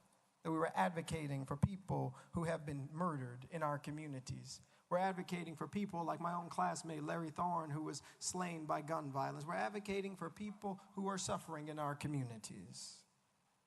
We're told in this resolution that I proceeded to disrupt the proceedings of the House of Representatives from approximately 10:50 until approximately 11:42. And my fiance, she's a lawyer to be, and I have to tell you, if you go back, and this is one of the questions that I have, and we can start working on pulling up. If you look at the video, at 10:50 a.m., this House is in recess.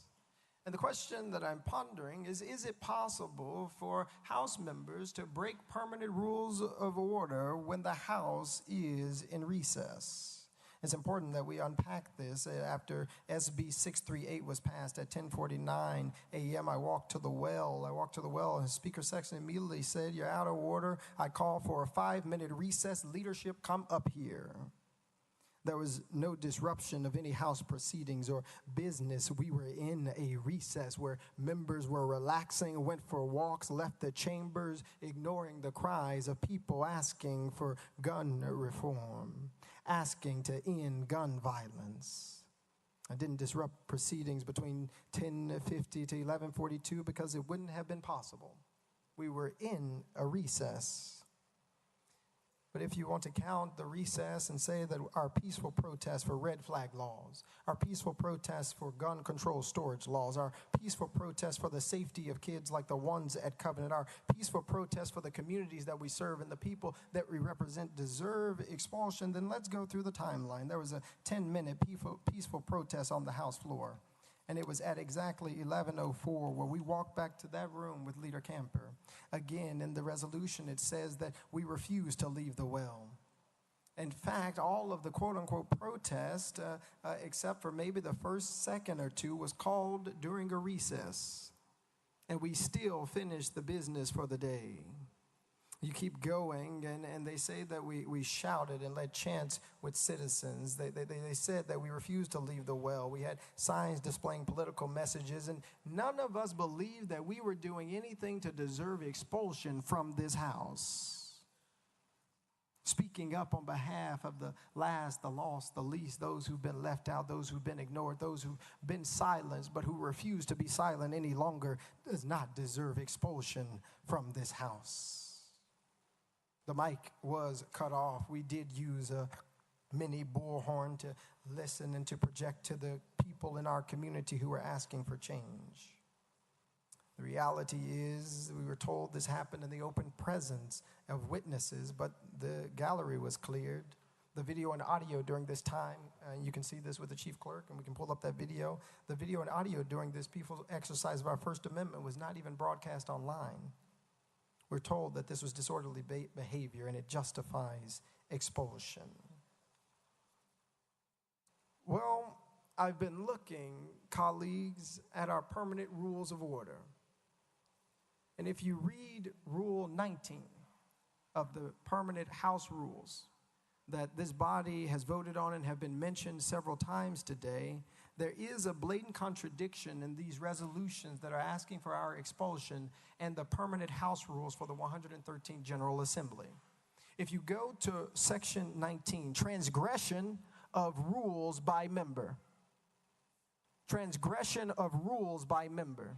And it reads this, and I'll read it into the record. Any member who, in speaking or otherwise, transgresses the rules of the House, the Speaker shall, or any other member may, call such transgressing member to order, in which case the member so called to order shall immediately sit down, unless permitted to explain. And the House shall, if appealed to, decide the case without debate. If there be no appeal, the decision of the chair shall prevail. If the decision be in favor of the member called to order, such member shall be permitted to proceed without leave of the House. If otherwise, such member shall not be permitted to proceed. And here's the important thing, and which is really important for we who are being told we deserve to be expelled because of a breaking of these rules. In case any member objects and continues, stays at the well, you might say, for more than 30 seconds or something, without leave of the House. And if the case require it, such members shall be liable to the censure of the House, not expulsion. Those are the permanent House rules we voted on, or I've been told. It is not the fact that we walked up to the well. It was what we came up here talking about. That's what's at issue here.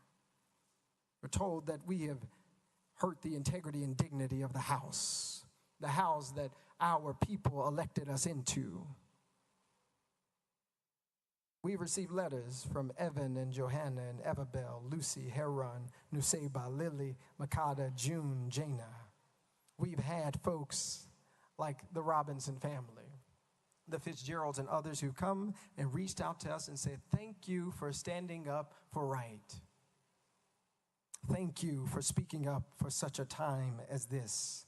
And the reality is each of us have a responsibility to do so, to speak up for such a time as this.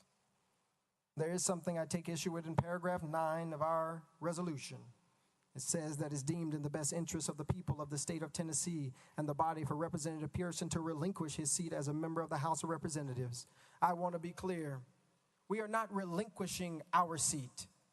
With this vote, you are taking it. You are disenfranchising the people of District 86. You are disenfranchising tens of thousands of people in our state. We are not giving anything away. A few of my colleagues have talked about the Tennessee State Constitution in Article 2. But I invite each of you to go to Article 1, Section 2 of the Tennessee State Constitution. And it reads this way, that government being instituted for the common benefit, the doctrine of non-resistance against arbitrary power and oppression is absurd, slavish, and destructive of the good and happiness of mankind. That's what the forebearers of the state of Tennessee wrote. That's the Constitution you're talking about, where they said that to have non-resistance against arbitrary power, against house rules, not criminal acts, is oppression, is absurd, leads to the destruction of the good and happiness of mankind. We've heard from thousands of people asking that we do something about gun violence. We must answer them. Whether it be in Memphis or Millington, whether it's conversations with folks like Mama Easter Knox or Sarah Gladney, or thousands of people in this chamber, outside this chamber, and up top, who are saying we've got to do something. We've got to do something. It is those who are demanding and should be telling us what's in the best interest of our people. And what is in the best interest of our people, from what we have heard, is the end of gun violence. What's in the best interest of our communities and of our people are folks who are willing to pass just legislation. It's folks like those grandmothers who couldn't make it today but are watching today, who want to be ensured that they will be safe and our communities will be safe. It's Jermaine, my intern, who shadowed here at this Capitol, who said, I want to make sure that going to school isn't going to lead to my death. Our silence about gun violence is the antithesis of what is in the best interest of the people of the state of Tennessee. This week especially, Holy Week, we remember also Dr. King and the forebearers of the civil rights movement who taught us about civil disobedience as a way to get action. Dr. King taught us that sometimes there's a consciousness above rule, above what you might say is law. And that the true forms of protest is nonviolent disobedience. For less than a few minutes, we and you are seeking to expel District 86's representation from this house in a country that was built on a protest. In a country that was built on a protest. You who celebrate July 4th, 1776, pop fireworks and eat hot dogs. You say to protest is wrong because you spoke out of turn, because you spoke up for people who are marginalized. You spoke up for children who won't ever be able to speak again. You spoke up for parents who don't want to live in fear. You spoke up for Larry Thorne, who was murdered by gun violence. You spoke up for people that we don't want to care about. in a country built on people who speak out of turn, who spoke out of turn, who fought out of turn to build a nation. I come from a long line of people who have resisted. I come from a long line of people who have fought injustice. I come from a long line of people who know what it means to face adversity in difficult days, who knows what it means to have words that mean something, that doesn't call peaceful protesters insurrectionists, doesn't call people who advocate for the end of gun violence the folks who would actually kill law enforcement officers, talking about children and teens who are being persecuted by the words that we speak. And I must say to you, as I wrap up this portion, that we all have a responsibility. We all have an obligation to do what is just, to do what is right, and to do what is fair. And what I can promise to those of you who have cried today, those of you who mourn the seeming end and assault on our democracy, what I can say to folks who are worried about whether or not, as one sign said, am I next? What I can say to you is that the movement for justice can never die, because the heart for justice can never be killed, because it lives and it beats in each and every one of us. It cannot die because we will not let it die. I'll tell you that folks have tried to kill it. They tried to put it on a tree called Calvary. They tried to kill hope and love, but resurrection is always guaranteed after persecution.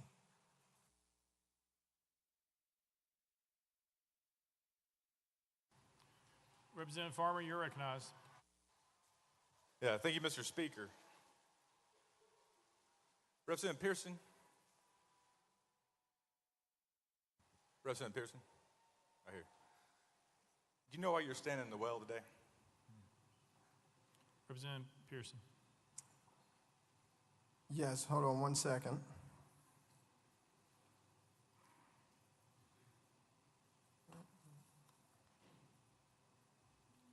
Representative Farmer, yes, sir. Yeah, I was just going to ask to pause my time if he's going to. No, I'm actually not doing what y'all typically. Representative Pearson. Yeah, I'm actually not trying to run out of your time like y'all do to us or to me. I was actually just looking for a piece of paper. I'm here in the well right now because I came to this well using our First Amendment rights to speak up after the violent killing with assault rifles of beautiful human being Catherine Coons, Mike Hill, Cynthia Peak, Evelyn Decows, Haley Scruggs, and William Kinney. Representative Farmer. Thank you, Mr. Speaker. No, you're wrong. You're in the well today because you broke rules of decorum. Wouldn't you agree? Representative Pearson. I believe I'm in the well today because you have put forward a resolution that says that it's more important to expel voices of dissent than do the work of justice, which is fighting to end gun violence in the state of Tennessee. I believe that I'm in the well today because I, with the courage of ancestors and family and loved ones and communities, stood up and spoke up for folks like my classmate Larry Thorne, who can speak no more because of the proliferation of guns in Tennessee. I believe that I'm in the well today because you have decided that it is not right to have debate. It is not right to listen to the voices of the minority. I believe I'm in the well today because on the day that we wanted to honor the thousands of people who protested, we were denied that opportunity. I believe that I'm here because you feel in your heart that it is right to persecute someone who has committed no crime, who has only broken what you call the House Decorum Rule, which according to Section 19 of the House Permanent Rules of Order say that at worst the thing that should happen is censure. But instead, you have brought forward a terrible resolution to deprive and disenfranchise thousands of people in Shelby County of a representative who will and can speak and advocate for them. And I believe, Representative Farmer, that that is wrong. Representative Farmer. Thank you, Mr. Speaker. And I want to just remind you of a letter you sent the members of this General Assembly on April 3rd. I recognized I did not follow decorum this past Thursday on the House floor, and I take full responsibility and accountability for my actions.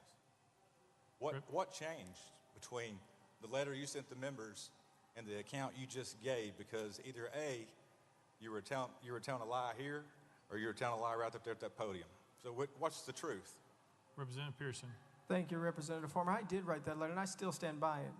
We broke, I later learned, rules of House decorum by coming up to the floor, and I do take full accountability and responsibility for my actions because I don't want the names of Catherine Kuntz and Mike Hill and Cynthia Peake and Evelyn Dehouse and Haley Scruggs and William Kinney and folks like Larry Thorne to go into an ether of silence.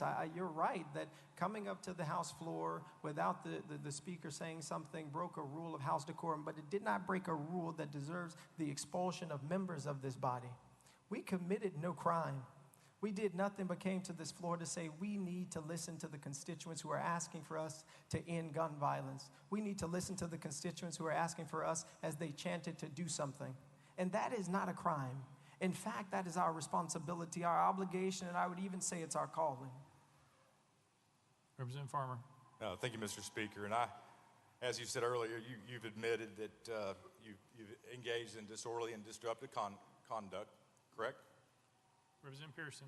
That's not correct. I believe the rule of House decorum that we broke was walking up to the well without the speaker's permission. But I think, and I'm going to ask that we do get the video of what happened on the House floor that day, because I believe you will see, as we saw in the video earlier, that most of the things that are in this resolution, which really make it challenging, I think most of the things that are in this resolution happened during recess.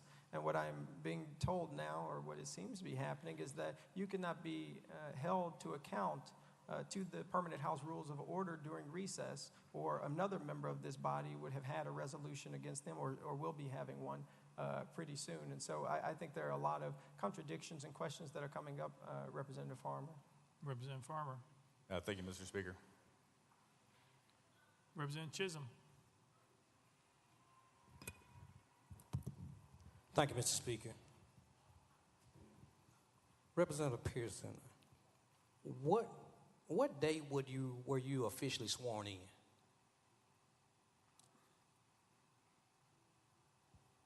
I'm sorry, Representative Pearson. I was sworn in on the 27th, so Monday last. Representative Chisholm. The 27th of March. So I bet you've learned a lot about the House rules over the last few weeks, huh? Representative Pearson.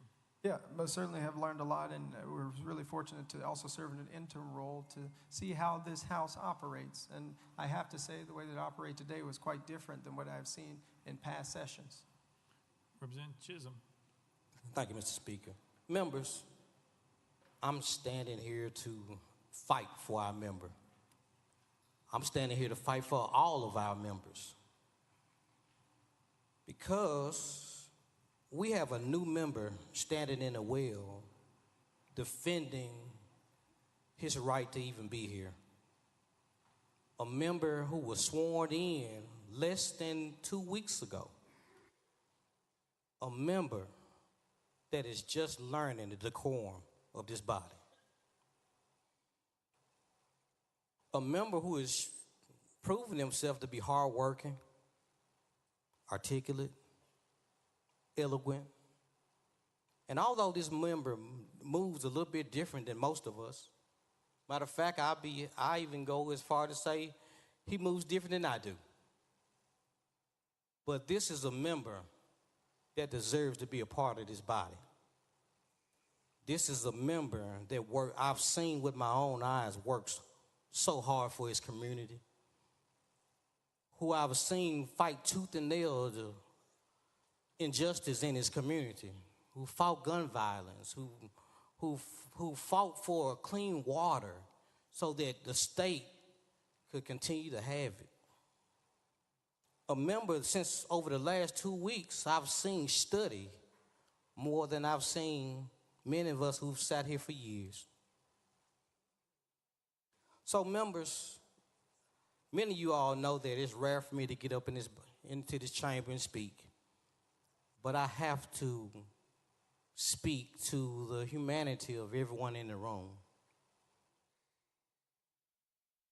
Forgiveness, we're all taught to be forgiving. Well, let's take the opportunity to forgive a new member who maybe, yes, he broke a rule of decorum. A member that I believe in a short period of time will be an asset to this body. Who I see as an asset to this body even now.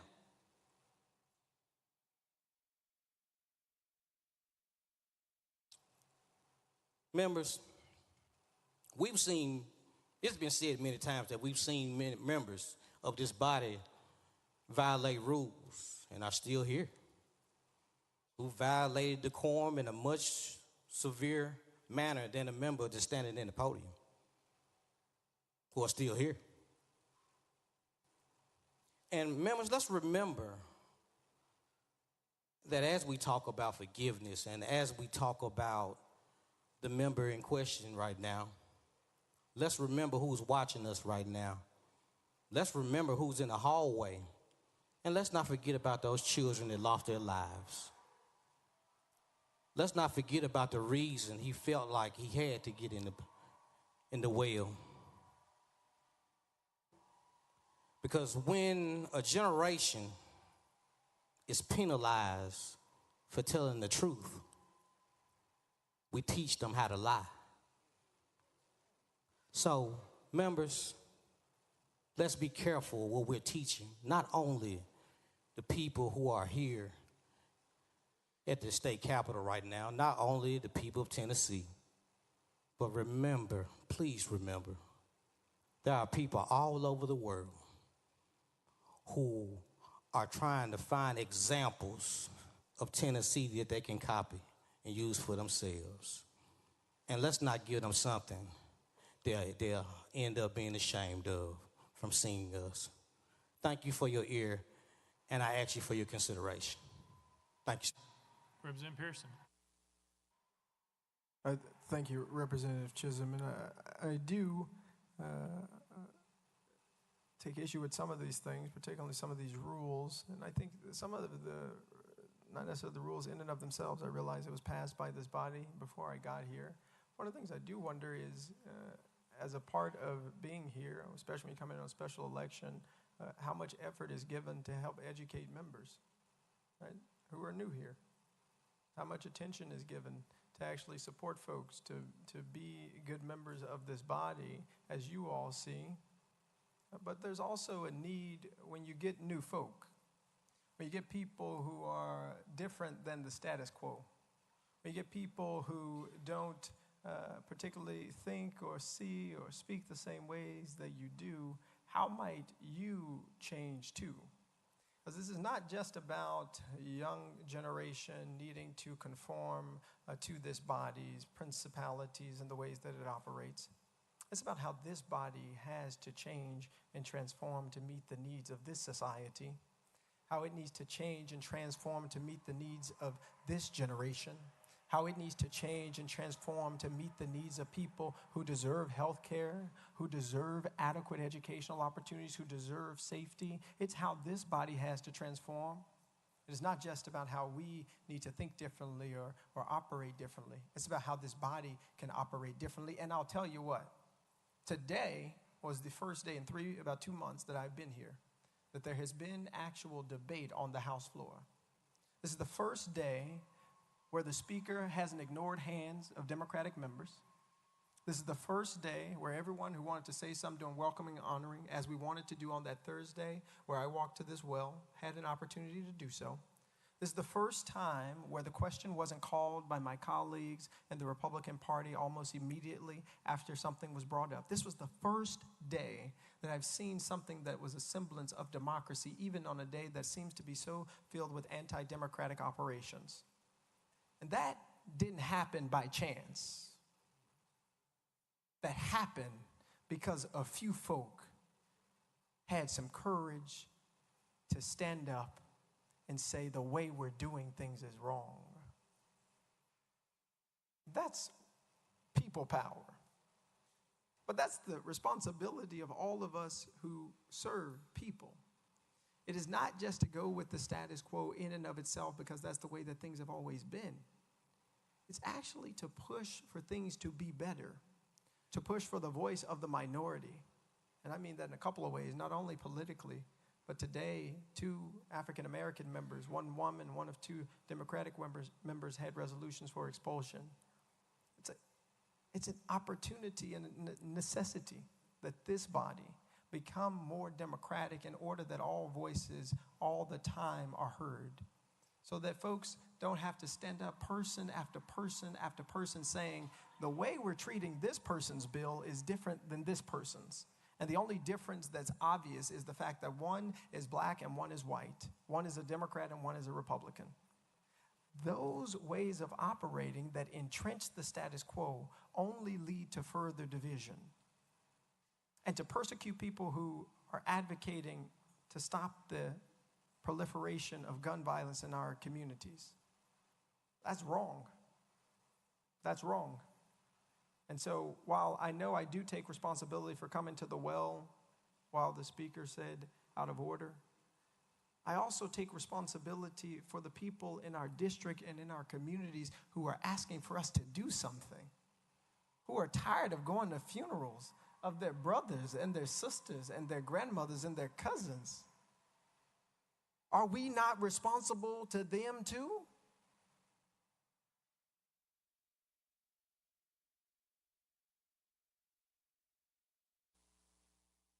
I'll take any other questions. Representative Farmer. Thank you, Mr. Speaker. You know, as I'm listening, I'm thinking to myself, you don't understand. You don't truly understand why you're standing there today. You don't truly understand why I authored that resolution. And it wasn't an easy thing for me to do.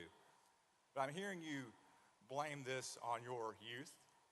But just because you don't get your way and you grab a couple friends doesn't mean you can come to the well while we're conducting business in session. Other members are waiting to have their bills to be heard. They have constituents too, 60, 70,000 times another 80. Millions of people.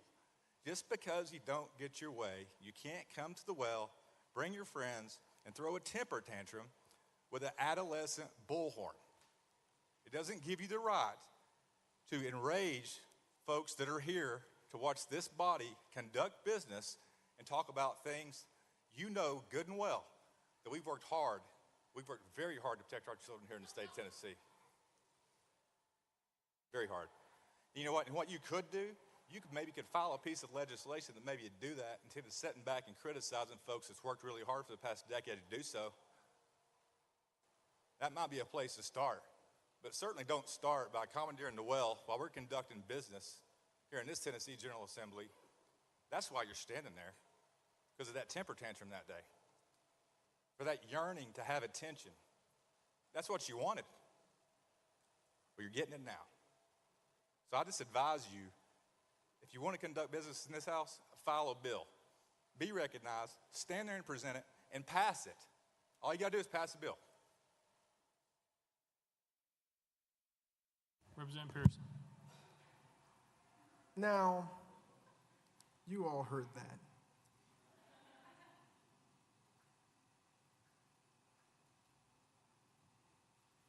How many of you would want to be spoken to that way?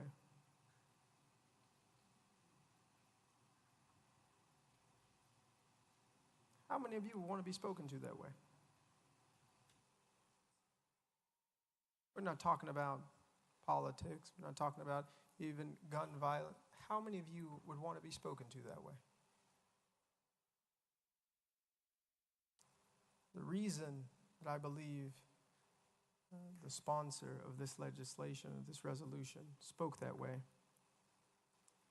is because he's comfortable doing it. Because there's a decorum that allows it.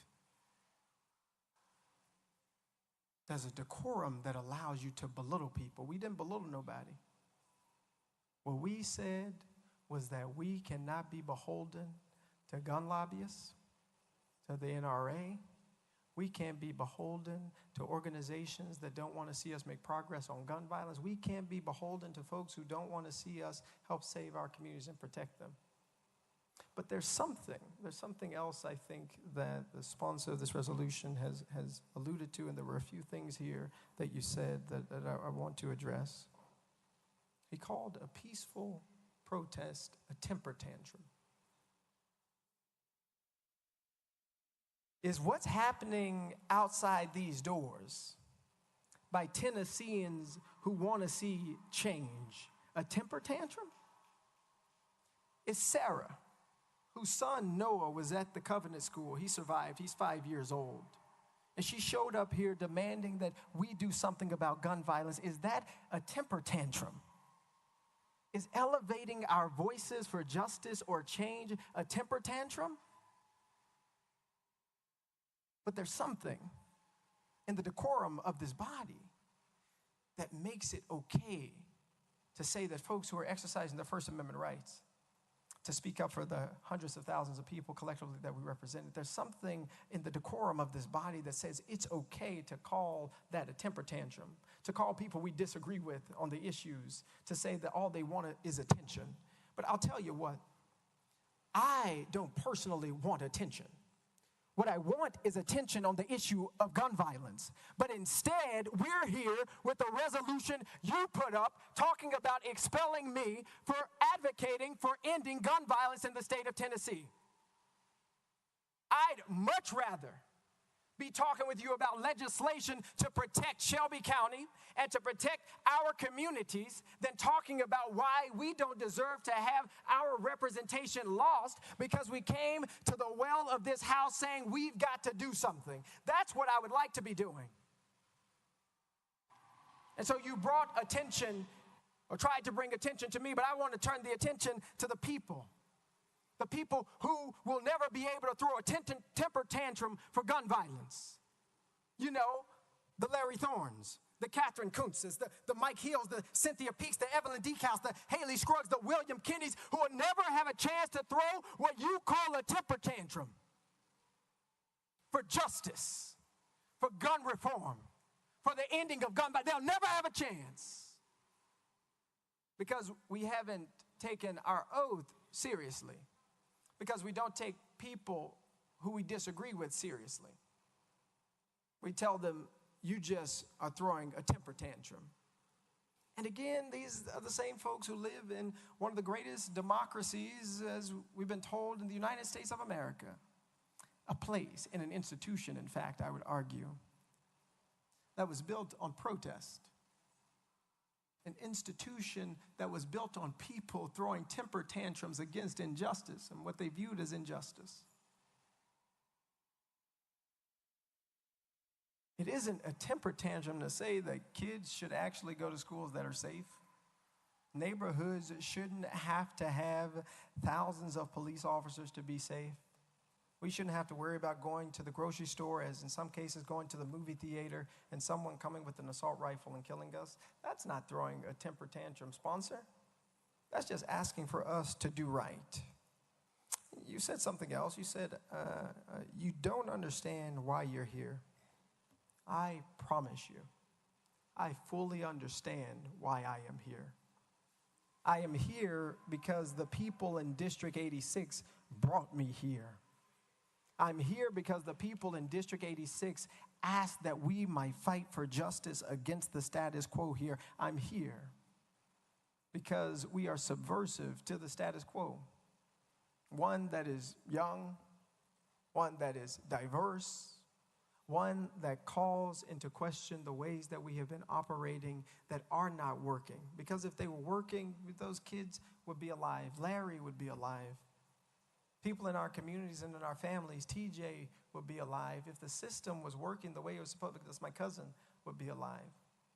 But that's not what's happening. And look, I wrote y'all a letter. I hand-delivered a letter to everybody. And I said, look, I take full accountability and responsibility for my actions on the House floor and that it broke decorum. I told y'all that. And I also told you that there was in no world or way that I thought that would lead to us being expelled from this house that we got elected into by our constituency. Who would have ever thought that? That for 30 seconds or less before the speaker called a recess could lead to our expulsion from the State House. That is anti-democratic. That is not right.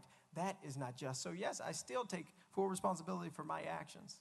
I know exactly why I am here serving. I know exactly why I'm fighting for our community, why I'm fighting to continue to be in this institution to help create change. I know exactly why I'm doing that, and I know exactly why this resolution was brought forward. And I don't think it has a lot to do with the 30 seconds before the recess. I think it has to do with the issue that we were talking about. You said something else, that we are just criticizing folks and instead of just setting back and criticizing folks, put forward some legislation. Well, some good legislation has been put forward, y'all.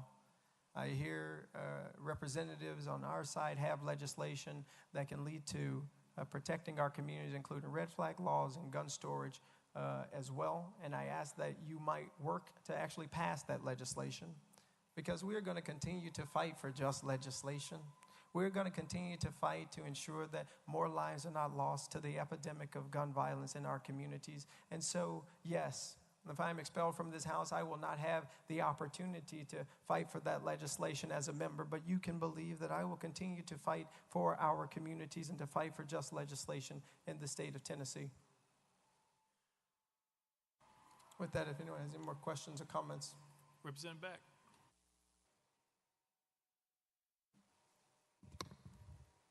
Thank you, Mr. Speaker. I've been trying to get the podium all day, but I've been cut off, and I know that's part of our democracy.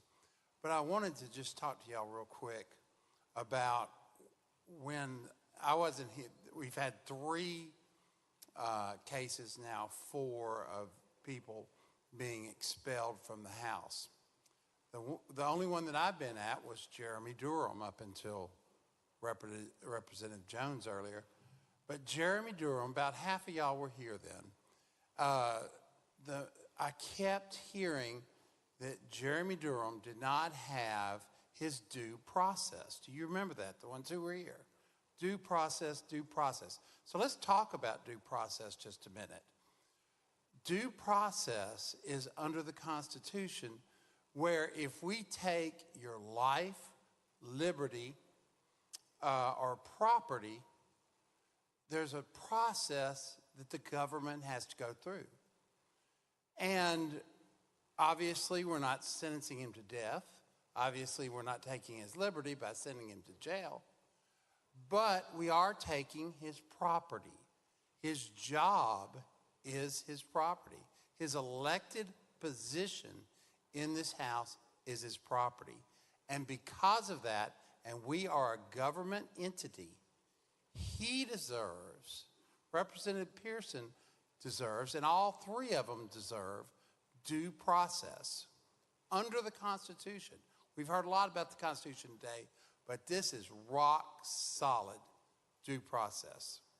And under the due process, you've got to have inquiries. You've got to, we heard about under Jeremy Durham, had a ad hoc committee to investigate it. The Attorney General appointed a committee to investigate it.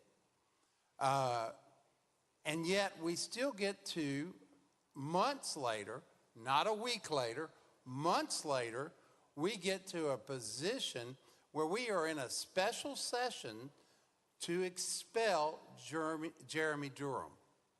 That was months, years maybe, after the first accusations of the sexual harassment came out, and other accusations. But where I'm going with this, ladies and gentlemen, is that none of these 3 were given their due process. There was no investigation. If there was an investigation, if there was a time, then maybe these articles of expulsion would have been correct, would have been accurate. We keep hearing different things that different accused that are said that they have been done. Well, if we would have slowed this down, given them due process, like anyone that we're taking their property from, then yes, we would be in a lot better position to make a decision on young Representative Pearson. And a point of order, I've got a question for the clerk. Mr. Clerk. Mr. Clerk, is it against the House rules to approach the well without the Speaker's permission? Mr. Clerk. Mr. Speaker, that is not contained in the House rules. Representative Beck. So when young Representative Pearson admitted to breaking decorum because he went to the well without the permission of the Speaker, in fact, he was not breaking House rules or House decorum. He didn't know that he wasn't breaking House rules or House decorum. So when he says that he did, he was actually in error. Mr. Clerk. Mr. Speaker, I believe part of the issue was that the members weren't recognized, which is part of the rules. Representative Beck. But the representative said earlier he thought he broke the rules because he came to the well without permission, which that was not a violation of our House rules. And with proper due process, all this could have been vetted, and we would have been in a process where we would have seen the video that was spliced from 4 different angles, 4 different people who took it, and been able to authenticate it and given you true due process. Representative Pearson. Yeah, Bill, I appreciate that, and I'm still learning a lot about these rules, as you see, and appreciate you sharing that. And what I agree with is that this has not been a very fair process. We were told Monday that we'd be expelled Thursday. We're never given any idea of how this process would work, whether or not we would even have how much time we would have to be here before you, to talk to you all about the reason that we needed to remain here. We weren't given due process, but this wasn't and isn't fair.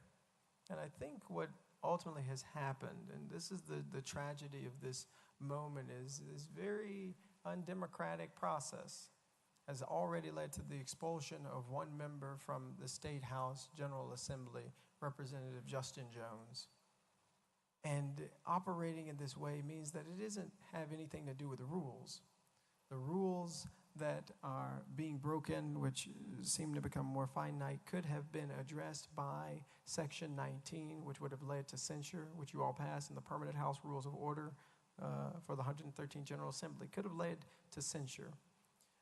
But to expel members from this body that we were duly elected into doesn't have to do with a breaking of a rule or something like that even. I think it has to do with working to silence the voices of people calling for action and change, particularly as it relates to gun violence. I don't want us to forget that. Right? We're here because we were not recognized when it came the time to talk about gun violence, and it was time for us, and it is time for us to do something. That is ultimately what has led to the use of our First Amendment rights and the protesting against injustice on the State House floor, in order that we might elevate the issues of our community and our constituents who are in need and asking for us to do something. And so it's very helpful to know that the rule I even thought I broke wasn't even a rule in the first place. But to be able to bend the rules or skip the rules for certain folks, or to use the rules against duly elected members of this body for either politically motivated reasons or ideologically motivated reasons, are wrong. And not only is it about setting a bad precedent for generations and generations to come, it's bad today, right? For people who still believe and have faith in what Tennessee can be, for the young people who still are marching and still are speaking out, saying that this is still an institution, a place where change can happen.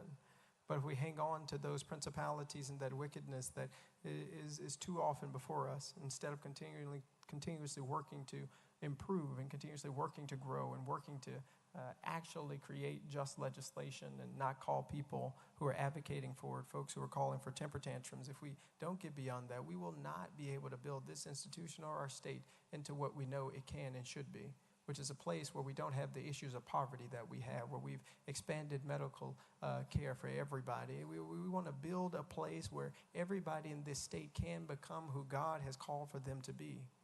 And at this point, in this place, instead of working on those things, we're working to expel people whose voices we disagree with and whose ideologies and perspectives about the liberation of everybody we view as wrong.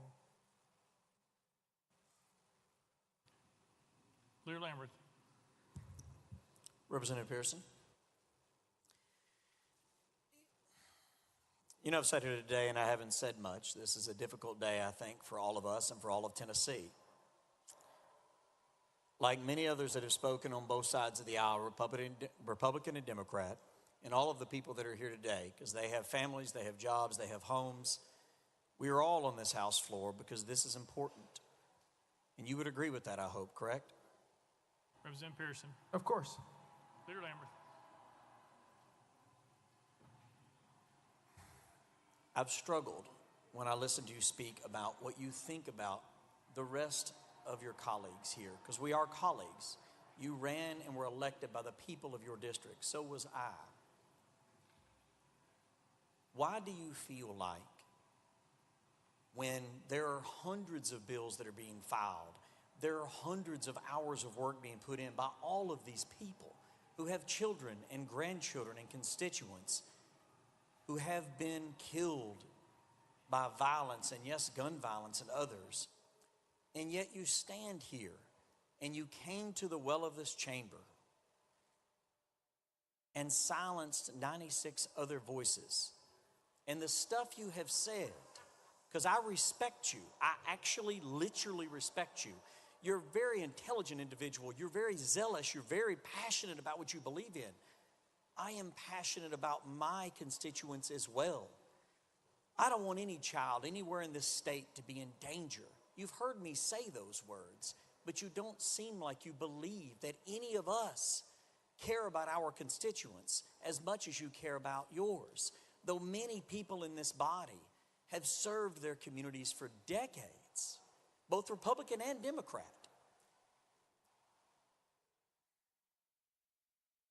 When you step into the well with a bullhorn and are yelling and screaming and are sharing with the people of this state that you believe that none of us care, and you shut down the ability of even a response, surely you can at least admit that that is an egregious thing to shut out other voices, because only together with everybody's thoughts at the table, everybody's voice at the table, can we possibly solve the problems that plague our day.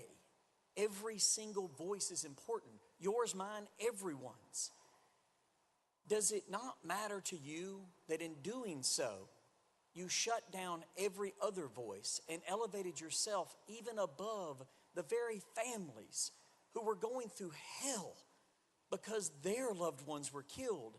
And it appeared to us as if in that broach of protocol, it's not about the rules.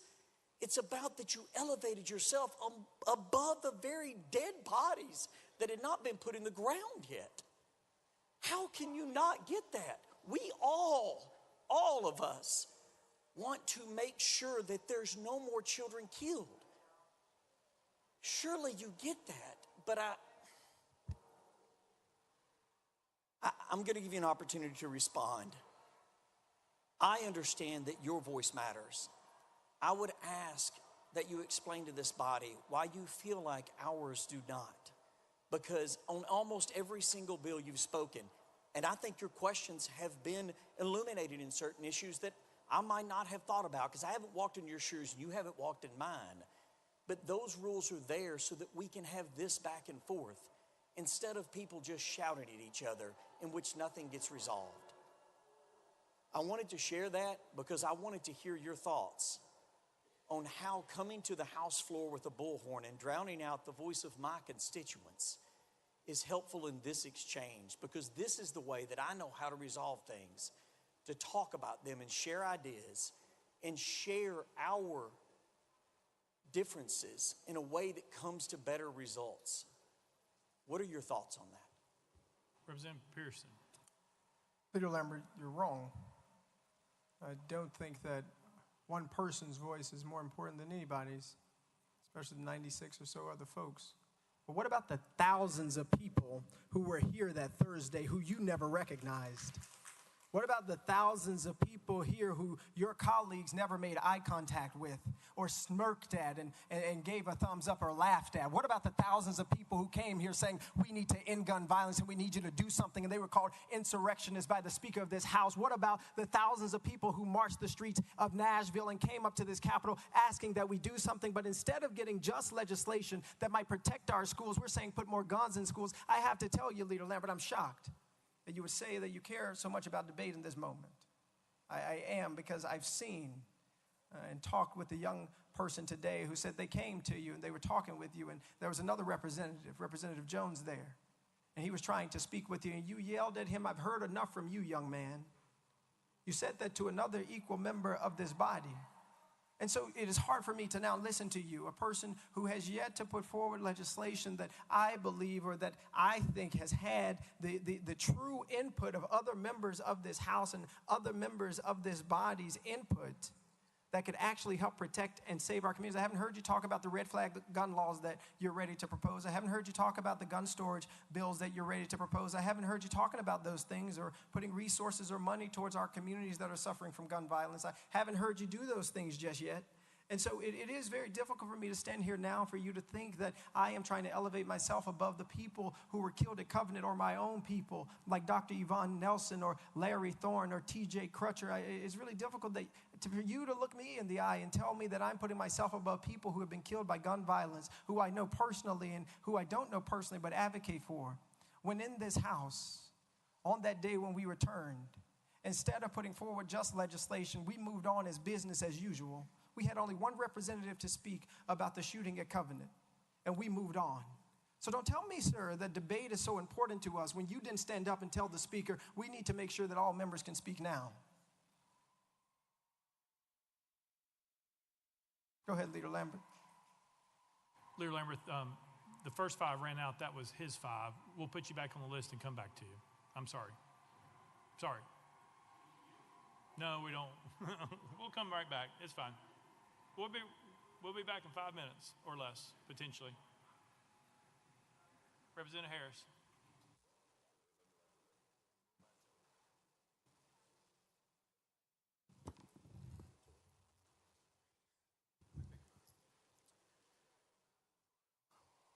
When I look at you, I see myself. If I'm unable to see you as my brother, then it is my vision that is blurred. I don't want to talk to the members about this. I just want to talk to you directly as another young brother in this legislature. I remember when I first got here, I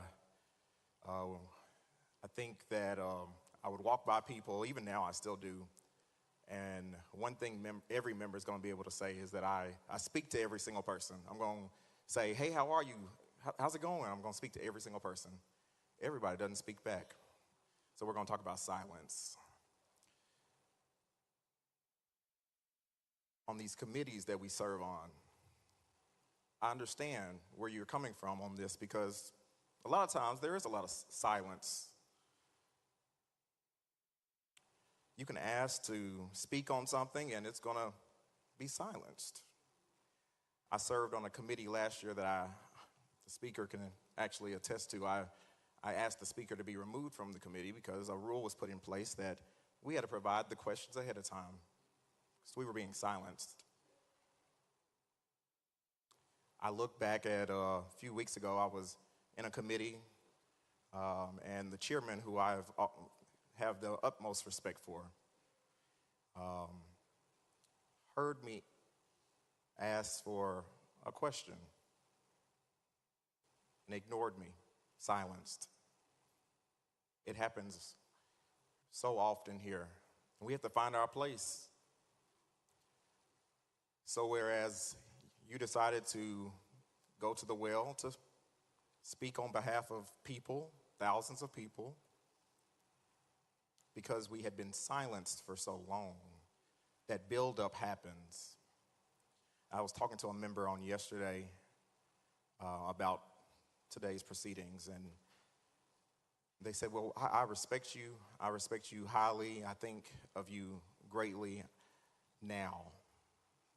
When I first got here, people had an opinion of who I was before they had even gotten to know who I was. You got here a week and a half ago. They haven't had an opportunity to get to know who you are. They've already made their decision. And that's okay. We'll see you back. What I want you to know, though, is that as you do it, do everything in love. When I leave out of this place, I'll be here for some time. I mean, if you look around this room, a lot of these members may retire, be dead and gone, but rules and stuff will still change, and you'll be here. We have an obligation to serve and represent people, every single one of us. And while things may not pan out the way you want it to right now, just know it really did work out. And I say that because if you watched an hour or so ago, it didn't really work out. And so we're here now. People are looking, paying attention to every single thing we do, respectfully.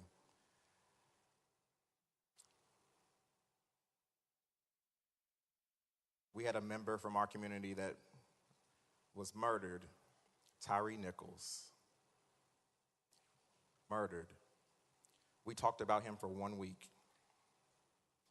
We had 6 individuals killed recently, 3 children, 3 adults.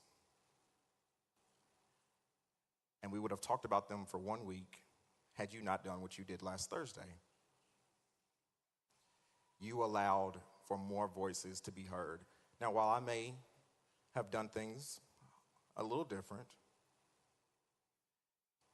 you made a difference that everybody's going to remember. And I promise you, those young people, the people that's going to pass away in the future, things that may happen in the future, they're going to get heard. And when you go back home, just know you did a great job. Matthew 25:21 says, "Well done, my good and faithful servant." It has been a joy to work with you, no matter what happens here today.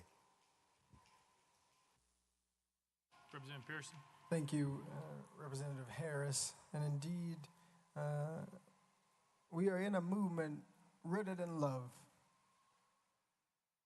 The movement for justice, the movement to end gun violence, the movement to end poverty, to ensure every kid gets good education, the movement to ensure everybody has access to health care. It's rooted in love because it's rooted in the belief that every person has value.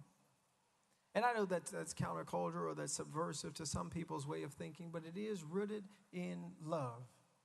And that is how we can, and that is the way we must operate. But I want to speak to this because I don't know what's going to happen.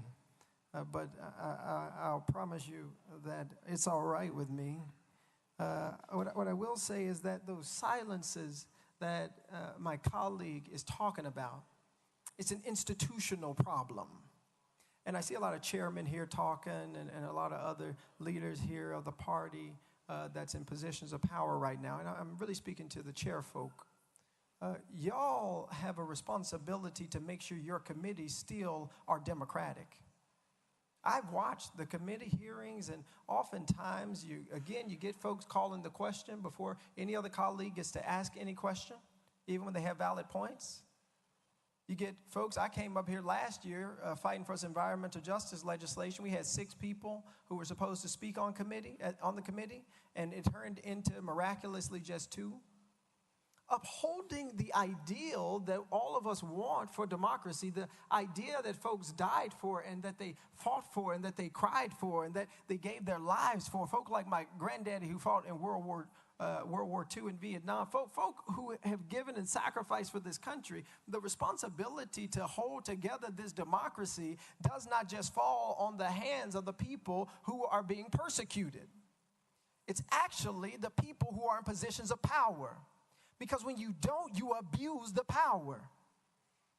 And this resolution sponsored, this is, in my eyes and many folks' eyes, an abuse of power. But I would say to you, no matter what happens, I'm all right. But I want y'all to know who remain, that each of you have an obligation to stop turning the people's house into your own club. That the folks who sit in committees with you, who got elected just like you, who swore the same oath that you swore, they deserve a voice in these committee rooms, and we deserve a voice on this House floor. The erosion of democracy in the state legislature is what got us here. It wasn't walking up to the well. It was being disruptive to a status quo that silences the minority. And it is wrong. And the people in this state and the people across the country and the world, whoever's watching, are wanting to see a change. Just because you have power doesn't give you the right to abuse it. Because even if I disagree with your constituents on political issues, I do agree on the principle for which my ancestors fought and died, which is that they would have a democracy.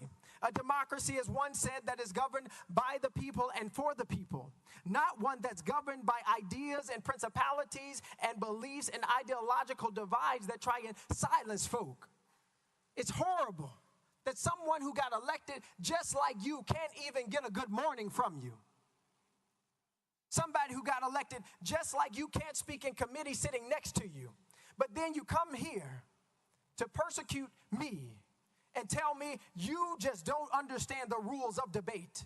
When I know for a fact this House has not been a place of debate for Democrats. This House has not been a place of debate for people who are transgender. This House has not been a place of debate for people who are LGBTQIA. This House has not been a place of debate for people who are already persecuted in our society. This House ain't even been a place of debate for people who wear beautiful dashikis in honor of their ancestors who made it over. And so it's one thing to hold the ideals up in this moment, to talk about today, to talk about how good democracy is working in Tennessee in this moment as you prepare to persecute individuals for expulsion. It's one thing to talk about those ideals, but it's another thing to actually be in this House, to see members being misnamed. Folks won't even say. That was your 5. No, that was the new 5. That was the second 5. Sorry. We're going next. Is it parliamentary question? What's the question? Mr. Clerk.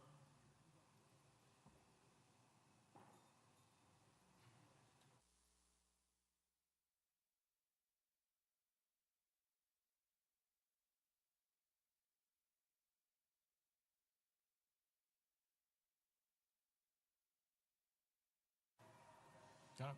All right. Representative Hawk.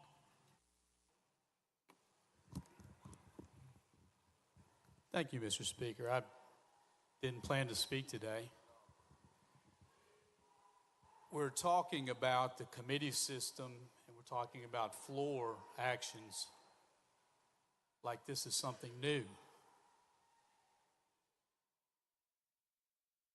The supermajority that we've heard about through conversations today, that's what's new. The Democratic Party had control of both bodies of the legislature for 140 years. And early on, I couldn't get a bill heard.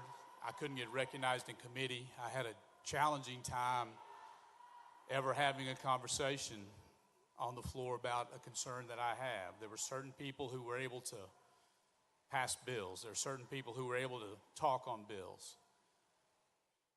So it's not something that's new. And all that being said, two wrongs don't make a right. Even though it did happen for 140 years, I think that the speaker, I think that most, if not all, of our committee chairmen have gone out of their way to have people heard, much more so than what I experienced in my early years down here. I heard an interesting reaction from the crowd a few moments ago as someone was talking about when this legislature changes and when members who may be here now may be dead and gone. And the crowd outside cheered like that. The crowd cheered when that was mentioned. And that hurts my heart that anyone could wish or laugh when we're talking about our members being gone, members being dead and gone. That's what's being discussed. We talk about the focus not being on an individual, but we're seeing that individual right now bring the focus to himself. I heard there was also said earlier, people had opinions of who I was before people even knew who I was. And we were talking about how to learn the rules and how many rules there are and how it's a challenge to learn the rules in such a short time. And one of the ways I learned the rules down here was from senior members. And I came on the floor several weeks ago and expressed the way that I learned the rules of the House, and I'm expressing that to the 15 freshman men on the floor, and I tell them the story of Lois DeBerry and how she expressed to me what was understood I was supposed to be doing, and I took that advice in good faith, and I never made that mistake again. The reactions that we have seen began calling me everything in the book. National media called me everything in the book. Thankfully, members of leadership on the Democratic side came up to me and said, "We know you're not what you were called. We know that you care. We know that you've been a part of this process." So I just left that as someone being naive. We left it at that. But I'm wondering, how do we learn the rules? Do we sit there and read what's on the paper? Is it life experience? Do we listen to those who have gone through this legislative process before to teach us, to try to instruct us? And I'm going to get to a question here. We've been talking about how individuals at a particular time last week got to the well, but I'm wondering, what was the plan to get out of the well? And we saw there in the video being chastised by leadership. What was the plan to get out? Representative Pearson, you're recognized. Representative Hawk represents something that we ought to talk about. And it's a common phrase. I'm not going to talk about white supremacy and things like that right now, because I think that's what you're referring to. That's not what I'm going to talk about. What I want to talk about is just a common phrase that all of you know. Hurt people hurt people. Hurt people hurt people. And there have been folks like this, and I didn't even realize Democrats had been in control of the House for 140 years or anything like that. That's a substantial amount of time. But in what the representative said was given reasoning or license for mistreatment of other members that are not currently in the majority. That is not how we sustain our democracy. Saying these things such as, I didn't get recognized in committees. Saying things like, only certain people could pass bills. These are the exact same things that I hear as a member of the minority party. There's something wrong in the way that this House is operating.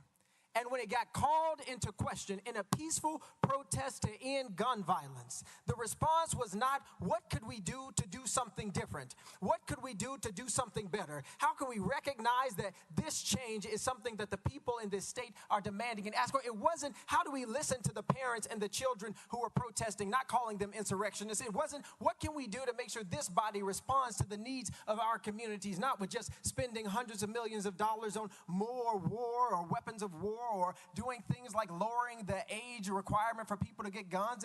The idea was to now arm teachers. It was not, what do we get from the people who came to listen and to show up and be a part of the process, as you call it. That wasn't it. Your hurt continues to cause you to hurt people. And this body is hurting people. You just expelled a member for exercising their First Amendment rights. For a House decorum rule, when the last two people committed actual crimes. 22 counts of sexual assault, bribery. Is that you're having to address ideas and people different than you're used to. You're having to answer questions that you're not used to having to answer. You're having to see people in positions just like you that you aren't used to seeing. That's, now I understand, Representative Hawk, what Representative Farmer was getting to about why I'm really here. Doesn't have to do with not following decorum, about fighting for the end of gun violence. It has to do with an idea and an ideology that says there's only one way that we're going to allow thinking up in here if you're going to be here. It's only one way that you're going to be if you're going to be in this house. But the news for you and for every member in this legislative body is that this country is changing in magnificent ways. That the diversity of the state of Tennessee is changing in magnificent ways. That the voices and the people who are protesting aren't just black folk and ain't just white folk, ain't just rich folk or poor folk. It is a multiracial coalition built on a solidarity dividend that can break any institution that refuses to change. And so, because we need not cling to hurt, I suggest that this institution choose to change. Change the way that it is operating in order for justice to be possible here, for everybody's voice to be treated equitably here. I will say this. Lois DeBerry, Speaker Pro Tem, why was she never the Speaker of this House? She deserved to be Speaker of this House. And the reality is, the reason that she was saying things about decorum and things like that was because she understood that the institution that she was a part of, the institution as the second black woman, I believe, to ever be elected in the Tennessee State Legislature, the way she had to present herself, the things she had to do and say, and the way she had to look was so important because black folk wouldn't get respected otherwise, because white folks wouldn't respect them.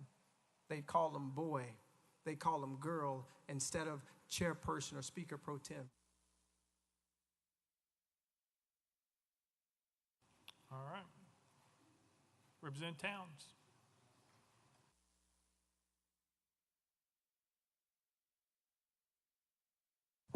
Thank you, Mr. Speaker. Mr. Speaker, here again, and members, I'm going to say that this House right now should be in mourning. We really should be in mourning after the incident at Covenant with the 6 beautiful souls that untimely transitioned. That's what we still should be doing, watching the flags fly at half-mast. Because I know that particular day, everybody was hurting, and a lot of us are still hurting. Hearts broken. A heartache is a hell of a thing. Our hearts were cracked and broken, and you can't put it back together again. We're supposed to be in mourning. This house ought to be in mourning. It has not healed. Hadn't had time to heal. It takes time to heal a broken heart. But we've been deflected on trumped up charges for one of our members, 2 of our members, 3 of our members, which is subconsciously denying us the ability to heal and plan and progress our way through this melee of madness, of death and destruction in our communities. We should be in mourning. And in our anger, we're lashing out at our members, at the brothering, if you will, on this house floor. We're lashing out.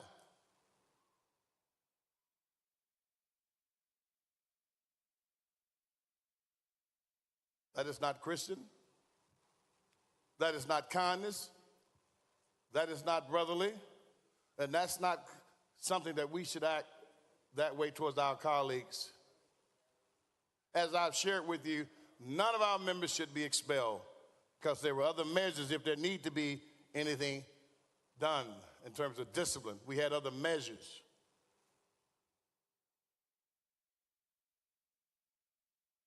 I ask that you allow our member to stay and allow us to get back to mourning and to figure out how we can address this plague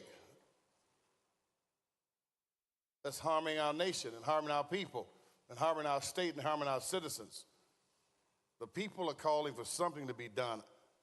Many of us don't know exactly what needs to be done, but we know we have to do something. Any of us would run into a burning building to try to save some children. All of us.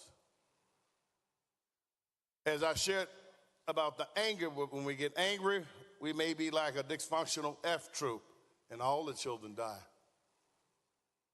because we're mad. Madness, temporarily insanity. It's insaneness when you go mad.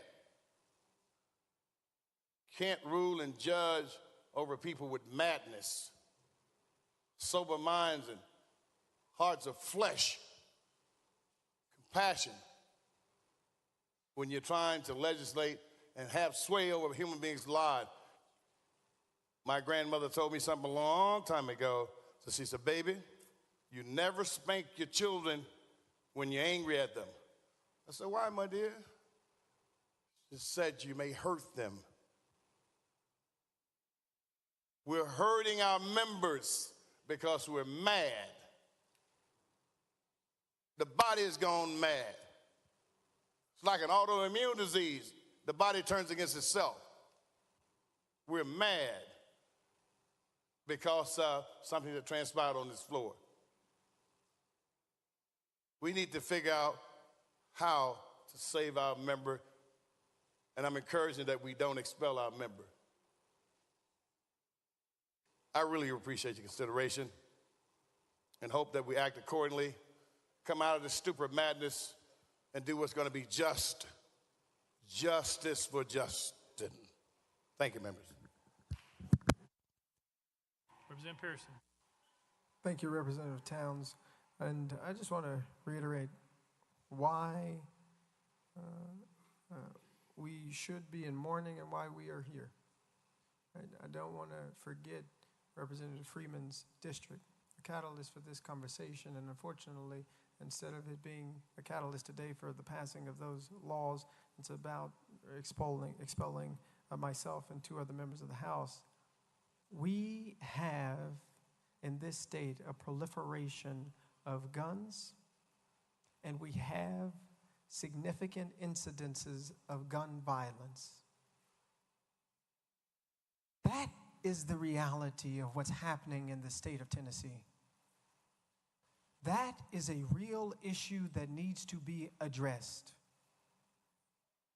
And this expulsion and other conversations that take away from the real calls for change that are coming out of the halls and coming out of the homes of people in all of our communities is detracting away from the calls and cries for justice that each of us need to be answering, that each of you need to be answering.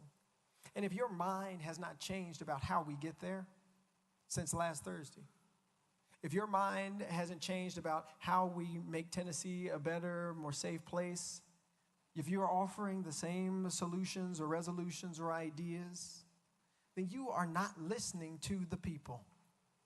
You are not listening to the communities like Memphis and Shelby County that are suffering. You're not listening to the folks who are dealing with gun violence on every single day, every news cycle.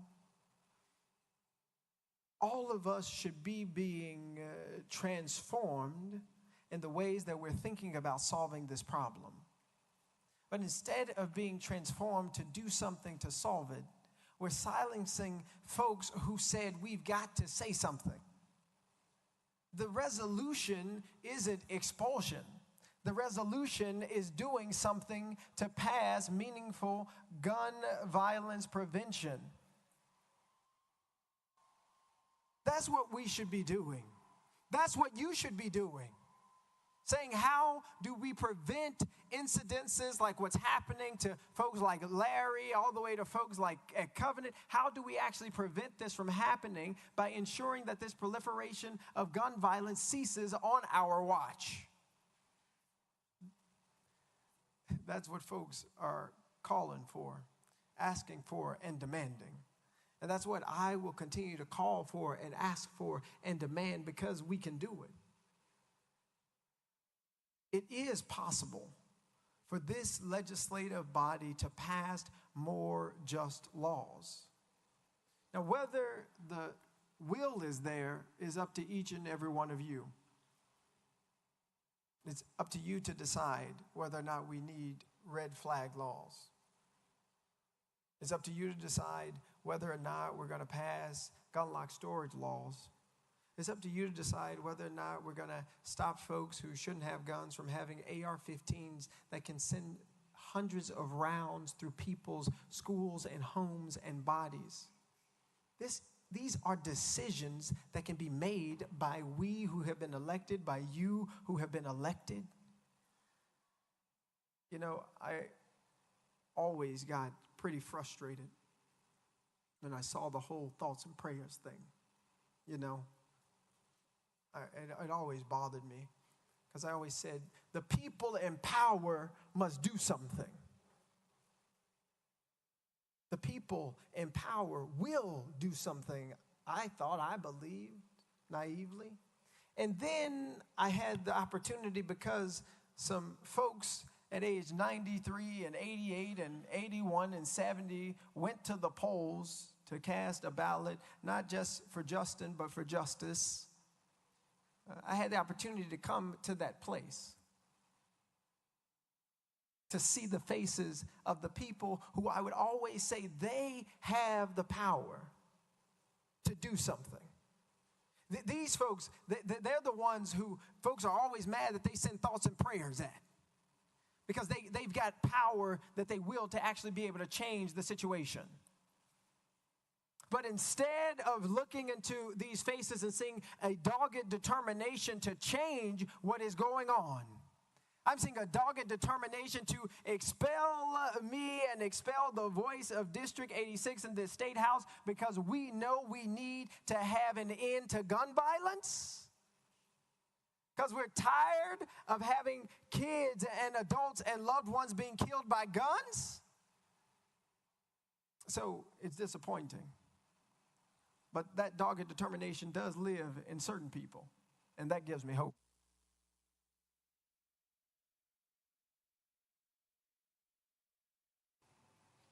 Yes, it is.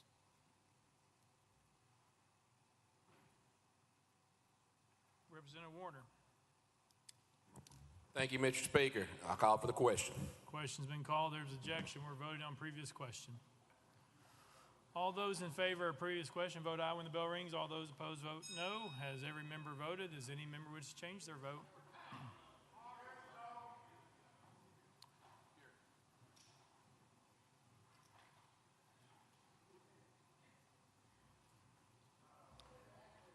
Mr. Clerk, take the vote. Ayes 73, 23 nays. Previous question prevails. Let the journal reflect Representative Terry is excused.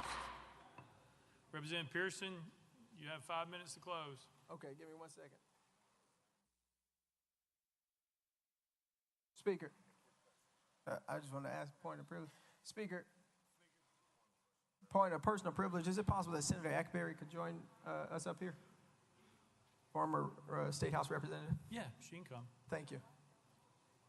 Thank you. She's going to stand next to me. Leader Camper. Come on, Senator. All glory and honor to God, who makes all things possible, who takes the son of teenage parents Kimberly Owens Pearson and Jason C. Pearson and brings them to an institution built by enslaved people's hand. All glory and honor to God, who brings those who've been marginalized and excluded into this place and tells them that you still have a voice, that you still are somebody, and that the movement for love and justice cannot be stopped because we've still got a heartbeat, because we've still got a movement for love that needs us. We've still got people who are calling on us to act and to do something. To all you who still believe that the best days for democracy are ahead, for all of you who still believe that our better days in Tennessee are ahead, I want to tell you that I still believe with you.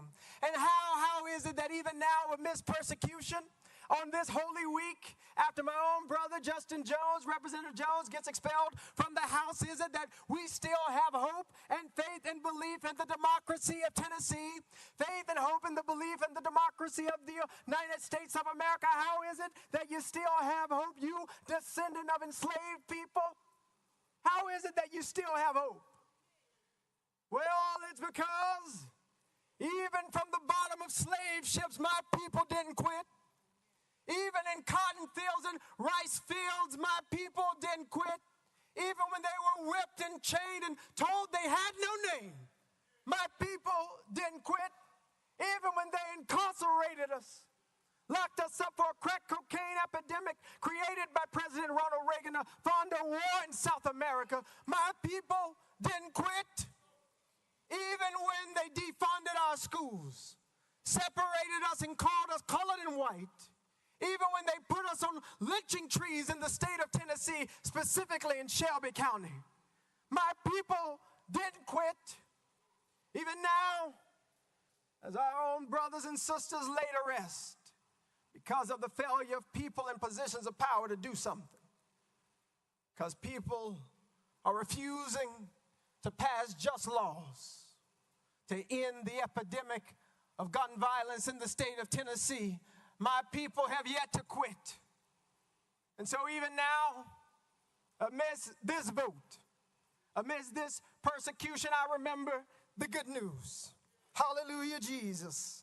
I remember that on Friday, the government decided that my Savior Jesus, a man that was innocent of all crimes except fighting for the poor, fighting for the marginalized, fighting for the LGBTQ community, fighting for those who are single mothers, fighting for those who are ostracized, fighting for those pushed to the periphery.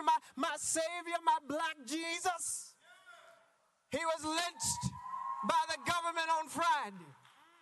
And they thought that all hope had been lost. All the outside, it rained and it thundered and everybody said everything was over, and it was some black women who stood at the cross. It was some black women who watched what the government did to that boy named Jesus. They were witnesses, as you have been witnesses to what is happening in the anti-democratic state of Tennessee. They were witnesses to what was going on, and I got to tell you, it got quiet on Saturday. Yes, I tell you, it was a sad day on Saturday. All hope seemed to be lost. Representatives were thrown out of the State House. Democracy seemed to be at its end. Seemed like the NRA and gun lobbyists might win. But oh, that was good news for us.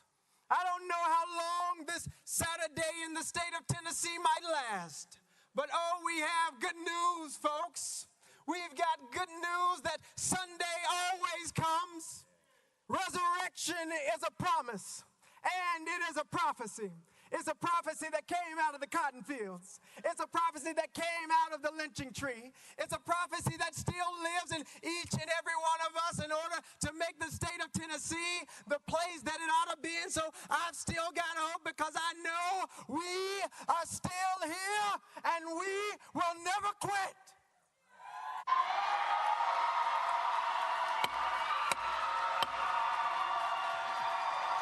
Out of order.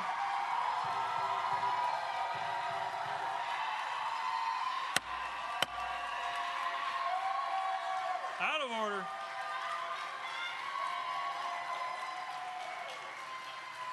We're voting on House Resolution 63. All those in favor vote aye when the bell rings. Those opposed vote no. Has every member voted? Does any member wish to change their vote?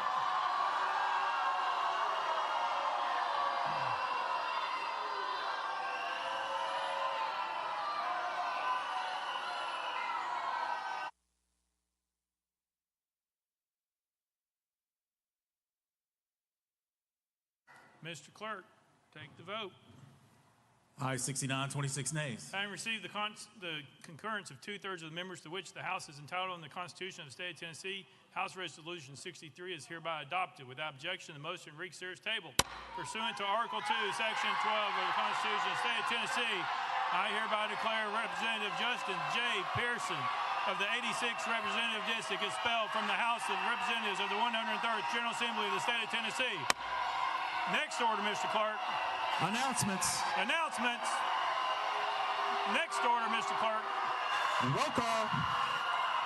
Roll call.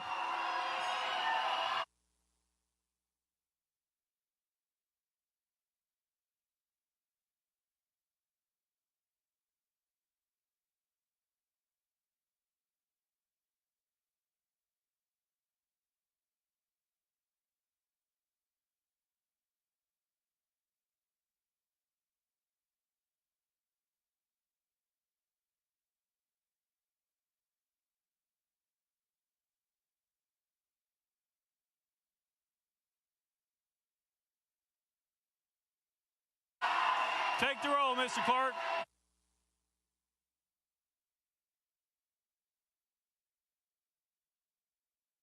Mr. Speaker, 89 members present. Leader Cochran, you're recognized. Leader Lambert, you're recognized.